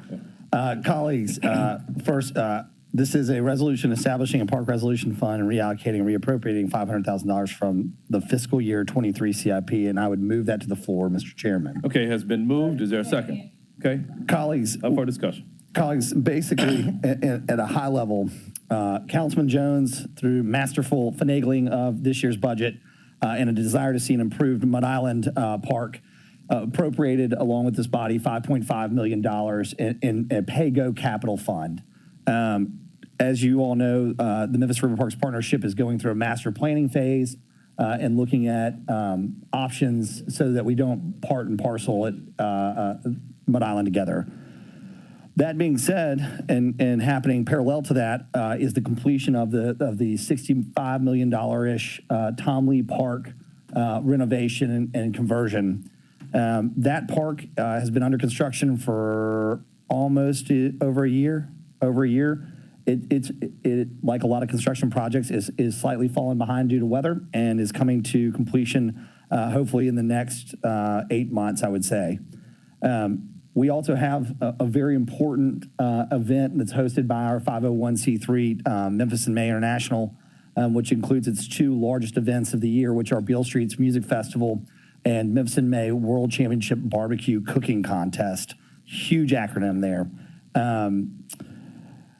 As you may have seen in the press, there has been an ongoing conversation between those 2 entities about how to care for an upgraded park while it's undergoing construction. Like a golf course, as you start to make plannings and you start putting things in, they need time to grow in and cement. And so Councilman Jones and I, along with the administration, Mayor Strickland and Chief McGowan, felt because it is a city asset and we do have so much invested into it, and we wanted to act in a gesture of goodwill, and especially since Councilman Jones was the maker of the motion for Mud Island, we're comfortable with moving $500,000 into a park restoration fund that would go in first year of up to $350,000, and then the second year of up to $150,000. If you'll look at the resolution itself, and you look at the last recital, there's a series of sections A, B, and C, which lay out first dollars in, second dollars in, and third dollars in. So the city, year 1, as I said, the city would be up to $350,000. And then the festival operator, that would be Memphis in May, would contribute $250,000. And I think Memphis River Parks Partnership has a piece too. Are they 252 as well? The partnership? No? Okay. For damage to the park. Another key piece of this resolution and this funding is that the city will hire a arbiter, so to speak, to watch move in and move out to ensure that somebody is there kind of as a referee to make sure that everybody is doing what they say they are going to do. I think, to be frankly honest, this is an important piece of moving this park forward, and hopefully it won't be necessary to need this going forward as the park gets more stabilized and Memphis in May gets more used to operating in what will be an upgraded park. I do want to make one amendment to the document in section F. It basically says, I'll read what it currently says. It says, should damages exceed the annual contribution by the city, plus the damage deposit by the festival operator, that the partnership shall fund the balance of the restoration. I'd like to amend that section to say, should the damages exceed the annual contribution by the city, plus the damage deposit by the festival operator, the excess and I'll get this to staff if we get through this, the excess contribution towards the complete restoration of the park shall be dictated by the lease agreement between the parties. And I'll explain why that's important from my perspective. One, this is a city-owned asset, but we have hired the partnership to be its asset manager and property manager. This is really a two-party transaction between the partnership and Memphis and May International. We are stepping in and now making it a trilateral agreement because we feel like it's the right thing to do for this 1 to 2 year process. But ultimately, they need to be able to have an agreement about what happens if there are excess damages as two private parties. And I would hope and I believe that they are going to work towards that. But the city really should. We've hired partners. We've hired this group so that the city shouldn't get involved every day of the week. So I would offer that as an amendment for discussion. I think it's the easiest way to do it. And I'm happy to answer any other questions, and I'm sure Councilman Jones may have some, or Chairman Jones may have some comments as well. And I would ask for your support. Thank you, Chairman. Okay. We have Councilwoman, I'll yield first to Councilwoman Easter Thomas and then Councilwoman Johnson. Thank you, Chair. Carla, does this $500,000 directly come from the 5.5 allocated to Mud Island for renovation? Yes, ma'am. So that balance would be reduced down to $5 million. If there was after Memphis and May Festival this year and next year, if there was want to add that money back, would that money be identified to add back to the renovation fund for Mud Island, or is it just to come out and that's it? Yeah, that's a great question. I would tell you, again, we can't bind future bodies, but I would advise this body, if I were on it in the future, and they were able to make it through and not need those dollars, that this body could always reappropriate the money. It will belong to the city, and the city will distribute it out. So to answer your question, if they spend 200, there's 300 left, you absolutely can go claim that cash. But not the full 500 that was allocated. Well, if they've already spent, yeah, it's a sinking fund. So we're basically saying, hey, we're not loaning them the money. We're saying this money is available, and again, in a gesture of goodwill from this body to want to see these two organizations move forward in this park and this festival coexist. We're willing to put this money available for you guys to use to restore the park. Thank you, Chair. Thank you. Councilwoman Johnson. Thank you, Chair. My concern is that this is a 2-year partial remedy. I don't even know if it's going to be enough for it in that time period. Then you come back and you want to amend it. My thought would be on your amendment would be it must be placed in writing before we actually give them the funds, rather than, so it needs to be a written agreement between them. And I'm also concerned is why, we're going to have to figure out a way for year 3 and forward. So why can they not come up with a solution now? It's my understanding that one party wants to be closer to the river. And that's maybe an issue why it's costing so much or anticipated damage. So we're going to have to come up with a resolution, long range, and it needs to be out there. I mean, they may get away with this year, but I don't think any funds should be given to them for the second year until they have both come to a reasonable agreement how these damages will occur. It's also my understanding that in the past, they spent at least $100,000 on damages in the past, if I'm correct from my sources. So they're accustomed to paying for some damages, but we just need to find out who's going to pay for the damages. And the park is almost finished, but maybe some changes may still need to be made for them to get some of the things that they want, in the process. Colleagues, we are running short on time. I'm happy. To that point, Mr. Chairman, I've got a solution then. Let's do this. Let's hold this for 2 weeks, and then let's put this with it. And if it need be, I think Mr. Daniels heard us, and I don't know if I see anybody from Memphis in May, but I think, and Mr. Daniels, I'm going to tell you, I'm going to probably accept that friendly amendment to tie this to a lease agreement. But let's hold this for 2 weeks. And we'll continue the discussion. And Yeah. continue the discussion. And if we're closer along, then we can move it with same 9 minutes. I'm down with that. Yep. Are we okay? Well, can we agree with the friendly amendment? We'll tell you what. No, we'll fix that along the way. Is there, well, let me just ask, is there any objection to the amendment made by Johnson and by Carlisle? Right. Okay, so that's what we'll be discussing, that's what we'll be discussing in 2 weeks, as well as addressing any other questions that And we'll council members send may and have we'll with send the this. markup out beforehand so everybody can look at the Yes. language, and that way we can make it smoother. Thank you, Chairman. Yeah, Thank you. Thank you. Colleagues, we have 3 hold items this afternoon. That's going to be items 3, 4, and 5. Each will be held for 3 weeks. We have 12 add-on items for this afternoon. Number 49 is going to be, 49 through 56. Those are going to be the grant allocations that we just discussed earlier. Item number 57 is going to be an ordinance for designation of qualified public use facility, the creation of the Sheraton Hotel Tourism Development Zone Tourism Surcharge. District 6, Super District 8, sponsored by the administration. There's a request to add this to the consent agenda for the first reading, since it's an ordinance. Number 58 is a resolution to accept, allocate, and appropriate assistance to Firefighter Grant AFG program funds from the Department of Homeland Security Operations Safety in the amount of $1,090,909 to be used for the purchase of 4 ambulances.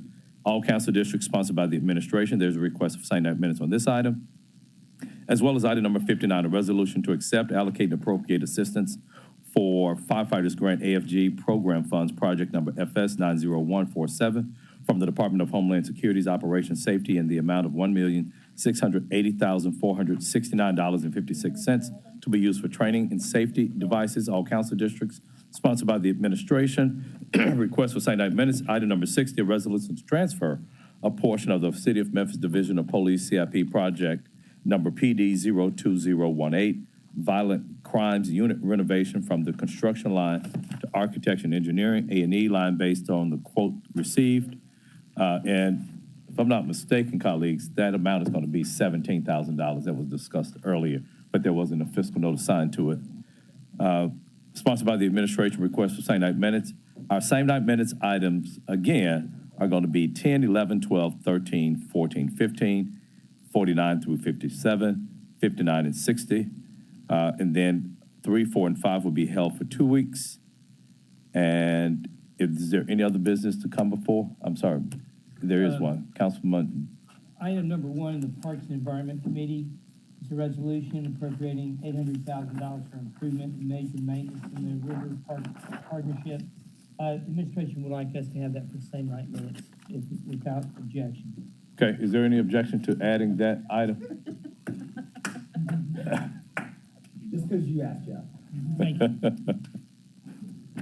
Okay, so if there's no objection to adding that to our same night minutes for tonight, and that will be item number 61.